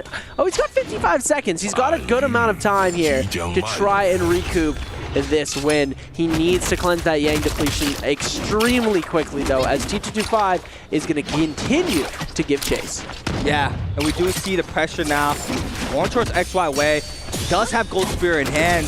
Zeldinkt now joining the fight, and it's a lone Lonnie in between a Shayo and a Syra. Does send it, he's gonna get punished for it, and now Zeldinkt tries to go for the Graven, doesn't connect in the back end. Massive parry there for Zeldinkt once again. We do have the pressure still going towards XY's way, and I believe in any second now, both of these players fighting for this last hit. XY trying to see if he can back up the pressure, but with that Yang depletion timer on his back, he is going to fall to zone. The elimination is not going to go to either player's way, and Spider backs up completely, shows no presence, and he is going to play the spirit well, and currently right now, everybody else who does not capture is going to get that Yang depletion timer, so we are going to potentially get aggression from Zeldinkt and T2-5, and Spider, gold staff in hand, fully stacked right now, is going to go ahead and look at the loadout right now for Spider. Gold dagger in the back pocket, purple flying now, just full purple and gold weapon out as well there for Spider. And now, Zeldinkt is going to have, I believe, Yang depletion timer, and Spider camping the flag right now, knows that one of these players is going to have to try to collect this and take it to his desired position, but Spider now going all in against Zeldinkt. Engraving does connect there for Zeldinkt, goes for the jump LMB as well in the back end. Engraving time 2, Spider sees it for the second time around. He sets the tome, gets the damage, look at the damage there off the tome there, and Spider's gonna collect another one on the board. Oh my goodness, that was nasty. Katana tome coming out. That's one of the perks that you get from around, picking up that Yang Spirit. Well, we're going to see TT25 actually going to end up picking up that red longsword, trying to see if he can make anything happen with it. He was going for the slap combo, but it looks like it wasn't going to connect. TT25 now around the same amount of HP, but remember, that red longsword giving you a little bit of HP back every single time you go for a hit. So, oh my goodness, the parry. Spider going to take that red longsword away. Now look at that health bar. He's going to be able to get the combo off. The F ability going to get invested into the slap. Tries to go for the crouch. Slap's coming out again, and this is going to be Lonnie versus Shael. Beautiful dodge coming out on the side of TT25. Spider, oh my goodness, the F ability. He's playing with his food right now. And TT25 is getting absolutely comboed out of the game here. Oh my goodness! Spider, you demon! Oh my goodness, ladies and gentlemen, SR Spider's your MVP for game number 4. Wow, just straight up disrespected TT25 right there. Just everything TT25 threw at him, had a read on him every single time. And that is the cleanest I've seen Spider in an isolated fight. And now, locked in for game 4. I think we have more players in the threshold set. We're going to have to wait and see how overall standings look. But what an amazing game 4. That was perfect. Picture perfect Naraka at the EWC Mid Season Challenge 2025 EWC Festival. Spider going to be taking his MVP in game number 4, Pretoria. That was just pure cinema coming out from there. The capture, he's also, just as a quick reminder, he captures that Yang Spirit Well, which means that he's got himself a gold armor swap just in case, because he already has gold armor. He leaves the powder there to be able to replenish his gold armor whenever. So even if he starts getting low, all he needs to do is Lenny ult and kite out. Didn't even need that. Uses the Katana Tome to take out Zeldink in such a spectacular fashion, and then turns right around, parries the red longsword out of TT25's hand, and manages to come through with a beautiful finish into the elimination. That Lonnie ultimate, these pro players really know how to use it. Yeah, I mean, I don't even think he got touched once there against TT25. No. It was just so disgusting there from Spider, and he's locked in now. And this is where you have to be afraid if you're somebody in this lobby. Once Spider is on one, it's very hard to knock him off that tempo, and we still haven't seen him play his Akos. And you know what we're going into for our next games. We are having those Firefly maps coming in for our next set of games. So this is where we're going to start seeing more of those aggression characters come out for the majority of these players. But as always, I mean, what an insane game 4. We are going to be having an interview with the man himself, SR Spider. We've got WZ Arano here on the main stage. Another man has hit match point, and things are starting to heat up. Arano, I want to talk to you very quickly. You've now hit match point. You started today really strong as well. Does your approach now change going into the rest of the matches now that you've hit match point? Do we go a bit more passive, or do we go all out aggressive? 目前呢，阿仁也是另外一位开启赛点的选手。那么在开启赛点之后，你的计划是否有变化呢？打算在后面的比赛去打得更加激进一点，还是打算慢一点？我觉得听教练的吧，听他的安排。I'll listen to my coach. Wow, so sweet. Well, the second question will be, so some of the audience may think about you like most of your kills got by ranged weapon, but today we can see on this huge international stage, you play really aggressively. Even in the game 1, you got a lot of kills with blue weapons. Why is that? 那其实我们可能会有一些观众之前有质疑过阿仁，觉得可能很多的击败分是用远程武器来拿下的，但是在今天的比赛里边，我们可以看到你打得非常激进。尤其在第一把比赛当中，甚至用蓝武器拿下了非常多的击败分。为什么今天会这样呢？改一改打法嘛，因为之前一直保持这个打法都没有获得过冠军，选择改一改打法。I just want to change my strategy today because in the previous game I used my old strategy, but I didn't get any champion of it. So today I want to make a change. That makes sense. It's good to be able to pivot here on the main stage under the pressure as well. Congratulations, Arano. Thank you for joining us on this interview. I'm going to get a spud from you, and we'll see you later on in the day. But for now, we're going to head back over to the studio to break down what we just saw.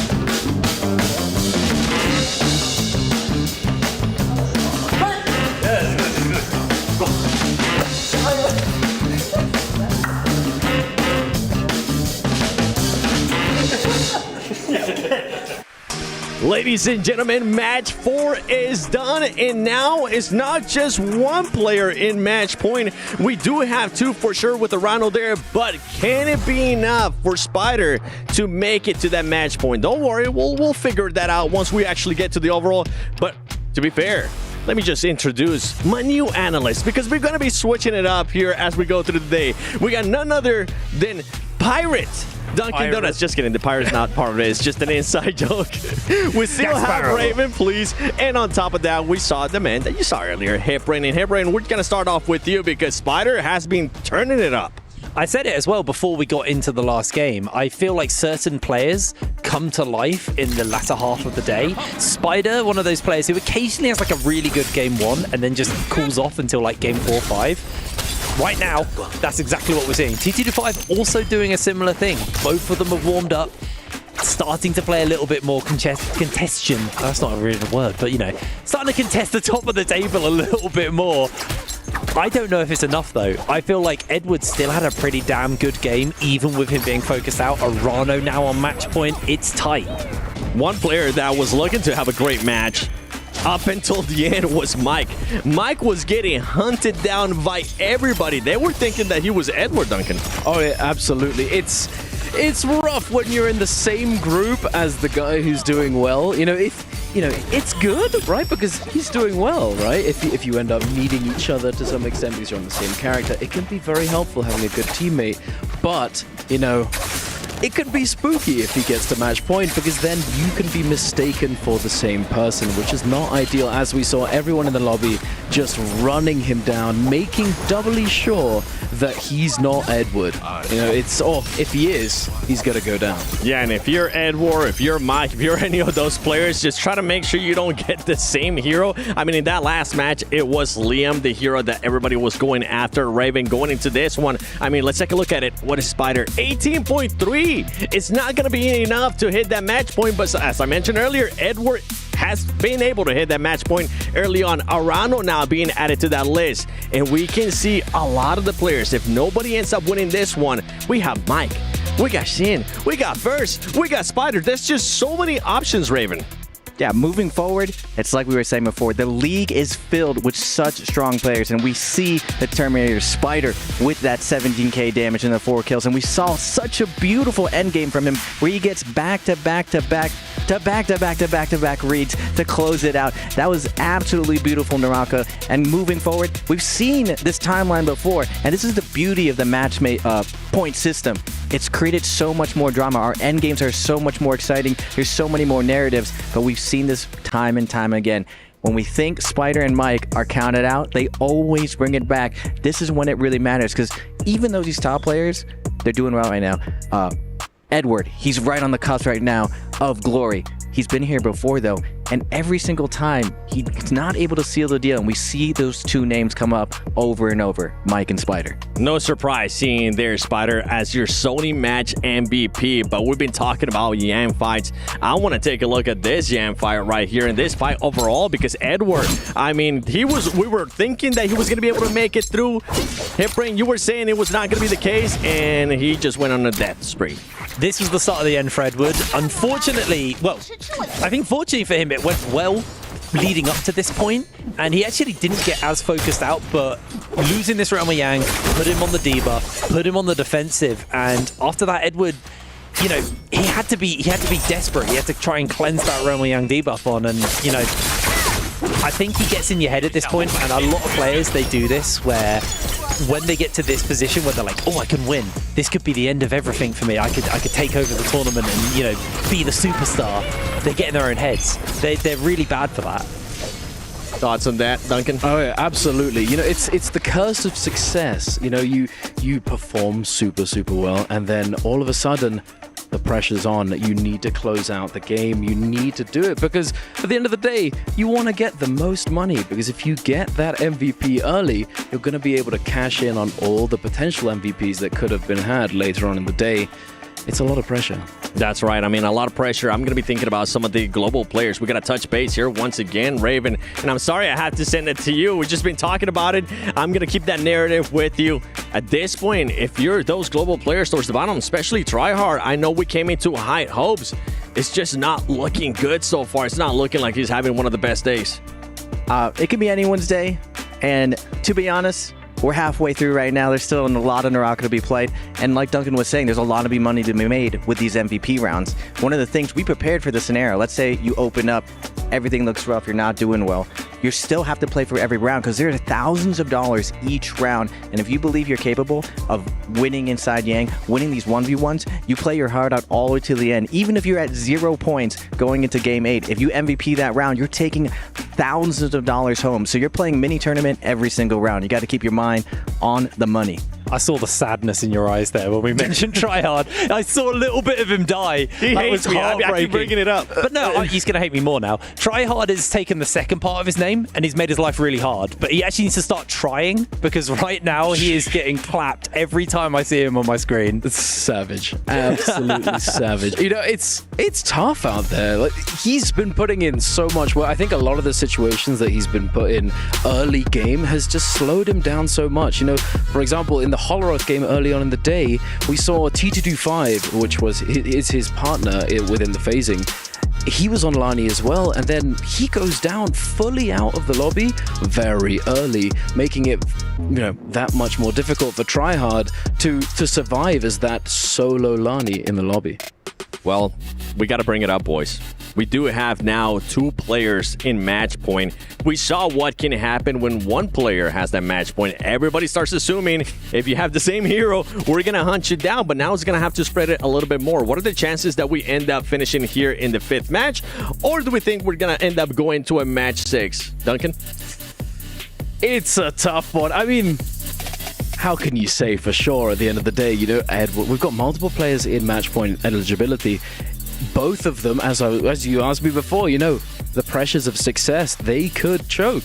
They could, you know, they could try their very best, but as well, you know, they're going to get targeted. And all of these other players, the pressure's on. Some people perform well under pressure, and they might step it up, you know, step up to the plate and actually bring it back in the day. Raven talking about pressure here. If we don't end up getting a finish here in this match, who is one player that you definitely want to see them just start coming to life, having a pop-up performance? Duncan brings up an excellent point. Some players respond under pressure, and even Frost has said during his interviews, he's also one of those global players, probably the king of the global players. He can step this up right now. I'm looking to him to really lead the charge, to show what he's made out of. And he said that pressure is what really ignites him. Definitely going this latter end of the tournament. Everyone's going to be really, really warmed up at this point. And this is when the game changes. The first 3 or 4 games, you're playing a lot more standard meta than Naraka. But a lot of this match point scenario, it's going to be very, very different. And with the pressure on, I believe Frost is going to really change the future outlet. Oh, okay. Well, we'll see if he's going to be able to. Now, I'm just looking at Hip Rain across me because this man is just smirking. He's just itching to say something. So tell me. Beating around the bush, buddy. It's ending here. It's ending here. And it's not Edward. It's going to be Arano. I think Edward, this is maybe my crazy predict, and we might come back to me looking like a clown, but I think Edward might have got in his head a little bit after that one, because that was potentially the game. He could have closed it out. And he messed it up. It wasn't he got focused out by the lobby, he lost his realm of Yang, and then he died with depletion. That's what got in his head. I think Arano comes in revitalized into this game 5. I think game 5's it. Now, something that Raven said earlier is that usually players, when they hit that match point, they start acting a little bit different. As there you go, the draft has started, first round selections have been made. But for Arano, so far today, we've seen him being a great third-party player. Raven, I'm looking straight at you. Is Arano going to continue on with that gameplay, or do you think he's going to switch it up?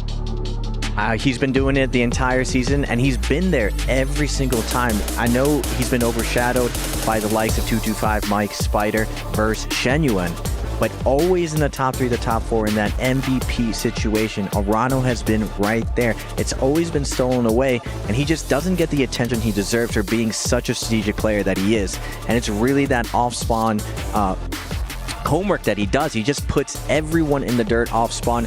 Now, moving forward, because his off spawn's so strong, out of all the players, I gotta agree with Hip Rain to a certain degree. Arano would be one of those players who could finally push himself over that edge. But just like Duncan said, A lot of these guys get in their own head, and if you die even once, you start believing like, man, I'm really throwing this game, and just that little bit of weakness is enough to not get there. Oh, absolutely. You know, you just the tiniest little bit. Competitive play, you know, not just in Naraka, across the board.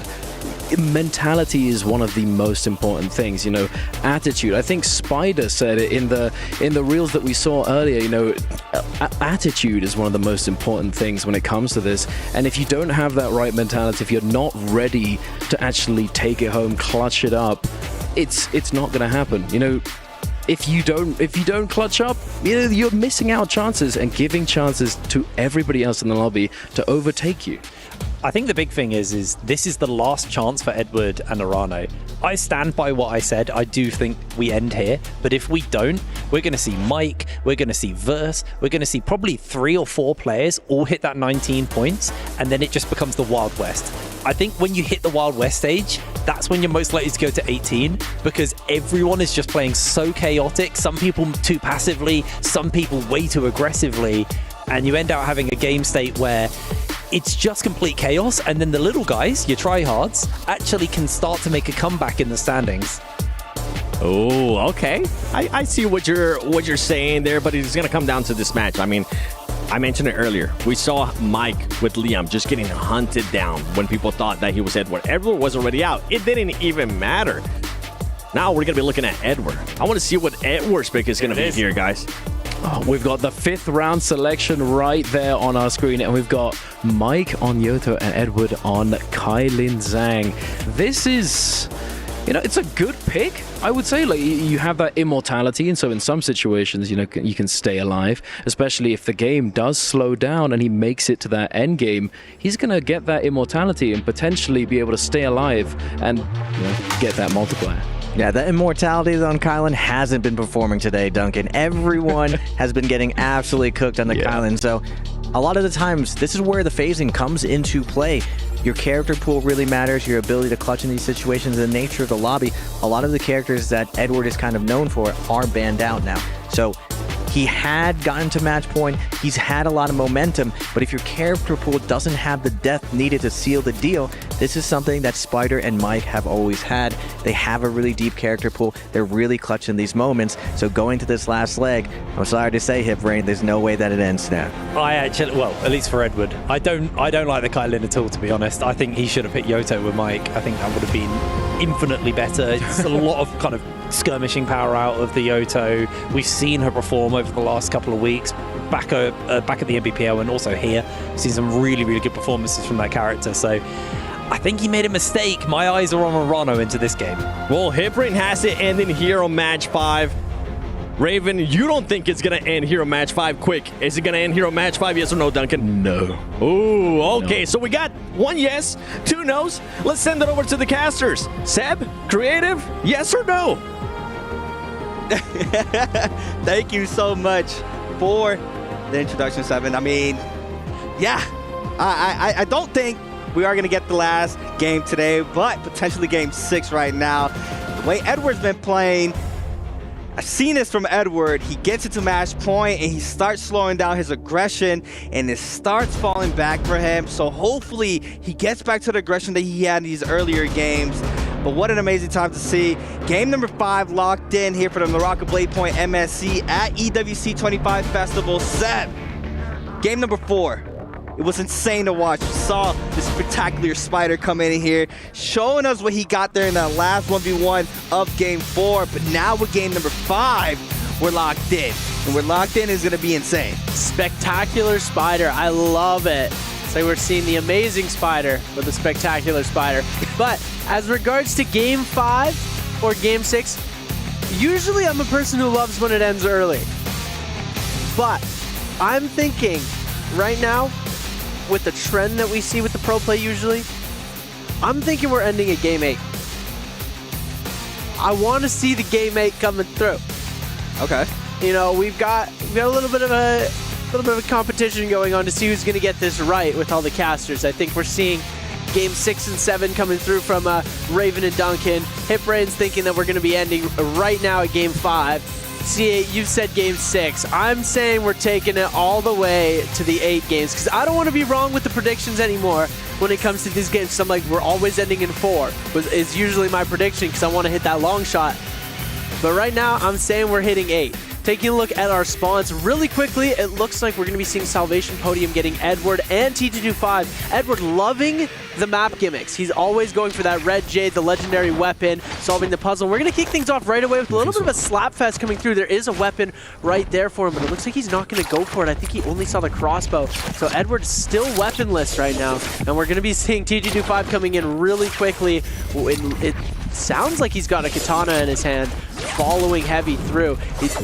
He does indeed. That's a hung sword coming through, but Edward was able to find himself enough fireflies to get him that ultimate, so he is going to be able to give a little bit of defense, but as soon as that ult goes down, he is going to be cooked. T225 actually getting sent pretty far away, and now Edward does have the opportunity to throw up and get himself a weapon, but he's just going to try and continue to go for these attacks. Now he's only on the slaps now. This is going to be dangerous for him as he is only able to use that slap. Going to try and see if he can hold this, but the 1-2 going to come through and just absolutely decimate Edward's health bar. And it's not helping that we're in the zone right now. He's taking a lot of zone take damage as well. Storm Sickness is going to be coming in as well. Oh, big parry coming through. T225 just needs to get a little bit of control going through, but actually T225 is getting pretty low himself.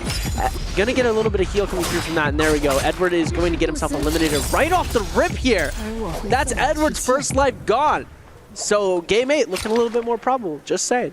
I mean, it was just rough there from Edward. No weapon in hand, gets parried, did get the ultimate, but scaling off common is just not that great. We see it now. SR Spider getting chased down by pretty much the whole lobby right now. We see the mini-map, the congestion of players. Oh my god! Mike there with the aerial R&B. Does manage to connect the last and final hit onto Spider. He's going to be snagging up the kill. Backs on up on the Yodo He-Man now. See him trying to continue his scaling. XY in the back end, waiting for that perfect opportunity to start moving in. We also have Verse in the mix. Massive scare rush there from Verse onto Mike. Forcing now the Yodo F, and he's going to use the Liam F to knock Mike outside of the F. Nice turn back there from Mike to avoid getting parried up from XY. But everybody in this lobby is looking at Mike right now. So much damage back to back, and Verse there with elimination onto Mike. And he is going to be taking a trip back to the Soldier. Mike going to be getting sent back as well as Spider. Oh my goodness, XY's already got Cav Bloom. And ladies and gentlemen, if you are new to Naraka Bladepoint, they have some attack modifying things that you are able to pick up called Soul Jades around the map, which do modify attacks. Verse going to be able to get the pickup on that ultimate, but not getting too much value out of it. XY is just going to take this opportunity to use that F ability to heal up that last little bit of shield, tossing those walls up to make sure nobody's able to send those ranged projectiles his way while he's getting that heal off. Rano going to be able to go for a bit of a reset as well. He's fighting Zeldinkt as well as another one of these players coming in, and that's going to be Tryhard in the back end with the 1.0 connect. Trying to go for the overhold here. He's not going to be able to connect off of that as he goes for the cancel. Zeldinkt still trying to give chase. Arano getting focused on pretty heavily here as Tryhard now going to be taking a little bit of damage from the aerial R&B. We are going to see them plank off of each other into the soul break.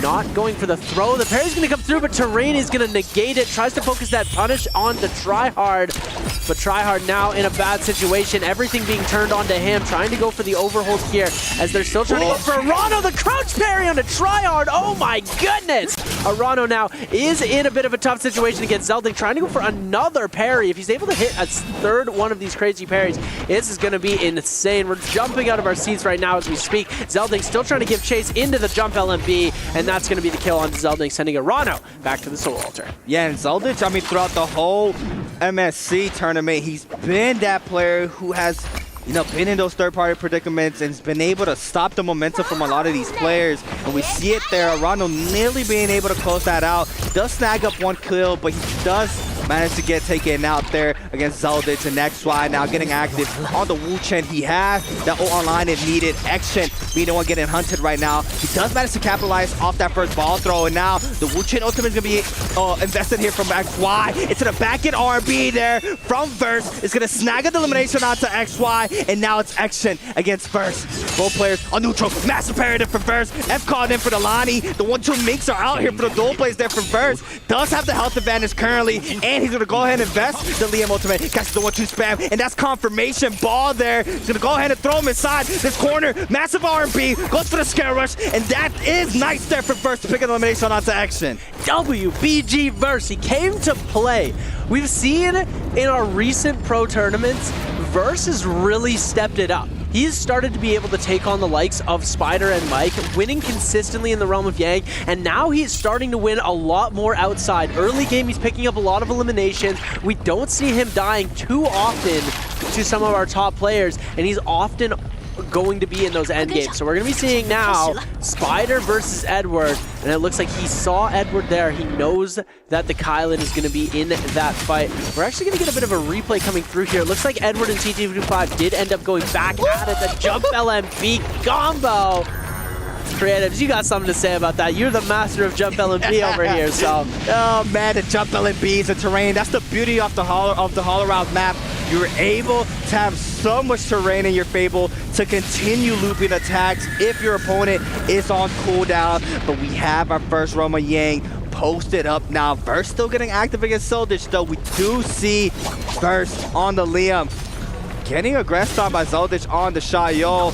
The pressure there from Zeldich with that purple dagger. Verse, though, not afraid to get active here. The 1-2 mix once again off the dual blades. We do have a third party moving on in, and it's Action. And they see the Shayo in the mix. They want to try to see if they can try to pick up this elimination with how fast they're conning back. It looks like Verse has got the ankles, but it looks like he is going to go ahead and reposition for that first Roma Yang of this game. No, the aggression still happening towards his way. Action changing on his attention onto Verse. Does manage to snag up the Yang pass, and now it's just a waiting game. Couple seconds for him to be able to go inside that Yang. He's able to invest the ultimate. As soon as he goes inside the Yang, he can get that ult right back up.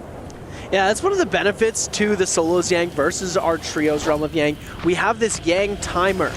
And then as soon as these players enter the Yang, their skill and their ultimate ability is going to get refreshed. You don't see that in trios, but you will be seeing that in solos. So sometimes you'll see these players investing their ultimate just to maintain a hold of that Yang pass. As you see now, Verse has his ultimate up, and we do see Action also using that ultimate. Oh my goodness! Charged LMB into that. We're going to be seeing Action getting absolutely decimated here by that purple dagger. Zelding going to try and give chase to this, and he looks like he's popped Shayo ultimate from distance. We are going to see, though, Action has decided to back off as far as possible, trying to still kite this out, as these players are going to start taking their way into the realm of Yang.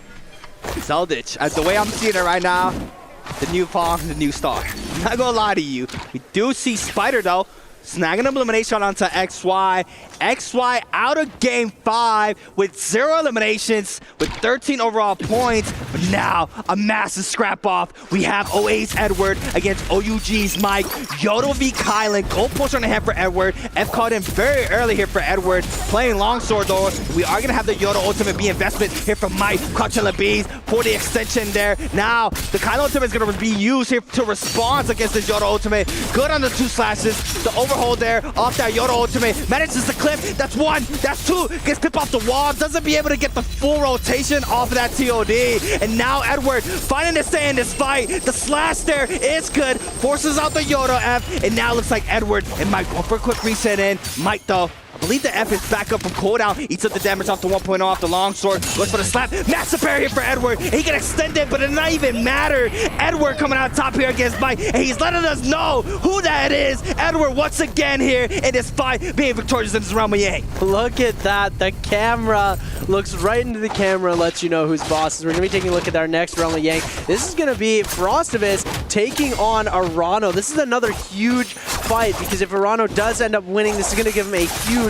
chance of getting MVP. We're going to see Prio give it over to Frostivus into the extended double uppercut. Oh my goodness! Frostivus, you're a demon. Ultimate is down, and he gets the shotgun burst into the elimination. Absolutely decimating Arano. What a combo. I've never seen that. Uppercut into the pillar, into another uppercut, into grapple bump, into the extended combo. I mean, that's a known combo, but it's so hard to do on land, Seb. Yeah. I mean, it's such low FS, and we see it here from BBE Frostivus. And Frostivus, ever since the flying knives came out, he's been one of those talks that he has the best flying knives in the game. He really prioritized that weapon when it launched, and we see it here once again, how strong he is with that weapon. And Star Spider, though, snagging up elimination onto OWO. Tryhard. Tryhard is going to fall out of game 5. We do see now the pressure going towards Mike's way. Mike trying to back on up here for the pressure for Spider. And Celtics, as always, posted up for the third party. We see Burst, Mike now getting caught up, and this is a Ballista Tower fight. Mike's gonna go ahead and invest a Yodo ultimate, trying to see if he can get some value here against TG25. A little bit of pressure, but now is able to back on up. Cannon shots flying on in. I believe that Spider applying the pressure onto Mike is gonna be forced to recast the ultimate this time around. Burst on the bottom side. We have someone on the Ballista. So many players posted up on the top side. Perry connects. Eligible to use the F on the bottom here side. Someone getting juggled there in the corner of Liam, but the porcelain scare rush is good there from opposing Liam once again. Mike trying to cut off the pressure. We see the damage happening, and it's Edward with the last hit onto Mike. Oh my goodness, Edward is actually in a very good shot to win this right now. He's able to double eliminate Mike, first in the realm of Yang, and then right outside as he's trying to cleanse. It's going to be an unfortunate third party. Burst is actually going to get aggressed onto now. This is going to be Edward trying to see if he can get this elimination, and taking out Burst is going to be his best shot at coming through with a crazy sort of elimination. Edward, oh my goodness, that Burst is eliminated here, so we are going to be seeing him taken back to the Soul Altar. TG25 now, hard aggression onto Edward, trying to see if he can get some sort of elimination with that Syra ultimate, but TG25 gets eliminated, and Edward picking up his 4th elimination of the game, getting himself on tied with Verse, but now Frostivus trying to keep that chase up. 31 seconds left, and it looks like he's just going to give the kill to Frostivus as that timer goes down. He doesn't want to lose that Vermilion Birdmite buff, so he's going to be able to just give that elimination away. Yeah, and Edward with the smart plays there to avoid getting eliminated off this game, to be able to have the Vermilion Birdmite to come back to this game. The aggression's still happening. Frostivus just very low in the back end. We see Burst, Celtics, and Spider all on the mix. Frostivus, 1 HP in a dream, trying to back on up. Madison's scare rush on out. Celtics now snagging up his 2nd kill. Frostivus, though, had Vermilion Birdmite. He is safe in game 5, and now this is where the pressure's on. Big damage here from Arano, not being able to get the, oh my god, big parry from Arano to TG25. Still focuses Zay out of the bunch. We see the aggression going towards Zay's way. They know this player is weak, and TG25 snags at the elimination. Arano could have potentially closed out the gap there that he has against Edward, because Arano was already eligible for match point, or was in match point to take the chip home. But now, look at the overall standings. We're so close set first with 17. He already added 4.5, and Spider with 18.3 already added 2.5 as well. So if this game goes to game 6, it's going to be a lot more pressure in those 2 players who are already in match point. Yeah, it's going to be extremely difficult for Arano to be able to climb back up here. He only has 1 elimination so far. He needs this Realm of Yang. He's getting absolutely decimated right now. Does pop the ult to try and gain some stance. There, Realm of Yang is going to open, so he's going to hop right into that. That's going to be Zelding onto the other side. Edward going to be looking for a Realm of Yang fight as well, but he's fighting for Spider on the portal up top there. So this is going to be an interesting one. If Spider's going to be able to get in, it looks like Edward's actually getting decently low in HP against Spider. Spider with the prio. Oh my goodness, do we see Edward gone here? Oh my goodness, Edward's out. Oh my. Arano is the only one who has the opportunity to win. Edward is fully eliminated from this game. Yeah, and regardless, cannot get MVP because Burst already matched that 4-kill energy. But now Celtics open up with a massive parry onto Arano. He's going to go ahead and snag the purple dagger. He's going to send the 1.0 there. Tries to go for the soul break. The F caught in there from Arano. He's going to backspin the uppercut. He's going to invest the ultimate as well. And now he has the shield in play. Trying to take a fake out. He manages to clip off the spirit throw there across the pillar. Doesn't get full capitalization off of that. Frostivus takes out Burst. And the other Realm of Yang. Frostivus now with a massive game. He is going to be able to get the White Tiger's powers. Arano now trying to tap dodge roll on out. Has to kite out the Shia ultimate. Zeldich though trying to take a quick reset in. We have the first shield now being proc. Doesn't manage to tap dodge the first one. Arano's going to eat up the damage. Tap dodge roll there to avoid the flying knives. He clips off the shotgun burst, and now that's caught in 4.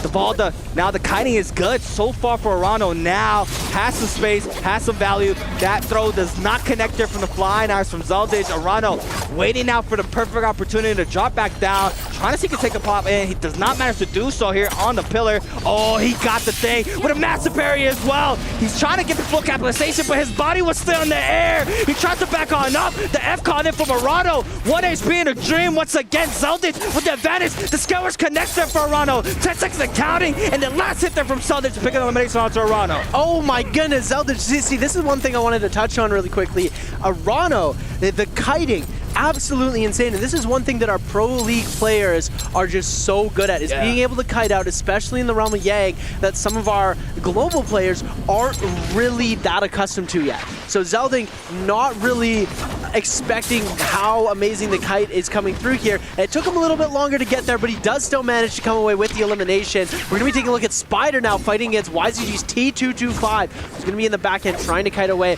Dagger's going to give him so much extra scale rush movement. Tries to go into the charge R&B. Isn't going to connect here, as we are going to see the 1-2 come out into that CLMB, but he is going to back off and go for a bit of a reset here. Spider now gold armor in hand. He did get himself a very good setting into this game as was coming in.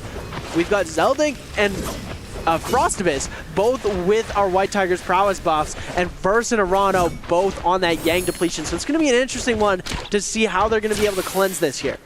Yeah, and it's rough. Arano Balda, I think Balda is not as great as she was before. It's so rough to try to get these games going on Balda. We see it here from Arano with only 1 elimination, not being able to get the value that he was looking for in the round. This is all he has, is 1 combo break, but he is playing Fly Nice. Forcing out Stina F there from SR Spider. Spider now trying to go for the neutral. Manages to catch Prog, goes to the 1-2, thinking the Balda was going to pop his ultimate. Now, let's go for the fake there off the Spirit Throw. Tap dodge down. We are going to get the freeze here from Spider. To 1 point for the dual blades. Big damage, no, the terrain on his favor. In the backside, T225 is in the second elimination on Toronto. And now Spider against T225. And caught in forward. The Syra now in the back end. Recatches pile. Miss input once again. Spider, no.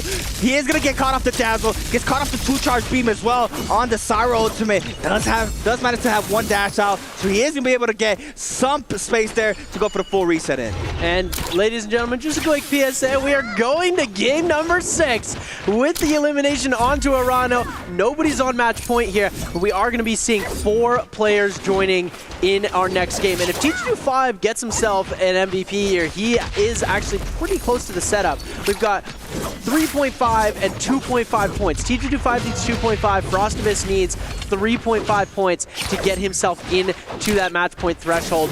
Verse and Spider have already qualified, so it is going to be a very dangerous game 6. We could have a lot of the lobby on that match point. Yeah.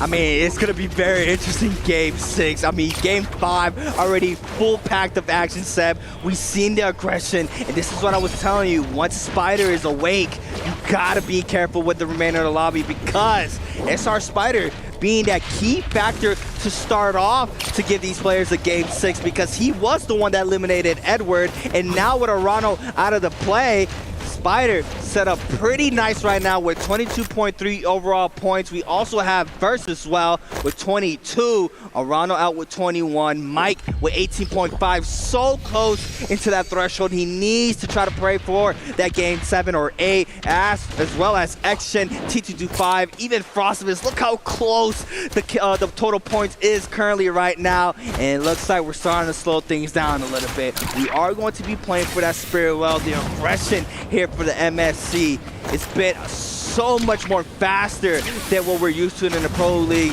We've seen our first in circle, I believe game 2, but now we are potentially gonna get another one, but no, Zeldin looks like he's gonna be isolated out by Verse and Spider.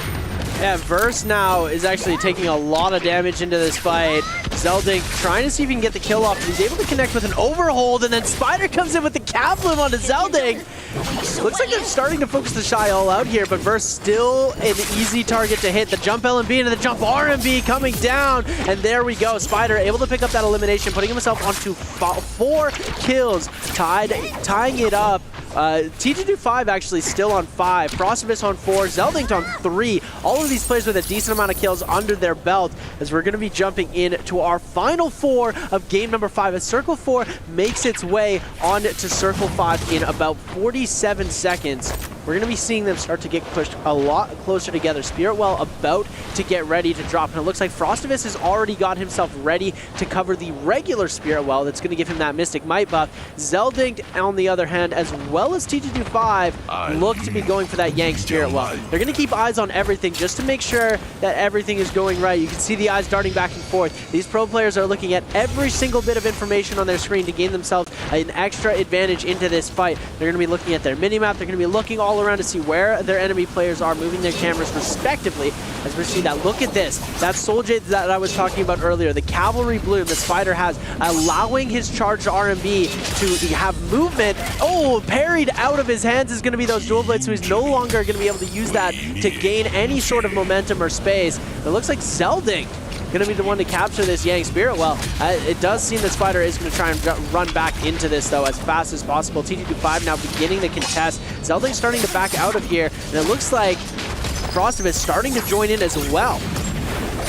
Yes, and I mean, this is one of the newest things that got added into pro play. Is that Spirit Well with that Yang depletion timer added after if you're not the one capturing. So this right here has given out so much more aggression in these lobbies. Massive parry opener. See everybody investing everything they can to try to stay up in this fight. Massive parry from T225 in the back end. Zelda's gonna eat up the damage. Swap it on over to the gold staff. And now in the middle of the zone, we have Frostivus with Dragon's Roar. Spider still in the pocket with the Justina. This time around against T225. Frostivus manages to catch the Dragon's Roar. Forced to F out there for Spider in the back. He eats up so much damage. Zeltage now going to be able to catch Prowl. F caught in for Frostivus as well. Now overholding, manages to parry bait, weaves the F as well. Beautifully done there from Frostivus. T225 starting to move back on in. Dragon's running from Frostivus, and he can spin that back and stay in gold frame as well to avoid getting parried. But Spider rotates on out inside the zone, eats up so much damage. We see T225 and Zeltage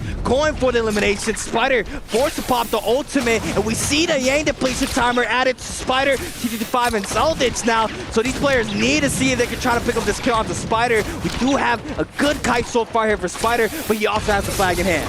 And one thing that I just wanted to mention, it is such a big brain play that Frostivus just made there. Oh my goodness, the meter dump onto Spider, but he doesn't get the connect. He needs to hold into this round for 10 seconds. T225 going to pick up the elimination. Who gets the Bloom? Who made the cleanse? Did Frostivus steal Bloom? Oh, he did. Oh my goodness, he totally did. As we are going to be seeing now Zelda getting brought into the sky, into the 1-2, but the ultimate is now going to get popped. They're going to try and push T225 out of the circle here because they don't want him to cleanse that Yang depletion.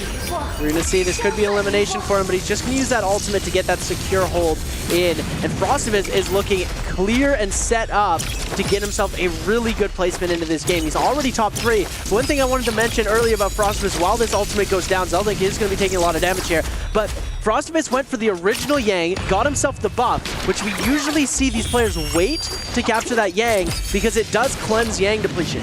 But instead, he used the extra ultimate from that buff to then come over onto the regular Spirit Well or into the Yang Spirit Well and capture it. He used every single boost that he had from his buff to get both of the Spirit Wells.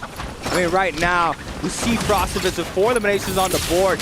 Yes, T225 does have 6, but if Frostivus is able to match the 6 there, picking up kills onto T225 and Zeldage, plus that multiplier, he could be eligible for match point as well. He is super close with 16 overall points, and now we have to see it here. Zeldage very low. Frostivus has a nice setup here with the gold nunchucks and Dragon's Roar. He manages to connect in the back end. Zeldage eats up so much damage. Frostivus is going to pick an elevation onto Zeldage, and now a 1v1. Frostivus against T225. What's going to be the mix-up here from Frostivus? Overholding, parry baits him, forcing out the Siren very early here in this fight. We have T225 trying to back on up. We have someone with Storm Shine. Oh my god, there goes the Dagger 2. Back to back to back. So much damage. Frostivus now coming in high. T225 trying to retreat. Ultimate's still up here for Frostivus. Catches the RB Prowl into the flying kick. And Frostivus coming in high. Frostivus taking game 5. Cyan Fang for the win. Oh my goodness. BB Frostivus takes it from 4 to 6. He takes out Zeldink. He takes out T225. He gets the first place finish. The kill multiplier and the placement points are him.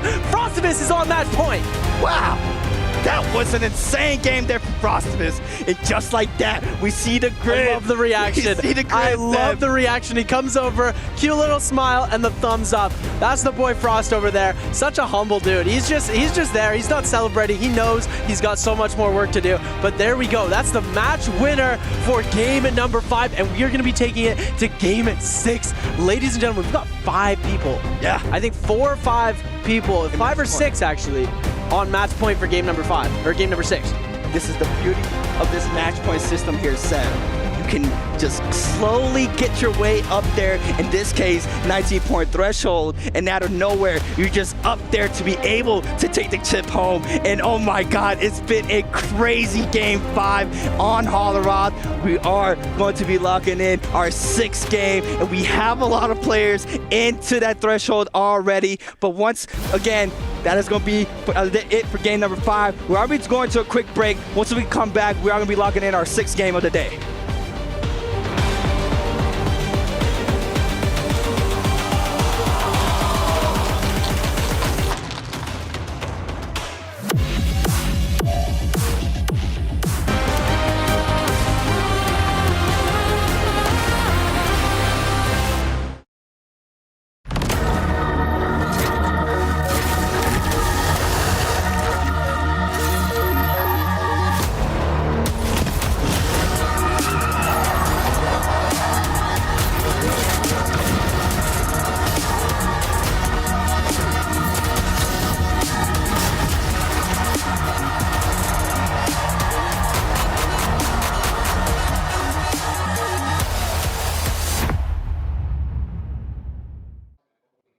everyone. I'm here at the SNB Esports Arena, where I'm going to be getting a little bit of a behind-the-scenes look at Crossfire, because a little birdie told me it's going to be really affecting the championship rankings. Hi, Wendy. Hi, Moxie. Glad to see you here.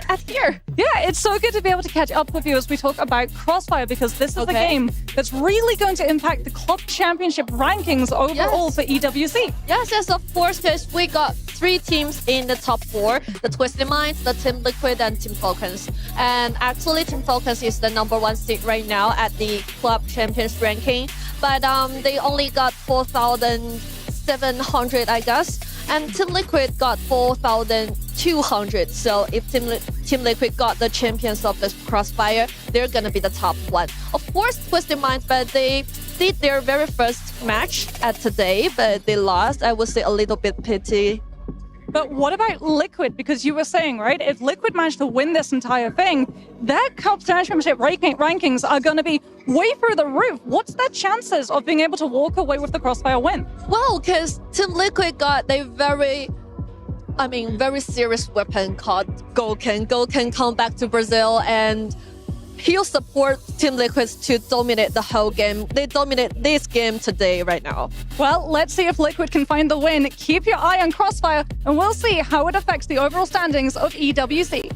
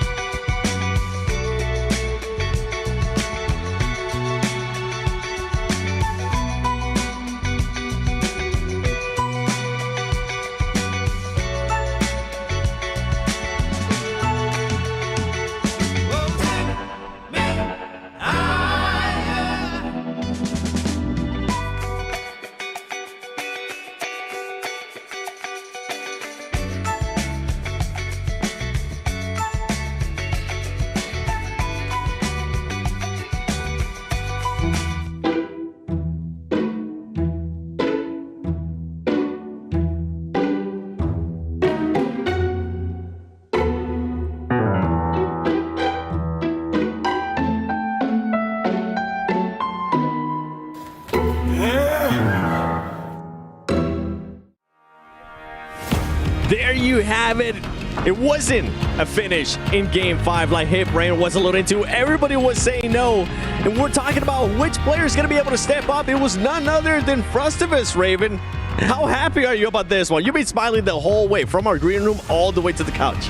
I'm not surprised, Hitbrain. It's not going to end in Game 5. We're going the distance. And the international global scene, our global champion, Frostivus, I said it, he was going to show up big. He wasn't going out like this. My man has been dialed in this year, and anyone can win this. There's mini tournaments going on every single round. The MVP is super important to all these players. Frostivus shows us what he's made out of. Now, you have a technicality that he's part of Pro League, but he'll always have his heart to the global scene, to SEA, to NA, who he truly represents. Mr. Worldwide.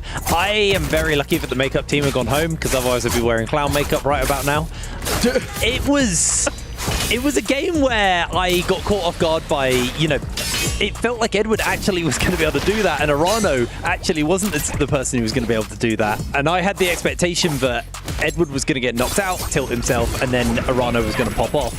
And it was almost the opposite side of that, but we did get very close to a Game 5 finish. I don't want to make the same stupid claim, but a lot of people just got to match point threshold and the eligibility going into this Game 6. I think it's now 6 players or 7 players. It's quite a lot of players have now achieved enough to now hit MVP, and they're all the players playing very well. So I don't want to say it because I made a fool of myself earlier, but I actually do think Game 6 is probably the one.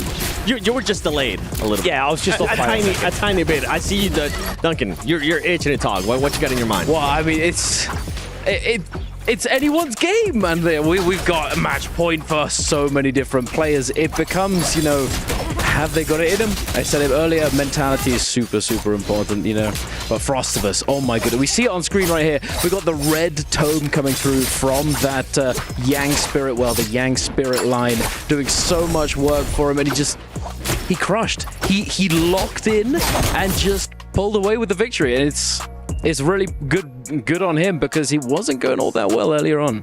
Yeah, and I mean, you mentioned it too, Hairbrain. I really thought it was going to be Edward finishing. He was able to win the Yang against Mike. We thought that Mike was going to end up winning at that point, but that wasn't the case. Edward was able to pick it up in a great way. Yeah, absolutely. Absolutely. He locked in, buddy. He is. I'm glad you mentioned Mike, because I think if anyone's going to continue my streak of looking like a clown and we start to build a circus around here, Mike is the one guy now who isn't on match point threshold. He's like 0.5 of a point off. He could pop off in this game. We've been bigging him up all day. He hasn't really had that Mike performance. We haven't had that X Factor from him yet. He's the one person who can continue to make me look stupid. That might be the case. It might change. Let's say match 6. We'll have to wait and see. But let's take a look at the match MVP brought to you by Sony, none other than Frostivus. I mean, 18,000 damage, Raven, up to those 6 eliminations. Can he continue on? Can he follow on this momentum? Of course you can. I mean, you see it right here. When you do a lot of damage, you win the game, because doing the most damage is one of the most important things that you can do. Those 6 kills, all coming with that damage, Duncan. And moving forward, like you said, Hitbrain, this is one thing we're going to agree on. It's funny that you mentioned my line that Mike will be not letting that happen. We're taking both sides now. I don't know what we're doing. But yeah, Mike, this narrative just keeps happening. If it's not Mike, Spider. If it's not Spider, Shenyuan comes back. Don't sleep on Shenyuan either, or even any of the global players. They or Tryhard can still have a big round. The skill level is not bigger than 60-40. It's close to 50-50 between all these players, and that's what makes Naraka so exciting. Oh, it is exciting. You guys have been talking about, you alluded, it could be up to 6 players currently hitting that match point. Technically, we could go up to match 8.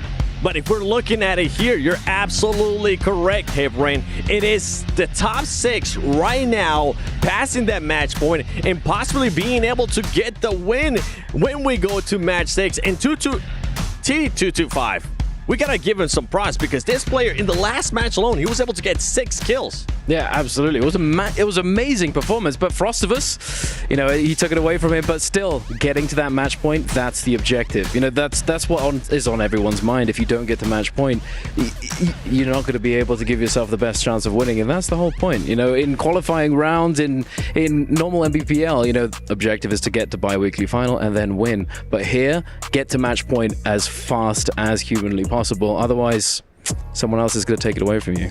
I mean, TT25 is, like we said, coming out of the last game, he's one of those players who takes time to warm up. and he is now warmed up. He is on match point eligibility as well.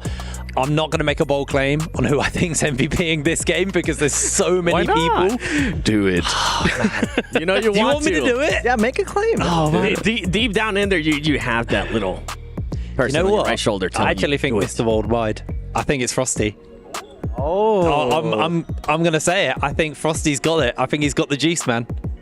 Another weird scenario. I have to agree with Hiprain here. We have to take Frostus. If someone's gonna end it, someone who I want to end it, and someone who definitely deserves it. I mean, the momentum is there. Like I said, you can't sleep on Shenyuan and Mike.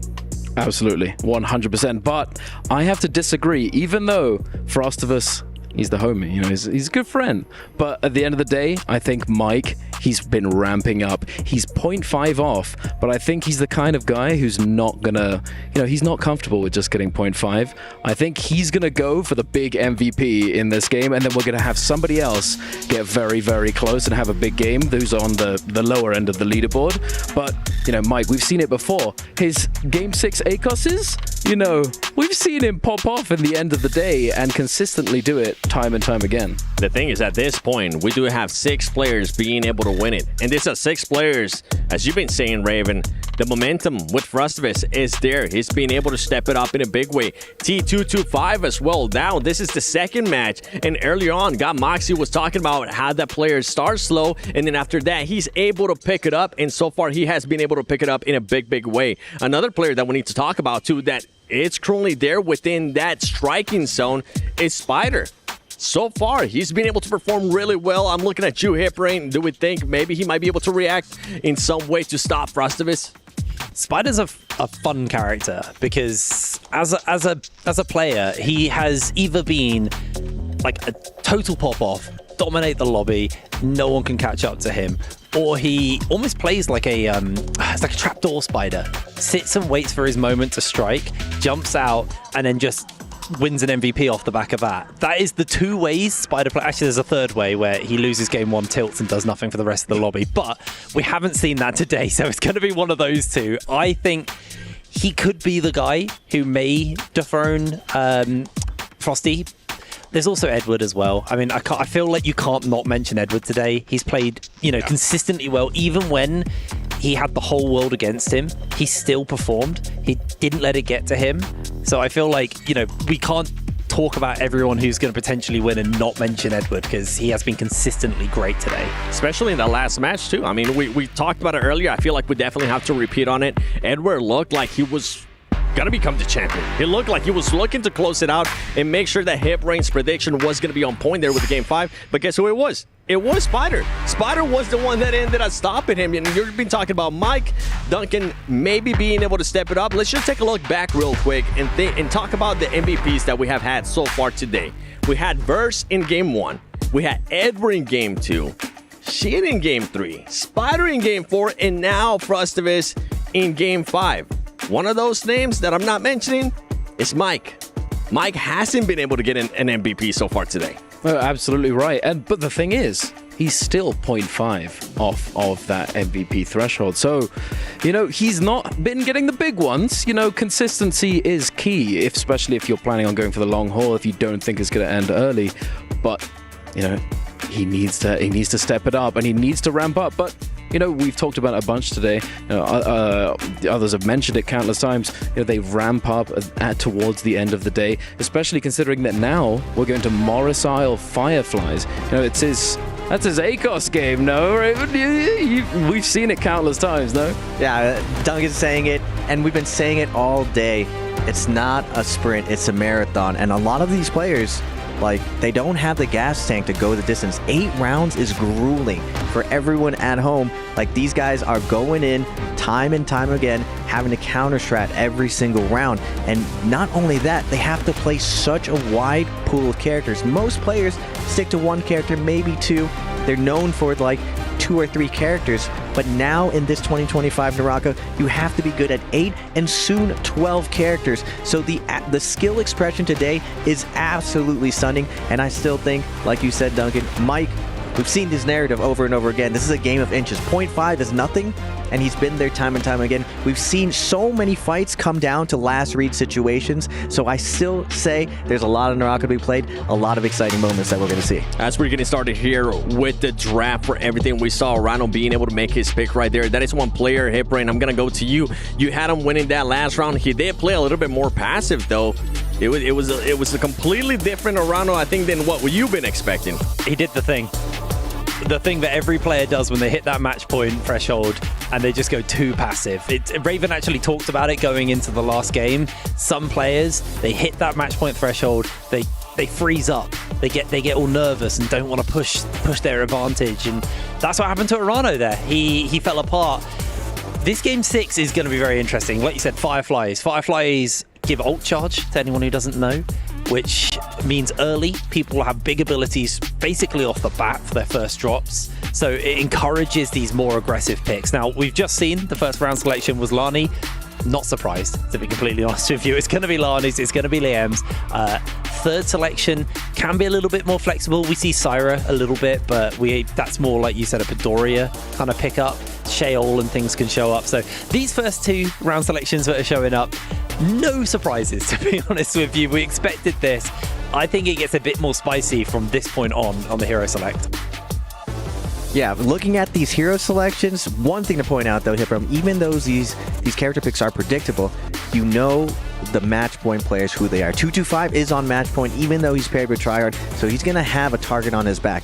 But we're at a weird situation in the game. 7 has pointed out 6 players. That's half the lobby. So strategy is completely going to change right now, and everyone is going to dig deep and play a very strict solo game. Some players are known for their solo play. Their 1v1 situations. They don't want to play mono 1v1v1s. They don't want multiple fights. They want one person in front of them, and that's why we've seen Mike, we've seen Spider clutch these situations, because for the longest time, their will in a 1v1 hasn't been contested. And Duncan, we get a chance to see Verst pick right there. I mean, Verst has been able to get an MVP. It was in game 1. But with that pick, maybe one coming soon?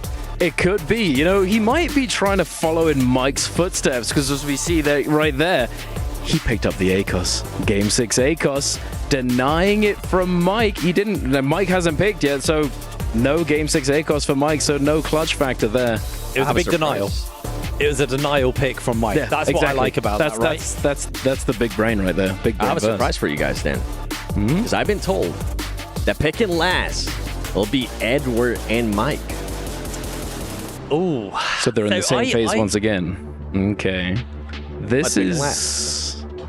Hey, Brain, you seem like you want to say something there. Yeah, so I was going to say Mike probably wants to play the Yoto, but I believe that's also just been picked as well. So that's 2 really big power picks for Mike. What has he got in the tank? There's a character in the back of my head, but I can see Duncan itching, but I very much doubt we're going to see a Taka. You'd love it, though. You'd absolutely love it. What are they going to be picking up? I mean, Justina's going to be available. Who else we got? Syra? Syra hasn't been picked yet. No. It's actually... Yeah, it's going Syra. Yeah. Justina, though, I think you're right with the Justina pick. That's what I would think, but I know deep down he's truly a Tarka player. Duncan wants to see it. I would like to see it. I know it'd be really hype if Mike gets over the finish line. Because one thing to consider, remember, character pools, you only can pick so many characters at the same time. And your character bang at the end of this, you need to find the right character. And Action, Frostivus, going with the Syra and the Justina. Both these characters have been performing super well today. I would say something that surprised me today is how well Syra has done on this stage. Normally Syra hasn't done as well, but it looks like a lot of the Pro League players went back in the lab, ironed out some details, and she's been performing well inside Yang and in these endgames. No, I mean, you're absolutely right. We've seen Syra overperforming, and I'm not... I couldn't tell you why, really. I think you're right that they've just gone back and they've reconsidered what she can do and what she can bring to the table. And I think that might potentially have been sparked by the fact that Syra on the live patch, as we are playing on a previous patch, you know, live patch, Syra has been changed and nerfed. Perhaps this is the last hurrah for Syra on the big stage, because when she does receive her nerfs, I don't think she'll be making many appearances, you know, in the future. But who knows? Who knows what happens with Syra? This round 6 is fun. We've had a lot of the kind of power picks and even the more chill personality picks taken off the board. The Akos is gone, the Justina's gone, the Syra's gone, the Sheol just went out the window. What is actually left in the tank here for this final pick? Yoto's also gone as well. I'm holding with bated breath. I very much doubt we're going to see something like a Tarka. I reckon it's going to be, unfortunately, my favorite, and a Valda showing up here. But this is the final pick, and this will really decide if Duncan's about to have the best day of his life or not. Before it's shown, which one is it going to be? I don't have. Go with your heart. Come on, you know you want to. Send it. It's definitely playable. He's okay. So just for some. Okay, this is the Tarka Yab. It had to happen today at some point. All right, so he got reworked, and then it was all right. He wasn't super strong for pro play. Wasn't getting picked up too much. That was the old rule set. But then he gets nerfed. And then he actually becomes a little bit better in pro play because they changed the rule set. But much to my dismay, looking at the screen at the moment, neither of them have picked up Tarka. To be honest, though, I'm not surprised. It was a hope, and it was unlikely. But who knows? If we do go past this game, could happen. Something spicy, though. Everyone saw it. The Wu Chen. It hasn't made his appearance all day. We've seen Yodo, and we saw something super spicy from Edward earlier in the week. His Wu Chen with the alternate variation of the teleport swap on Wu Chen was doing numbers. He was able to bob and weave off spawn, find different kills, and get out of sticky situations with that teleport. No one else has been playing this variation for Wu Chen, so I'm not gonna lie, Edward, this might be his moment if he really seals the deal and gets over the finish line with this surprise pick. Predictions are being made, expectations are being set as we are about to go into Game 6 of Naraka Bladepoint Mid Season Championship at the Esports World Cup Festival 2025. Will it end right now, or will we go maybe to match 7 or 8? Anything can happen here. I'm ready though. Can it end here on match 6? Casters, take it away. Thank you so much, 7. What a lovely guy. Getting to meet everybody in person, first off, is just one of the greatest things. Going from the TV screen to in person, one of the best feelings ever. And getting to watch these pro players play on this EWC 25 Festival stage, the Mid-Season Championships. We're about to kick off game number 6. I'm your host and caster, Seb. I'm joined alongside Creatives, my boy, and we're kicking things off. 6 players are going to be currently on match point. That's going to be Edward Spider versus Arano, Frostivis, and T225. Taking a look at our forecast, we're going to be seeing where these players are spawning out. It's going to be Zeldinct and Frostivis down in the Shadow Jade Mine. Then closer to that Shipwreck Expanse area, we've got T225, and then a huge cluster around Celestra and our money area. That's going to be Tryhard, Shenyuan, Edward, Mike, and Action. And then up at the top side, we've got Spider, we've got Arano, we've got Verse, and then Zay giving us our top left-hand corner there. Very nice placement so far, but this is going to be a huge cluster fight right at the beginning. We're going to see so many players aggressing onto each other right at the start. Some of these players going for those Fireflies early, and that's the Firefly area right by where Verse and Zay have started to spawn out. Firefly's going to give him the ultimate ability super early. Zay already managed to get himself a few Fireflies. Arano already has that ultimate available, so we're going to see that getting popped pretty quickly here as he doesn't have a weapon. But he's going to go for that Katana on the backside. Finds himself some flying knives as well. It's going to give him a huge advantage into this fight. Verse now coming in for the aggression. It looks like he has found Arano, is going to be able to get that uppercut. F ability invested from Arano to be able to take things away. We're going to be seeing him jump through. Big ball coming through, and use that dash ability to just get out of dodge, trying to see if he can run away from this fight. Doesn't want to get the aggression going on too quickly, but Zay just following close behind, getting a little bit of loot as well as the fight continues. Looking at Verse, and I'm looking at Edward. Verse with a very strong Akos. I mean, we've seen it time and time again. Verse being able to find great value. We see it there off the F2. Against Arano, this is a massive scrap off. Both of these players in that threshold already. Manages to go for the uppercut into the 201 through the window. Oh my god, that was disgusting there from Burst. In the back end now, Arano still getting chased down. Goes for the 1-2 off the longsword. Big pair there onto Zay. He's going to spin back to eliminate the damage there towards Burst's way. Zay in the pocket, goes for the jump LB. Is going to get hit off of that into an aerial R&B, into the F2 finish there from Burst. And he's going to be snagging up our first kill for game number 6. That was a really nice finish coming through there, and it looks like Zay wasn't able to get any sort of a reset in while that fight was happening. He has to cancel pot. They're going to flip over to the Celestra fights going on. Tryhard taking a lot of damage off of that, and it looks like Edward's going to go on to the chase, trying to see if he can get the Liam out of this lobby as early as possible.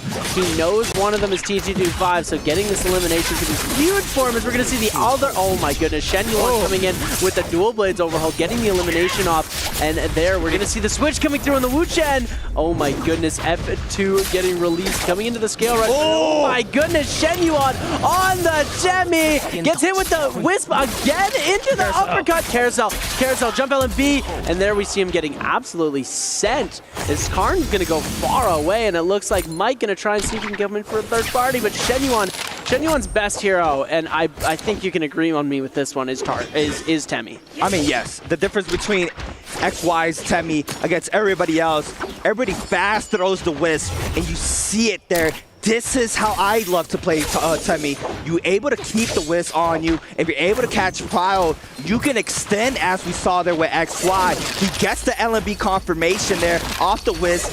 The body doesn't get flying back, so you're able to recatch the Pile, and that is done with multiple weapons in the game. And XY being one of those players who does it at its peak, as we see it here in Celestra. Now Mike against Action, forcing out the F there from the Justina, catches the V1, but the ultimate is gone there from Mike. Tryhard now showing up to the party, trying to back on up. Look at the potential to take out the Kylan here. Now, there's going to be a 1-2 on the ground. Action still hasn't used a dash. That's a dash right there. And an LMB focus there for Action. It's snagging elimination onto Mike. Spider takes one up onto TT25, and now he's going against Verse. This is a big scrap off. Aquas v Shayo. Oh my god, that was a disgusting shield throw there from Spider. Verse now is going to go ahead and continue his aggression onto Spider. Spider's going to go ahead and rotate on back. This is a very playground side here for these players who use this area time and time again to rotate and kite out the pressure from anybody who is looking at them. But we see Burst on purple longsword in hand, trying to see if he can catch Pile to scare rush. Doesn't matter to do so. We're going to be taking a quick look at a replay here from Mike. And once you span there from XY to 1-2-3 in the corner, Mike going to be forced to pop his ultimate on the Kylan. We have Action as well in the mix. In the back end, there goes the Kylan guard there. He's going to go ahead and back on up, but he still manages to pick an elimination onto him, and that was disgusting there from Mike. Yeah, Mike, knowing how to turn fights around from 1 HP in a dream, he's one of the few players that's really, really skilled when it comes to getting on that low HP. He still keeps a level head, and he's able to make precise decisions. Lots of people start to panic. They start to throw attacks that they wouldn't normally be throwing out, and it does end up working against them. Mike is somebody who's able to put that in their favor. And as we get to take a look at a little bit of the coach's corner, shout out Lexan in that side, looking absolutely amazing. We see Sachiko in there too. I'm not going to miss my boys, as we're going to be seeing there coming through Verse. Now trying to make a play with these. He's got purple armor, so he's got definitely a huge health advantage against SR Spider. And the weapon's pretty similar here, but it looks like he's going full sword here, and it looks like that is going to be the game for Spider. He is going to get sent back to the Soul Altar. Verse picking up another elimination. This puts him on 3, and in actually a very good spot to win, as we get another look at our player cams and our audience camera, as these players who have come, these people who have come all the way from all around the world to beautiful Riyadh to come take a look at our Naraka Bladepoint Mid Season Championship. Another Yodo in the back end there from Zay, forcing out the F there from XY. Edward now looking for the perfect opportunity to throw these Storm Blades. We see it now, drop it down. Last hit. No, it's Zay with the last hit onto XY. Edward, though, manages to get the hits onto Zay. He's going to go ahead and recast the ultimate on the Yodohime over holding. Now the ultimate is gone. Back to Prile. Comes in off the nunchucks. Tries to go for the swap. Doesn't manage to connect. And Edward, from his showing the bi-weekly in the fall split, had the best Wu Chen in the league. And he did manage to be so close to taking bi-weekly 1 off the fall split on that Wu Chen character Action for his last game. So this is still a very high potential game for him to win, but we're looking at the overall kills. WBG's first on 3 kills already, posted up for the remainder of this game with 3 kills, looking to take this Rumble Yang. We see him here as well as T225 and Zeldich waiting it out. Alani there for Zeldich, waiting to take this Rumble Yang. A little bit of B-roll of Celestia. Spider though, 1 elimination on the board. Still very close matches. My own prediction was ending in game 6, and right now with how everything is looking, it is probably the outcome that we're gonna get with how well Verse has been stacking up throughout this whole game in the elimination department and in the scaling department. We do have our realm now starting to form on up. Players starting to rotate. T225 on the top side of the map. Zay on the top right-hand side. Edward, though, to go ahead and play the cave. You're going to pick up the resources from there as well as the Fireflies, and that is the beauty of playing in a nighttime map. You're able to invest that ultimate. If there are Fireflies around, you're able to get that ult right back up. And Edward doing a really good job of claiming all of that. You saw him drop the Soul Jades that he had in his inventory, the blue rarity ones, not giving you any sort of attack modifier buff, just so that he could go in and swoop those up before anybody else had the opportunity to claim that. And it looks like Zelding is going to try and get himself a little bit of an advantage coming through onto that and see if he can get any sort of contest going through onto Edward. But this is going to be something that could be interesting for. If we saw the map earlier, we saw Tryhard and Zay both going into this Rumble Yang. So we might get to see a Tryhard v Zay round, which could be super interesting to get to see. Looks like we're going to see Spider going for that Spirit Well here, and we are going to be getting Zay versus Arano. That's going to be our first Rumble Yang fight. Looks like Nunchucks are going to connect off the top side. Arano now able to give a lot of damage through onto Zay. Seeing the Nunchuck charge come through, Zay's completely gone out of the shield. He's going to get that Prio catch off, but it doesn't connect through as the F ability does get invested. Now Arano going to send that ball out to try and see if he can get any extra damage. Panic F is actually going to get released into the ultimate here. This isn't a good spot for Zay to be in. He's actually losing a lot of HP, and just fighting as a Yodo into this character, the Lani, is just not going to be the best matchup, as we're going to see Arano's going to be able to maintain complete control of that fight and eliminate Zay right off of that. I mean, yeah, he just gets caught up 2 times off the fake out there from the ball throw. Spin left and right, try to off your opponent out, and you see it there working perfectly there for Arano. He is going to be snagging up that win. Mike as well, T225 as well. All these players starting to scale on up. Gold halberds in hand for Mike.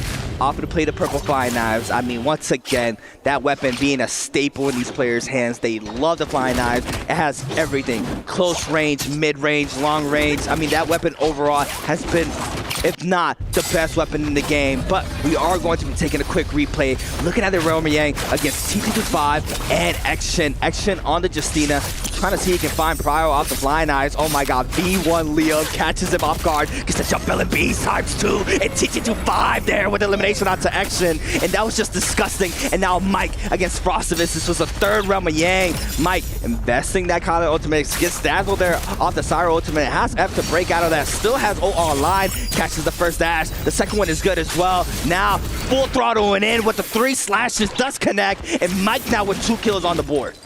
And we'd like to see that action coming out. It looks like Tryhard opted to not go into the Realm of Yang there. We're going to be seeing now on Yang depletion, that's going to be Frostivus, Action, and Zay. Now taking a look at this scrap-off coming through here. Action fighting against Arano. Arano's actually taking a lot of damage here. Or Action, sorry, is taking a lot of damage. We have ultimates available, so now we're going to see that Justina ultimate get invested just for the dash away. It looks like he's just going to use it to try and kite out defensive ultimate invested as the zone does start to close. He's going to take it to the outskirts, trying his hardest to get away from this, but the jump LMB going to come in. The second one does connect, but the Justina ultimate dash is going to be used to kite out most of that situation. We're going to see some pistol shots coming through here. He thinks he's on the top side, but it looks like we're going to let him get a pot into the scale rush. We are going to be seeing Arano still trying to give that chase over to the side of Action. Incapable of connecting with him, but he's still trying to keep up that chase. If he's able to get the catch here, it's going to be over for Action, but Arano, he gets the catch into the jump LMB, into another jump LMB, as we're going to be seeing that last little bit coming through. But after that second jump LMB, Action's always going to be able to kite this out. Oh, big parry coming through. The F ability into the scale rush and 1 HP and the jump LMB finisher. CA, you must be so happy with the jump LMB. Wow, but we're looking at the leaderboard right now. Edward out of game 6. One of our 6 players out of the game already. Had a rough on the Wu Chen. Did have a good showing in the bi-weekly for the fall split, but unfortunately here in the MSC did not have the same outcome as we see it here. Already out of game 6, but now first still, he just played this out very slow. He's already up 3 kills. Arano as well manages to snag up that last kill onto Action, and now 2 players on that bottom 6 are out. We have 4 left. One has Yang depletion timer. It's gonna be Zay. Massive parry that reverse onto Frostivus. He's gonna eat up all that damage from the longsword. LMB Prow here for Frostivus. F2 here for Burst to back on up. Burst now gonna be forced to try to cut out the pressure. He's gonna be able to use the side of this terrain to get the Scare Rush game strong. Frostivus now coming right back in. Grapple LMB. We have a big commotion happening here in the middle of the map. Zay, Celditch, Arano, and we also have another player on the top side. It's gonna be Edward. No, it's another player. Tryhard, sorry. Arano now. LMB Prowl. LMB to the jump LMB. He's forcing out the F there from the Yodo Hime. He's gonna use the F there for the knockback to take that Yodo out into the massive R&B. And Arano now with elimination onto Zay. He's gonna snag up his 3rd match of the energy there from Verse. What a play, and that's just the counter ability of that Yodo F2. It's so easy to be able to get them out of that healing circle, where usually beforehand people didn't know how to counter it as much. They would try and go for some sort of way to knock them out, but it looks like these players have the number of these Yodo Himes becoming less and less viable, even though we've seen it so much in the tournament. Frosted is trying to make something happen, but it's just not working for him. Versus just a demon right now into the double grapple. Oh, tries to go for the engraving, but it's not going to connect. We're going to see Frost. Oh, big parry going to come through. No ultimate available for Verse and no F ability. He does have combo break up in a few seconds. Cavalry Bloom going to get released, and Verse getting absolutely sent flying right now, but we are going to see Frostivus go out to the F ability. He charges it up to Gold Focus and takes him out, and that is going to be Frostivus game number 6. Yeah, Verse though, 4 kills on the board right now. Looking to take the Realm of Yang. Arano already with 3, waiting for his opponent in the second Realm of Yang of game number 6. Who is going to take it? And it's going to be SR Spider, another player in the top 6. Waiting this out, gonna go ahead and pop the tuna. Gold fist plates in hand, and this is where it all matters. SR Spider against WZ Arano. Shayo versus Lonnie. Now, it's gonna be Arano starting up high with the pistol shot. Doesn't manage to connect. The drop down hit from Spider. Goes to the parry bait. Doesn't manage to connect. Arano now, both players parry. Click comes in there. Wingus is good there for Arano to dash through. And now Spider, both players literally mirroring each other's moves there with the pistol shots. Overholds LME Prowl there for Arano, forcing out the Shayo. Old Spider now playing around the pillars. The 1-2, Arano as well, invested the F. Army focus there. Cancellation there from Spider. Jumps to avoid getting LMB Proud. Arano now trying to look for the Scare Rush. Scare Rush is to the RB focus. And now, since the LMB focus gets the damage, health is even. Picture shots come in. Shayo ultimate invested. Arano now potentially has the upper hand. No, the Shayo is able to block all the balls here. Spider now is going to go ahead and take a quick reset in. Arano as well take 1 pot in the back end. Now Click comes in. Looks to be the mix-up. Shield throw is good there for Spider. Arano now. Tap dodge is on now. Another shield proc there for Spider from Arano in the back end now. Second shield throw is good there for Spider once again. Arano just has to wait it out. Both ults are gone now. Back to neutral. RB focus connects for Spider. Back to 5 there for Spider onto Arano. And now Arano is going to go ahead and try to cut out the pressure on the top side. Playing the pillars to Scare Rush on out. Drops right back down. Still applying pressure. Arano Click comes in off the Scare Rush. Overholds. Massive fair there for Spider. And that could be enough damage. The R&B focus there for Spider, and Arano's gonna fall, and he is gonna be getting that Yang depletion. Oh my goodness, Spider with the parry to be able to finish that off. That was such an intense battle. The way that these players are able to just mirror each other's movements, get these abilities going at the exact same time, the timing, the spacing, the amount of skill that these players are putting in to this game is absolutely insane. As we're gonna be seeing Zelding now trying to see if he can get the chase off on a Tryhard. He's got that blistering edge Soul Jade on the Pole Sword. He's gonna try and send out that flaming burst that does so much damage and also does that burn tick that's gonna make it incredibly difficult to get out of. We're gonna be seeing Arano now trying to keep the press up as well on the third party, but it's not connecting too quickly with there. We're going to see him try to go for the scale rush. Mike has now jumped into the mix. Mike is now at 3 eliminations, Verse on 4, as well as a Rano on 3. So Mike is definitely trying to go aggro for the MVP here. He was able to pick himself up an elimination in the realm of Yang against YZG's T225, who was using that V1 ultimate. We are seeing how he was able to do that in our replay system here that the lovely team at the EWC has been able to put together for us. Mike now, Kylan ultimate invested. I think he's trying to go for something pretty crazy here against Zelding, but Zelding's doing a really good job of kiting everything out. And now we're flipping over gold dual halberds in hand, trying to see if we can make anything happen, but it looks like it's going to be unable to connect. But the follow-up going to come through. F ability invested. Zelding 1 HP in a dream right now, going to try and kite this out, but it's looking like it's wraps for him. Tryhard has been fully eliminated from this game, as we do see that happen here off camera, as he was trying to kite this out earlier, but now has been eliminated. Spider now jumping into the mix of this fight. Zelding is back up to a decent amount of HP. It looks like he was able to get an armor swap and a reset in, and now everybody's still giving the chase down on Belen.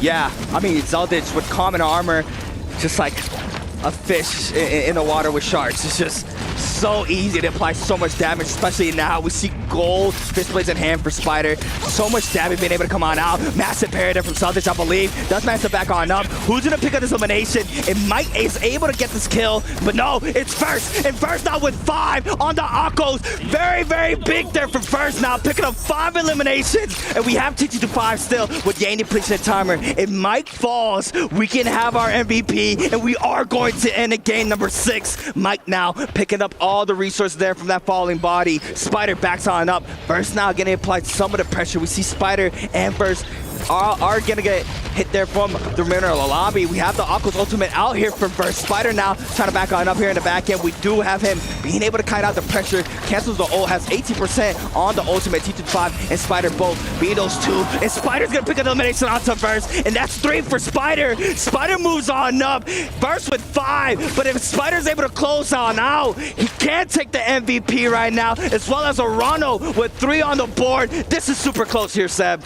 And look at that, T225 actually managed to cleanse his Yang depletion off of Spider's elimination. He did manage to snap up that Soul Bloom before Spider was able to claim it, as we are going to be seeing coming through here. So it is anyone's game. Verse has been eliminated, so Verse is no longer in the talks for being able to hit MVP. He's actually plus 6 points, so no, there's no way that Verse will be able to come away with the MVP, just given the fact that any of these players are going to be able to catch up to that point threshold and surpass that if they get the kill multiplier. So Spider, Arano, and T225 are looking for the win. Mike is looking to keep the game alive for the bottom half of the lobby. And I have a feeling that Mike is going to MVP here. Just something in the air on this beloved OG map of Morris Isle is telling me that we're going to be seeing OUG's Mike taking away game number 6. We're going to have to wait and see it.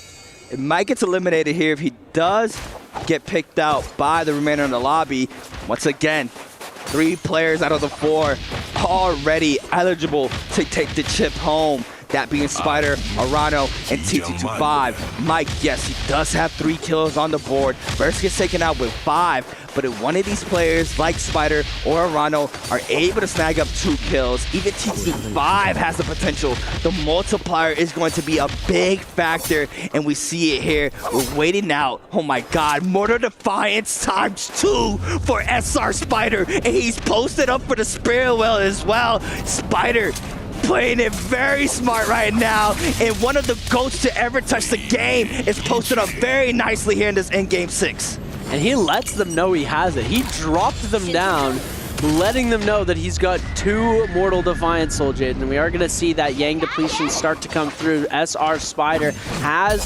claimed that Realm of Spirit, and look at this, Spider is now going to go for this Realm of Yang. So Frostivus started a trend last game where the player who wins first Spirit Well is going to be able to go through and claim that second one. Now Spider going to be able to claim this almost completely uncontested. It looks like they're going to give him buff here. Yeah, Spider, the only one without Yang depletion, and a lot of the pressure has been happening going towards Mike's way. He still has ult online. Now Spider, a little bit of love tap here from Murano. Spider's gonna be able to catch the R&B Prow in the back end now. Flag trying to get captured there from Murano. We see Mike now coming in hot here with a Calvary Bloom. Raw uppercut in the back end. Spider with the R&B focus there onto Murano. Goal longsword in hand once again. LB there from Mike in the back end. Murano now getting sandwich in the backside. That comes in, and now Phoenix blasts up a lead. Bow shot as well. Murano's gonna be forced to pop this ultimate, and Spider snags up the kill. And that's 4 on the board there for Spider. And Spider now might coming up hot here with a big parry. T to the 5. Now he's gonna be forced to back on up. Spider sees that player low in the backside. Jump LMBs gets caught up with the V1, but it's not be able to do much because the F is still online there for Spider. T to the 5 now trying to fight back with that purple fan. And Spider has the upper hand once again. Just waiting for this ult to completely run on out. There goes the TP. Spider can just wait this out. That's all the charges on that Liam ultimate. Mike still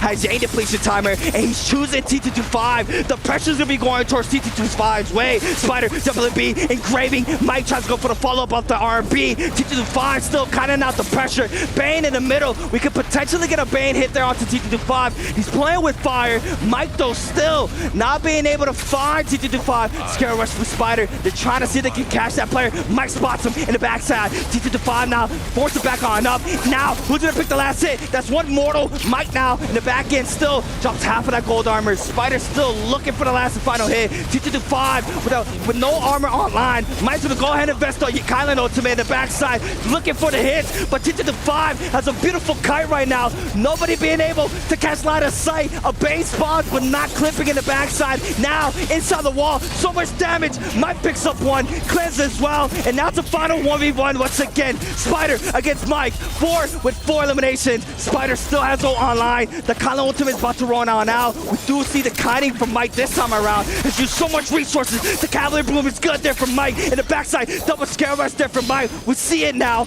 In the backside, it's gonna be a full reset in, and we're going to distance here, Seb. Oh my goodness. One will win the whole title. One will keep the game going. Mike with a huge LMB Prow to be able to come through with an uppercut combo. We're gonna see the ult invested into the Gav Bloom. Oh my goodness, Spider's incredibly low. We're going to see the red tome used to just get a little bit of distance coming through. Shio ultimate now popped. 78% on the ultimate for Mike. Mike has the opportunity to save the game for the bottom 6, but keep in mind, Spider has 2 Mortal Defiance available. He hasn't used a single one yet. LMB probably gonna get given over to this side. He's got the throw coming through. Mike is losing so much HP right now. We're gonna see Kylan ultimate invested again coming through, using that to proc the last shield available of Spider, but oh my goodness, he's got the gold armor swap available. He still has 2 Mortal Defiances in the back end. This could be wraps for Mike here, but he's able to get the immortality proc to come through on his side, bringing it around with that Kylan ultimate. Kylan ult is down now, gonna go for a reset here, but this is unfortunate. Spider still has those 2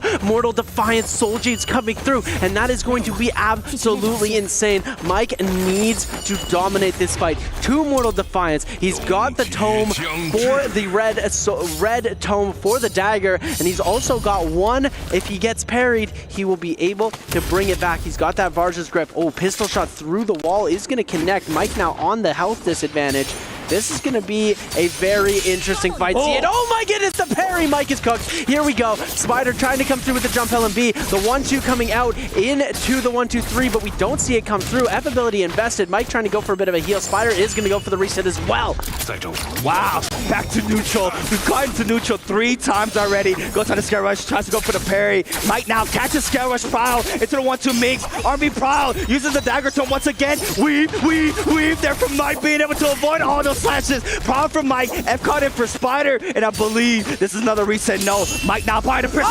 That's a parry there from Mike, and now in the backside, Spider trying to stay up, loses all that gold armor. We have the health advantage going towards Mike's way. The 1-2 mix hit for Spider. Since the Mike with another parry has this up as well. Spider is 1 shot, 1 more to the Defiance procs. Now Spider responds with a big parry. Mike now trying to stay up. F caught in. Spider still playing longsword here in the situation. In the backside, catches power. I think Spider does it here. That's RB jump LMBs. The terrain is in his favor. And Spider wins. Spider takes MSC EWC 25 Festival. Oh my goodness, ladies and gentlemen, we have crowned our solos champion for the EWC Mid Season Challenge 2025 Festival. Here we go. SR Spider is going to be our champion. What a cinematic finish. The two titans of the game, Spider and Mike, going head to head. Mike was so close and he blew it. Spider was able to capitalize, catches the prize. You can see the disappointment on Mike's face. Spider is going to be our victor. Wow. What a game 6. Prediction for me was right. It's an insane game 6 there from SR Spider, reclaiming the throne, Seb.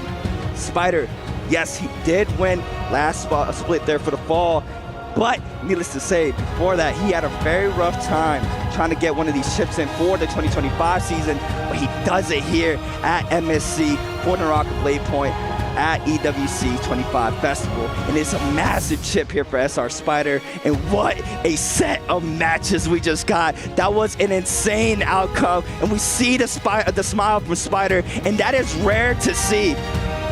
We don't really see Spider smile that much. And now the man of the hour walking to pick up his prize here, what he worked so hard for here for this tournament alone. What an insane game.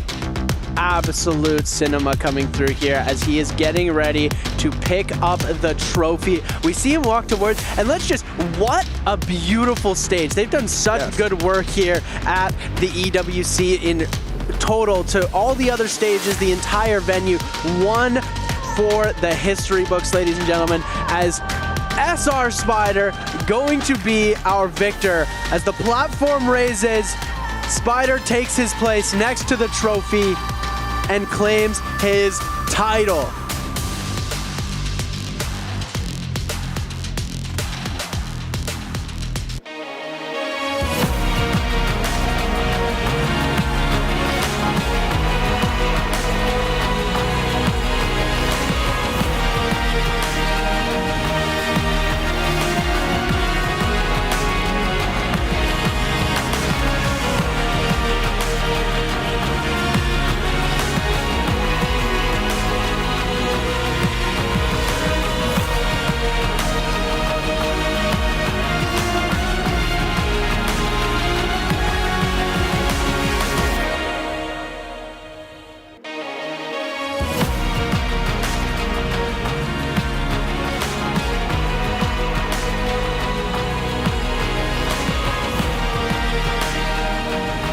SR Spider, we have found our solo champion. Everyone make some noise!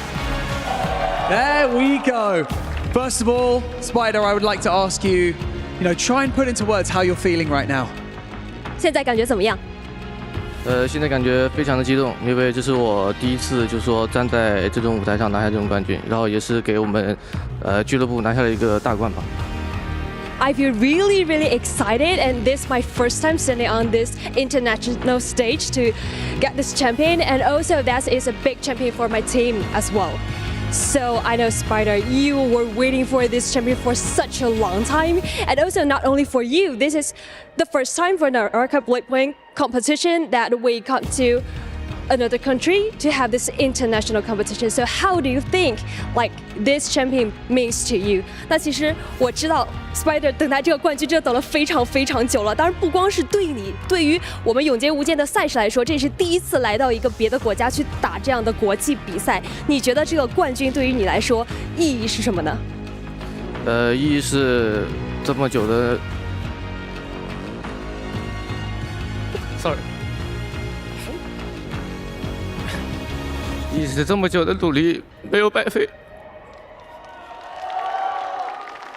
I think I didn't waste my hard try such a long time. Just finally, before we let you go, you have so many people out there, friends, family, and supporters in the Naraka community who are cheering you on. Is there anything that you would like to say to them? 当然，我相信有非常多支持你的粉丝，包括朋友、家人都一直以来。在台下看着你，一直以来支持你，有什么想要对他们说？首先要感谢一下我的父母，因为无论我做任何事情，他们都是无条件的选择支持我。如果没有他们的支持，我也不会今天站到这里。然后就是一直支持我的粉丝朋友们，就无论就是夺冠也好，打得差也好，兄弟们的支持一直都没有改变。然后这就是我的俱乐部，我遇到一个好的环境，好的训练环境，好的老板，这对我现在的夺冠意义非常重大，意味着我以后可能会越做越好。Okay, first of all, I want to thanks to my parents because no matter what I chose to do, they support me a lot. So if I don't have their support, I won't stand here. And second, I want to thanks to all the fans because no matter how I perform in the competition, they always support me a lot. And at last, I want to thanks to my team. I have such a great training environment. Also, I have a great boss, and so they support me a lot. That makes me I think I can go further and further. Well, SR Spider, I want to say congratulations one more time. I'm going to take this piece of confetti off. That was annoying me. I'm going to get you one more time for the fans and for the people here to lift that trophy one more time. So, everybody, hold on. Ladies and gentlemen, your solo champion of Naraka Bladepoint Mid Season Championship here at the Esports World Cup Festival, SR Spider!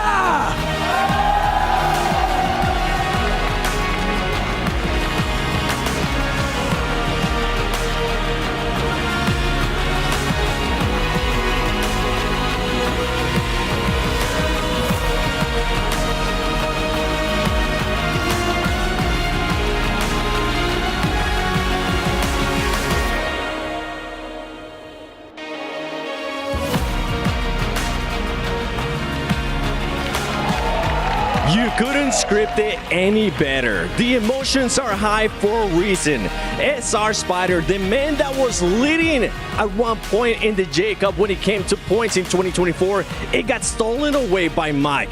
And it's so poetic to get this finish right here at the Naraka Bladepoint Mid-Season Cup at the Esports World Cup Festival 2025. That is those two last players standing in the solo. You couldn't write it any better, Duncan. No, you really couldn't. We've talked about them forever at this point. No, Mike and Spider, they've been the all-stars of Naraka for the longest time, as long as I can remember. And for it to come down to those two players at the very, very end, and for it to be that close is just, it's poetic. We kept going back and forth. You were looking at me. You were telling me Mike is going to win this. Mike is going to win this. And then, Hipran, you were like, no, Spider has this. Raven, you were saying now we're going to get a reset. It was just an absolute insanity, that last part of the match. Yeah, walking through the last moments, like you said, Seven, the drama, it went back and forth over and over and over. This is the absolute most beautiful Naraka that you will possibly see. And out of all the players to win it, Spider is definitely deserved. The amount of work my man has put into the game and the class act that he is, you see it in all his mannerisms, how he treats everyone. He's one of the friendliest people if you do meet him. He's been trying his heart out, and I'm not gonna lie, Mike, you see that juggernaut, the shadow that he is. Spider barely won that with 2 kill procs, meaning he basically died twice to Mike, but because he had that situation, he was able to clutch it out and close it out, and he went all in. We've been talking about why don't you ult all day. There, he had his ult back up, and instead of pressing an ult, it was literally a razor sharp. If he dies there, we call him foolish, but he doesn't pop his ult, and he gets the stagger. He finishes Mike's off by pushing in his zone, and now we're sitting back and calling him a genius for going for glory. I am so happy that this was the game we got to end on. Not because of who it was, just because of how intense that final fight was. For anyone who's tuned in today and watched Naraka for the first time ever, that was one of the hypest ends I've ever seen. I've been covering this game for 3 years now. I've never seen a solos final game be that close, that tight. And yes, it's the Titans. It's the 2 biggest names in solos in Naraka going toe-to-toe. And they showed us why they're the GOATs. Spider, he came in a season later than Mike, but he has made his mark on this community, and he continues to do so today. And no surprise to see him being here as the champion as we take a look at the AWS post-match player results. Over 110,000 damage, 21 kills. We started off the day with Creative saying it's gonna come down to the damage, it's gonna come down to those kills, and this man, Duncan, he's been able to put up those numbers. Yeah, he certainly has, hasn't he? You know, he is the champ for a reason. Oh, we'll have to see how much damage everybody else was able to put up, but 110,000, basically 111,000. That's a lot. That's a lot of damage. And it wasn't just that. He ended up getting the top damage and top kill. So on top of that, he's gonna get some extra money going into his pocket. But here we go. The overall ranking, you can see right there, Spider with those 32 points. But it was just so close. You guys talked to me over and over again, Raven, how close this lobby was gonna be, and boy, did we get to showcase it here. Yeah, you see between the point spread, it's only four or 5 points that from top 6, and it's been this way since the new systems that Naraka introduced, this MVP system. Plus, shout outs to Naraka and NBPO, the rule set and the development team for changing this around for solos. It's created so much drama in these end games, and even though we're talking about Spider, he was able to clutch it out. It was so close. Verse and Edward and Arana were all there, and I was trying to tell you guys, we've seen this narrative so many times. But at the end of the day, old school keeps beating out the new school because they got ice in their veins. Mike and Spider still show up everyone else, and we see some of the most beautiful 1v1 and like ice cold plays that this game has to offer. Well, Hip Rain, that old school, new school, we've been talking about it for the longest time, right? And at one point, it was Mike versus 3 players that were within that match point. And we were saying, okay, you know what? I don't think he's going to be able to clutch it. No, he might be able to clutch it. And he just came down so close. Now, we're going to be taking a look here at the Kirilla top plays. But overall, imagine what would have been if Mike was also on that match point, because he got so close on the match before. You know what? This game might have been one of the hardest games to call when I was watching it backstage. It was one of those games where you're like, oh, Mike's got it. No, he doesn't. Oh, Edward's got it. Oh, Verse has got it. Like, you're jumping around constantly on who actually has this game in the bag. It always felt like one of those top guys was the one to do it. And then Mike kind of just came out of left field and said, no, we're going to Game 7. We're going to go to Game 8. I'm going to make this happen.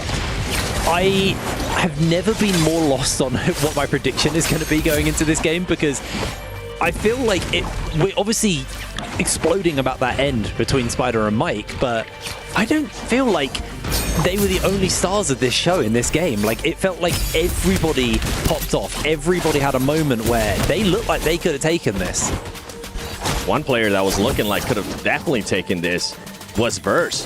He was popping off. He was there at the end as well, Raven, but he just came down a little bit too. Spider just came out to win it right off the bat. Yeah, like you said, Seven, Verse definitely plays out of his mind today. I'm sure there's a lot to learn from his gameplay, how he's playing Remo Yang, how he's playing off spawn. He's definitely redefining of how things are done. But at the end of the day, it's about the frags, it's about the kills, and then no one does it better than Mike and Spider. Now, another honorable mention, Edward. I've said it time and time again, he's one of the top 5 players. He renamed from Wang Liang. He definitely showed up today.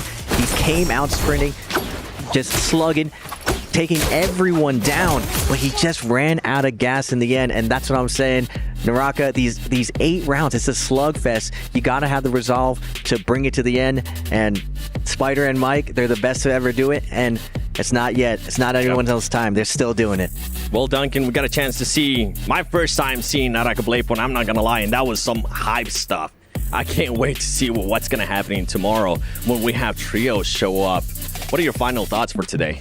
Well, for today, for solos, you know, it really shows that anyone has the potential to go for it. You know, we saw time and time again, as we were talking about, you know, backstage, you know, oh, Mike has it, Spider has it. Well, it's back and forth. It's the most intense and most, you know, exciting experience at times. Naraka, truly, you know, it's why we're all here today, and I'm very glad that we are, because it's possibly, you know, it'll always stay in my heart that this game is truly incredible, and it creates such amazing scenarios, amazing things that we're all witness to. That's right, and before we end it, I also want to get your final thoughts, Raven. For the first time that the world gets to see Naraka solos, I feel like all the competitors today did super well. You cannot imagine how hard this lobby is and how much these guys really pour their hearts out into it.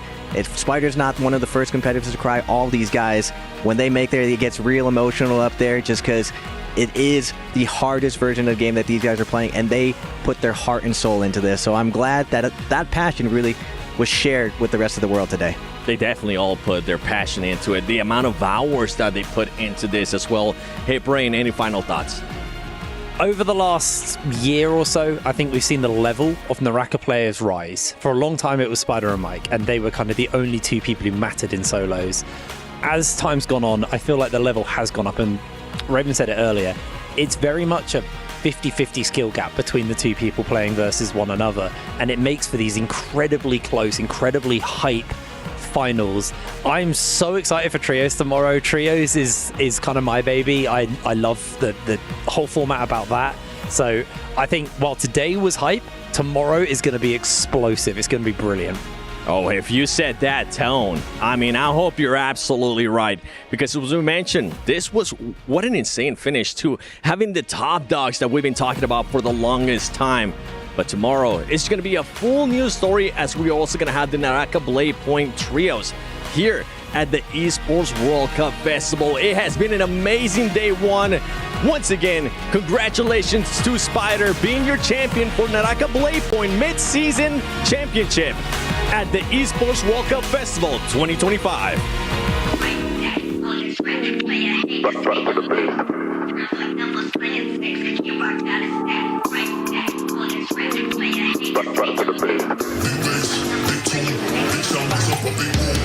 Only getting started when it's midnight, keeping it tight, everything on a good to war. It can get dark, but we stay bright. Coming like a night, it's on sight, ever touch my sleeve.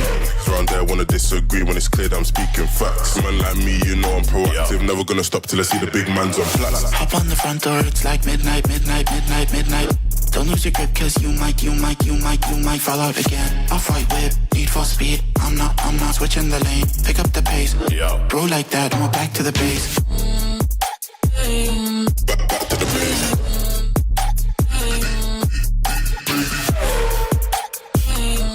Back to the base. How I can never act. Been trying to stack up racks on racks. Boys in the back wearing all black, staying on track. Better chef show gun, and that's on me. Out here getting this beef. If you work for the devil, better retreat. Coming too icy, coming too clean. Could never move shady, ain't no feed. Shotgun, London, what's the outcome? You know, I'm a madman. Just can't stick to the program. Raise up the heat, keeping the tension. Shifting the gear to a different dimension. Red light, speed up, take off. Hop on the front door, it's like midnight. Don't lose your grip, cause you might fall out again. Off-white whip, need for speed. I'm not switching the lane. Pick up the pace. What? Bro like that, I'm back to the base. Back to the base. Back to the base. Back to the base. Back to the base.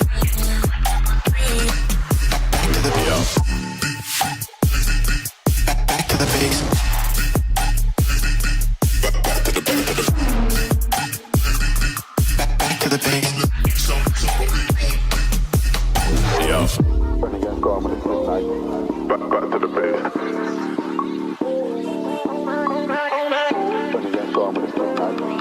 Back to the base.